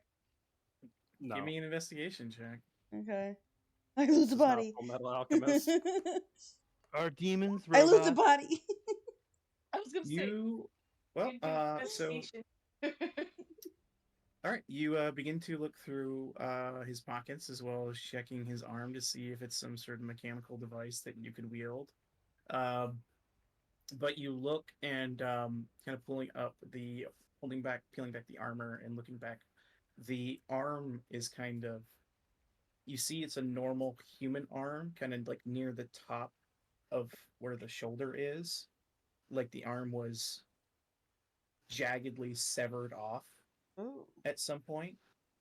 And then from that, kind of where the stub of his arm would be, this large demonic arm, like it sprouted from the bloody stub that was kind of like ripped off. So that's what you see with the arm. You find on his person, he's wearing studded leather armor that is very bloody and full of holes. You see he had a battle axe, a finely made battle axe. Doesn't seem to have like any enchantments or anything like that, but it is a battle axe. And you also find that he has a uh, letter in his pocket, like a folded up letter. I read the shit out of that letter. You read the letter, and it appears to be orders from the Baron. The orders indicate that he is to apprehend this woman known as Tots, who has entered the city, the next time he sees her. Oh shit. But it looks like freshly written. Okay, so it's not like he was protecting her when he saw her. Yeah, it's like a Okay. recently received missive. Ooh, guys, come here. And then Rowan finishes his speech about how we can potentially not have to kill everybody we attack. Rowan, get over here. I have a letter. It's something to read. I know how much you love letters. Is it from a pirate? No, it's from the mayor. Baron Munchausen? I hand it over to him. Is it bloody? Oh yeah, there's a little bit of blood on it. Ugh. You really This need to book learn is- prestidigitation. This book, I fix things, not clean them.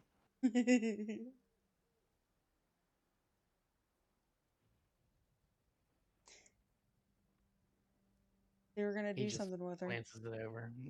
Well, we don't know that. Why do you This But know it letter appears has to be no context orders clues. from the Baron. Yeah, but why do you apprehend somebody? Well, many people apprehend people for many reasons. One, they want to protect them against their will. They want to make them touch teleportation circles against their will. Who knows? They rip their arms off and replace them with demon arms. I don't know. Speaking of, this demon arm cannot be detached. I cannot now wear this I mean, arm. with the judicious application of a bone saw, I'm sure. I mean, I'm sorry. This arm cannot be click click detached and click click onto me. So I am kind of Also- sad. I want to be Mecha. You see Meg just doing the scissor movement with its fingers. Was this the same art that Theobald was missing as well? No. Theobald was missing his shield arm. Theobald was right-handed, so his shield arm would have been his left. Okay. This, I believe, is his left arm. Yeah. Interesting. But if you want to try and discern the type of wound that severed his arm, you can do a medicine check. And Moog, you specifically, I will give advantage. Oh. Ella also wants to reiterate to Rowan that she wants to eventually be Mecha Ella. So work on that. Michaela, is stunned. yeah, good boss fight. Wait, You, what? Michaela the kind is a douche. Oh. You, Moog, Ella, you don't pick up on this. It's something that Moog can pick up on. Oh, okay. This man's arm was torn off by a wolf. I Gotcha. see that. Okay. And based upon the look of it, it was when he was very young. Oh. Indeed. Yes. It was a wolf. It happened when he was but a boy. Protecting his sister in the woods. Yeah, you know. Oh man. Oh no! I think we should have a killed chat with her this Baron. brother. We should have a chat with this dead guy. Let's Have a chat with this Do dead you, guy. yeah, do Just you dragging through the streets of Vallaki all the way to the church on the other I mean, side. wait, of town. do you It is think raining at night? Do you think maybe the casket maker can speak with dead? Well, he No. stole the bones, so we could probably intimidate him into doing something. Yeah. Like, give us a casket. Yeah. This is a good point. Should we head over there, or what do we do with this body, though? I have a blanket over it. It's fine. No one will know. We'll just hide it. Yeah. I dragged him over into this building and I put a blanket over him. He's, We should. okay, We're let's just think gonna about weekend this. at You Bernie's pulled a this body time. into a doorway, put a blanket on him, and then Not- said it would be fine. I pulled him Just into the storage place. The door, the road's here. I'm here. We should just prop him up on the side and make it look like he's taking a nap. This isn't Oh. Weekend at Bernie's. Look, he's he's Put a- in put a- here. He's got a Put a sheet beer bottle all in his over him. hand. He'll think he got drunk and We This just put guy the is way bottle on too his back. serious for anyone to think that he got drunk. if you'd like to hide the body, give me a stealth check. I got we'll this. say. I'm amazing at stealth. Natari touches Ella on the shoulder and she's like, "You can do this," and she casts guidance on her. All right, Alright, let's go ahead and let's roll your go. d4. Over 20.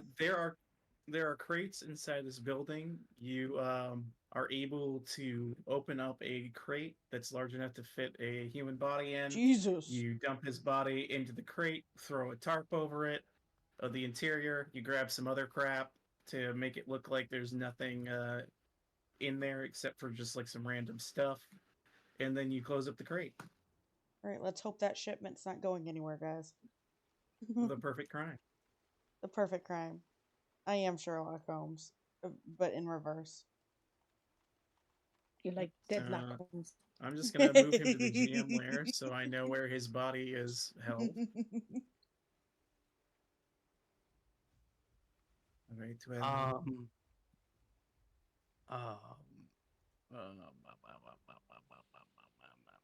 Yes, Rowan. What kind of stuff is in this storage place? Like other boxes? Is it like it's supposed stuff that give might me specifically go somewhere? give me an investigation check real quick. Yeah, you begin to look through the things. A lot of it seems to be like non-perishable foodstuffs, things like that. Things that are probably going to go to market to sell. There's also various like goods. So this looks to be like a storage area for the vendors in the stockyards in general.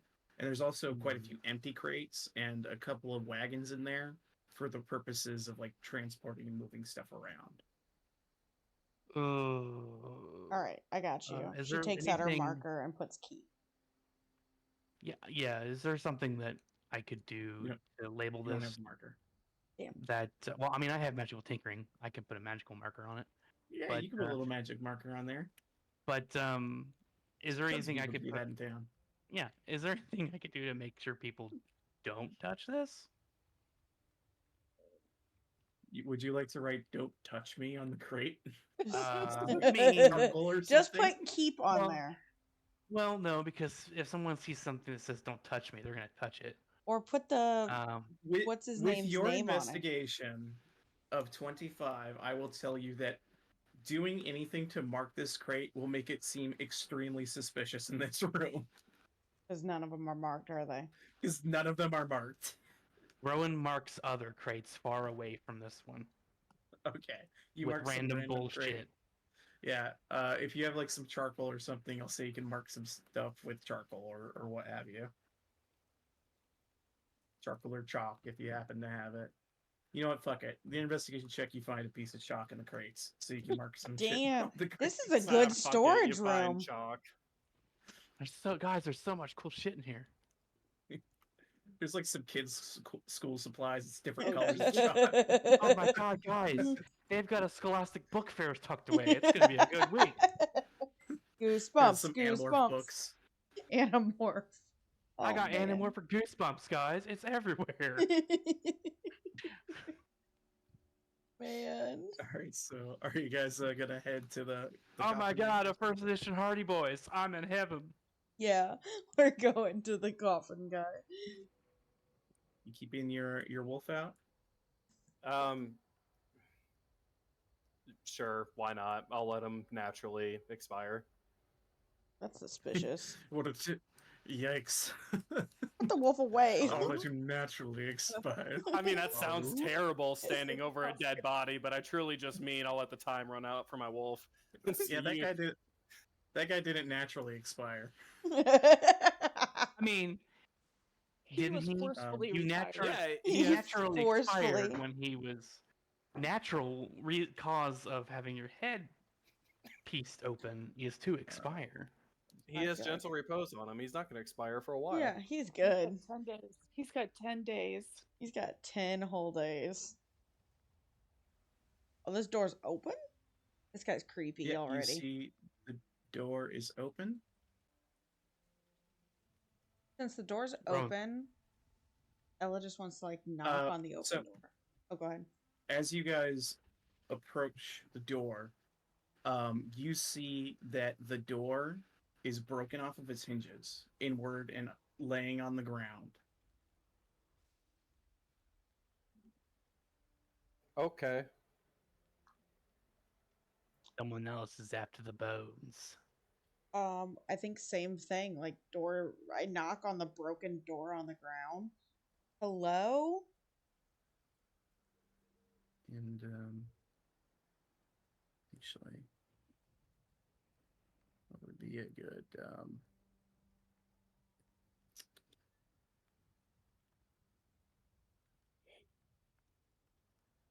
you hear no response from inside. Breaker, breaker. I don't think anyone's in here. As you step in, the first thing you notice, Ella, there are tools thrown around, strewn about, and you glance over this room and you see blood all over this room over here. Breaker, breaker. There's blood in here. Oh no. Are there any bodies? I Switch haven't up gone the song in. here a little bit. Should I? Oh. Well, I'm not We gonna can go send in the there. wolf in. Can I stealth move- stealth into the other room? Yeah, give me a stealth check, please.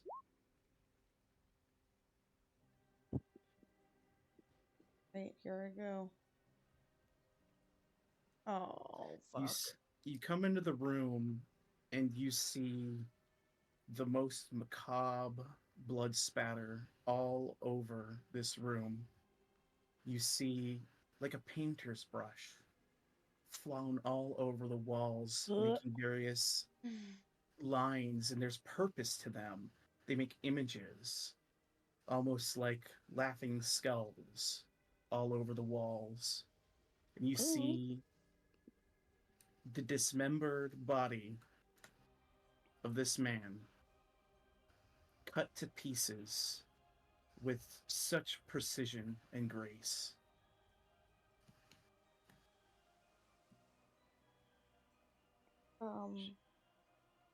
Can Is I? it that creature, the machine thingy? I was gonna say, can I investigate to see if I could tell what kind of cut up this was, like battle axe, claws, how it looks? Give me a medicine check. I'll help. Help, or you're gonna do one? Help. It didn't help, but I tried to help. Well, help is advantage. Oh, duh. I roll 14. Yeah. You look at these cuts. Actually, make that check with advantage. Me or Moog? Both of you. Okay. Same thing. Moog. These cuts are mirrors, or a mirror, especially the one across the neck, to the one of one rustling winds. Oh. Oh. And you Right. hear humming coming from this room. Natari prepares a dodge action. Ella's butthole clenches. Yeah, the dog shits. You are your wolf. Oh, wolf. Oh, shit. I don't Both want Wolf to. and Master. Yeah, Just- in unison. I don't want to. Natari goes, "Oh, that's gross.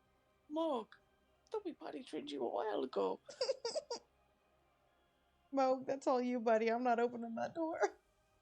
And then you just hear on the other side of the door, after the humming, you hear just giggling. Okay. Familiar giggling? No. Okay. Oh my No god. smiley It's the face. psycho one. We're meeting the third. This is psycho one. Oh boy. Oh boy. Mo goes up and opens the door. Or the dope. Oh Mo, It's the dope. You press open the door, and standing, Oh. or actually kind of knelt on the ground, this woman with this bone white mask and these golden horns. You can see scars on her exposed skin. Her hands are covered with bloody red with blood, as she's kind of like painting on the floor, a symbol similar to the ones you see inside of the other room, like a laughing skull. And you see to her side there is this gleaming silver scythe that is laying on the ground. And as she makes a mark, she goes, "Wow, hello." And she Oh my looks over God, to this is you, one of the wives. gesturing with a bloody hand. "It's good to see you all. Are you the newcomers?"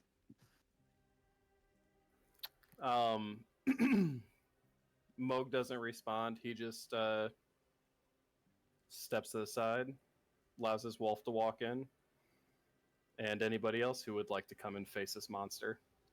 You mean one of Strahd's wives? It's definitely a Strahd wife. The dope. Is she not a monster too? I knew she was Strahd's wife, but yeah. I'm just flavor-wise calling her a monster. She's a monster. Right. Hi. Look at all of you. What are you doing in here? She looks to you and says, "Just making a little art. Isn't it beautiful?" She jumps over this body. Why the laughing skulls? Well, it's always good to have joy in your art, don't you think? I like a little laughter, smile here and there. Is there a reason this man is dead? Oh, him? Yeah. Do you care to tell us? She stands up and she kind of pulls the scythe up into her hand, and she like strokes her chin, like smearing blood across it. And you're watching as like drops of blood are like kind of falling off her fingers, and like these little motes of blood are just floating around her body in the air. And she just thinks, no, I don't think we need to talk about that. I'm not supposed to tell. It's a secret. And she puts her finger up to her lips, leaves a little bloody fingerprint across them. Okay, that's fine. Secrets make friends. That's how that goes. Yep, that's how that goes. So, and Ella's like jumbling behind her and like opens this door. Like, so, I'm being so rude. I'm supposed to give you something. That's right. She snaps her fingers. And she reaches into a little bag at her side and she pulls out a letter. "I have this for you. Here you go." Walks up to Bogue and holds it out. He takes it from her. Rowan hears letter. Rowan goes letter. Text. And back in the other room, the people who were still in there, ever since this woman began to speak, Russ is paralyzed with fear. Oh my God. Say, he's just staying back and he's not going forward. So, do you have a name? Oh, yes, how rude. My name's Volenta. It's a pleasure to meet you all. Welcome, welcome, welcome. My husband adores company. Okay. Moog reads the letter or begins to look at it. These Uh, are words you- on a paper. It is a wax sealed envelope with a red wax seal of the symbol that is on your cloak. And you pull it open and you read a short letter that reads, "My friends, know that it is I who have brought you to this land, my home, and know that I alone can release you from it. I bid you dine at my castle so that we can meet in civilized surroundings. Your passage here will be a safe one. I await your arrival. Your hopes, Strahd von Zarovich." And I'll drop a copy of that letter for you. Great. It says, "Well, are you all ready to go?" We have some We have some business here. business. We're looking Yeah, for some bones. Yeah, we're actually looking for some really cool bones. That guy, whatever he did, probably deserved to die. It's cool, whatever. But we were told he had some bones, and I like to collect bones. He's got a lot of bones in his body, silly. Different bones that weren't his. He Oh, stole them. Looking well, for some old sacred bones. old sacred bones. Well, those would be lovely. Did I they could add it to say my art. whose bones they were, or that they were just sacred? No, They were- there was a name. There was a name, I can't remember. I the don't. name. I didn't Saint write it Angel. down. Oh, I did write it down. Okay, I thought Saint Angel was the church, so It is. It was named after this guy. Okay.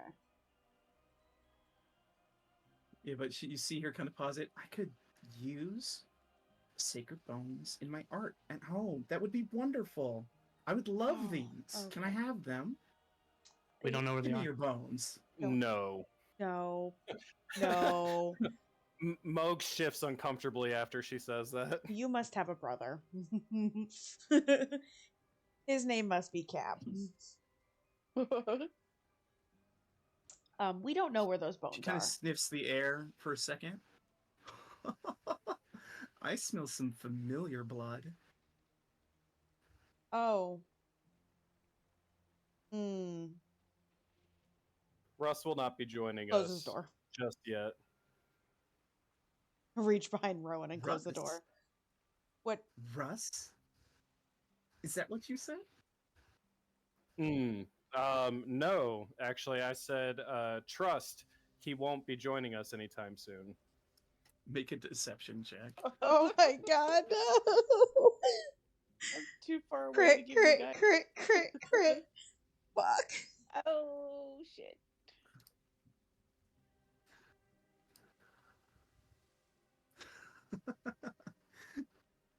Don't lie to me. That's rude.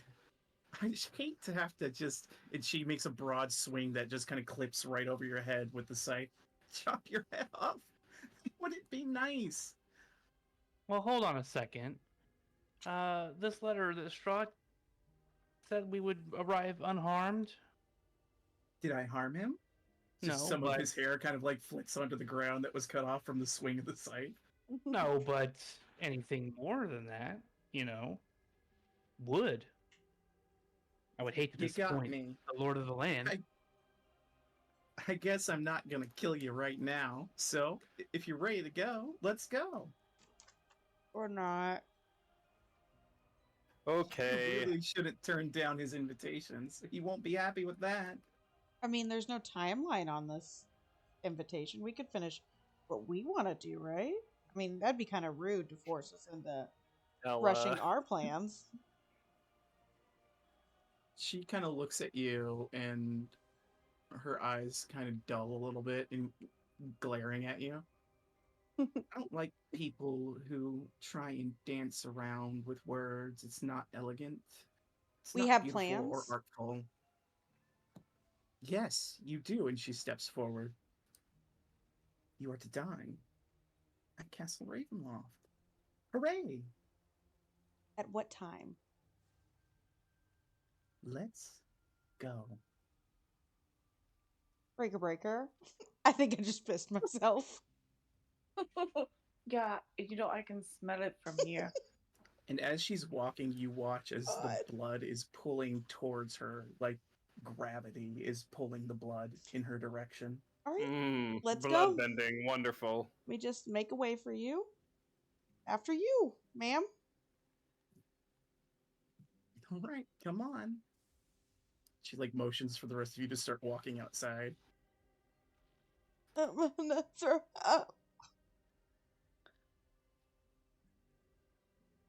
It looks like you're making friends, Ella. The breaker, please. Breaker. And as she walks past here, she looks over at Russ and says, "Hey, kitty cat, good to see you. Don't worry, you're safe for now." As Russ is also probably pisses himself.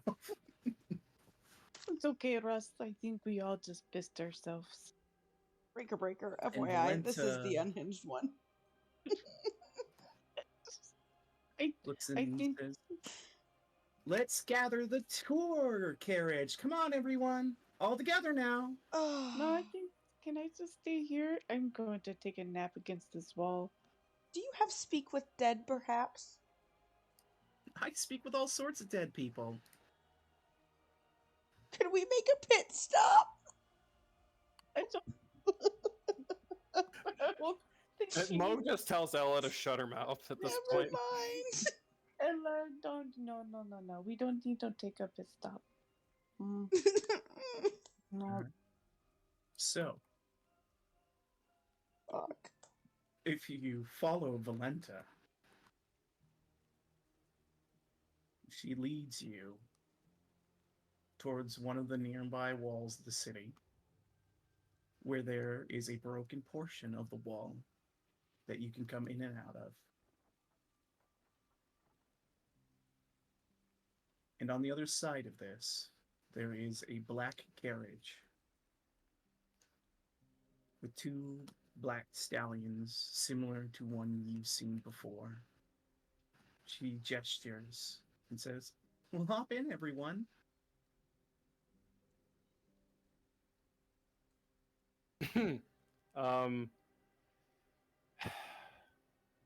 Is there a driver?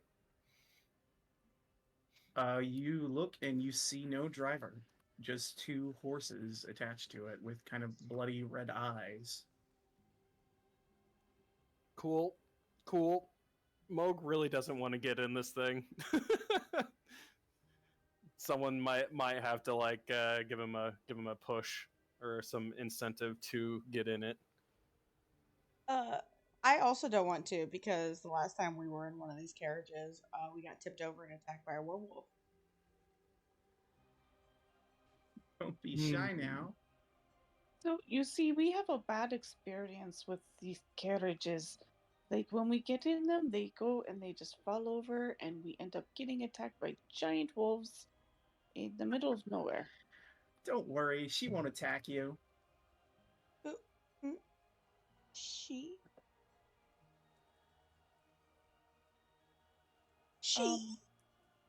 Safe passage, it's been promised. Come on, hop in.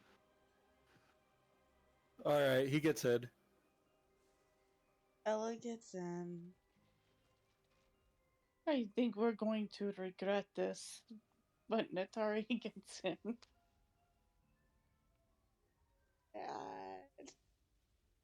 It sounds like we are done We're here. done Unless somebody else wants to die. No. So you'll all pile into the carriage. Oh, the wolf is gone. Yeah, it lets the concentration go. Probably around the time the wolf shit himself is when the concentration fled. Shoots and just disappears. Question. Like, no. Yes, Ron. If I give my MiG a note and have it run to the church, Will it be able to deliver that note? Yeah, if you want to abandon it. She won't read for it. That's what I was getting at. Was will she mind if it goes away and doesn't come here? She's like, well, that's just a silly old robot. We don't need that thing. We just need all of you. Yeah. Rowan writes a note to Father Lucian, saying that he should look for the bones in this house, just in case. The house of the guy, and the guy was killed, not by us, 100%, but you underlined 100%. 100% not killed by us, but instead was actually killed by what's her face again? Volenta. Yeah, Volenta. Yeah, well, say that right. Volenta. Oh, I read another note too. To what's her face? Irina, and I write notes for everybody. I have this thing drop off there, and then I give a note that your obstacles are clear, blah blah blah. To Irina, lay low. We had to leave on pain of death. We didn't abandon you. We're sorry. And then I'm just gonna send him on a mission of mail. Let her know the body's in the storage shed. Yes, we killed the your mail guy Volenta. golem, MGG, mail guy golem. Just to be clear as well in my notes, for Madame Walker, I'm gonna be like, your blockage is gone. Wink, wink. Please watch over Tots while we're gone. We had to make an express exit because of reasons that I don't want to die. The letter to Tots says, we didn't abandon you. We really were just unable to get out of the situation and had to leave. Please don't look for us. We will come back. My robot's there to protect you after he's delivered all his messages. And then the last one was for Father Lucian of, hey, we tracked down the bones. Your guy, Milabababach, times are tough. But he was hired by the coffin maker. Coffin maker's dead. We definitely didn't kill him. Volenta did. The bones might be in his residence. For real, we did not murder him. I swear. For real, Riz, no cap. No cap. And I draw a symbol of his Morning Lord on the note, and I would not besmirch the honor of the Morning Lord. All right. Missive sent. And then the robot will return to Tots. Excellent. A plan set in motion by young Rowan to cover all of his bases as you guys are whisked away from the town of Vallaki. I think so, because I was reading Steel Defender, and it doesn't say there's any distance thing about it. The only thing that says is if I die, then it goes away. Hey, don't die. Yeah. So hey, at least Irina will know for sure if something bad happened to you, because your automaton will just collapse onto the ground. And it will just fall apart, and we still have Rosenthorn with us. Oops. All right, should be like, that is not good. I should have put Rosenthorn with my robot because this lady wants bones. It's just a toe bone. Oh God. She loves bones, dude. That's why I was saying to Cappy, you're gonna be real excited to meet someone. Bones. The whole time I'm like, give me your bones. Oh, bones can. Yeah. But hey, at least there's a good chance those bones are still in that house, maybe. Because this lady didn't sound like she had them. Yeah. I'm wondering if this is when Theobald started writing notes as well. Yeah. Except he didn't have a robot. He didn't have a robot to deliver them. True.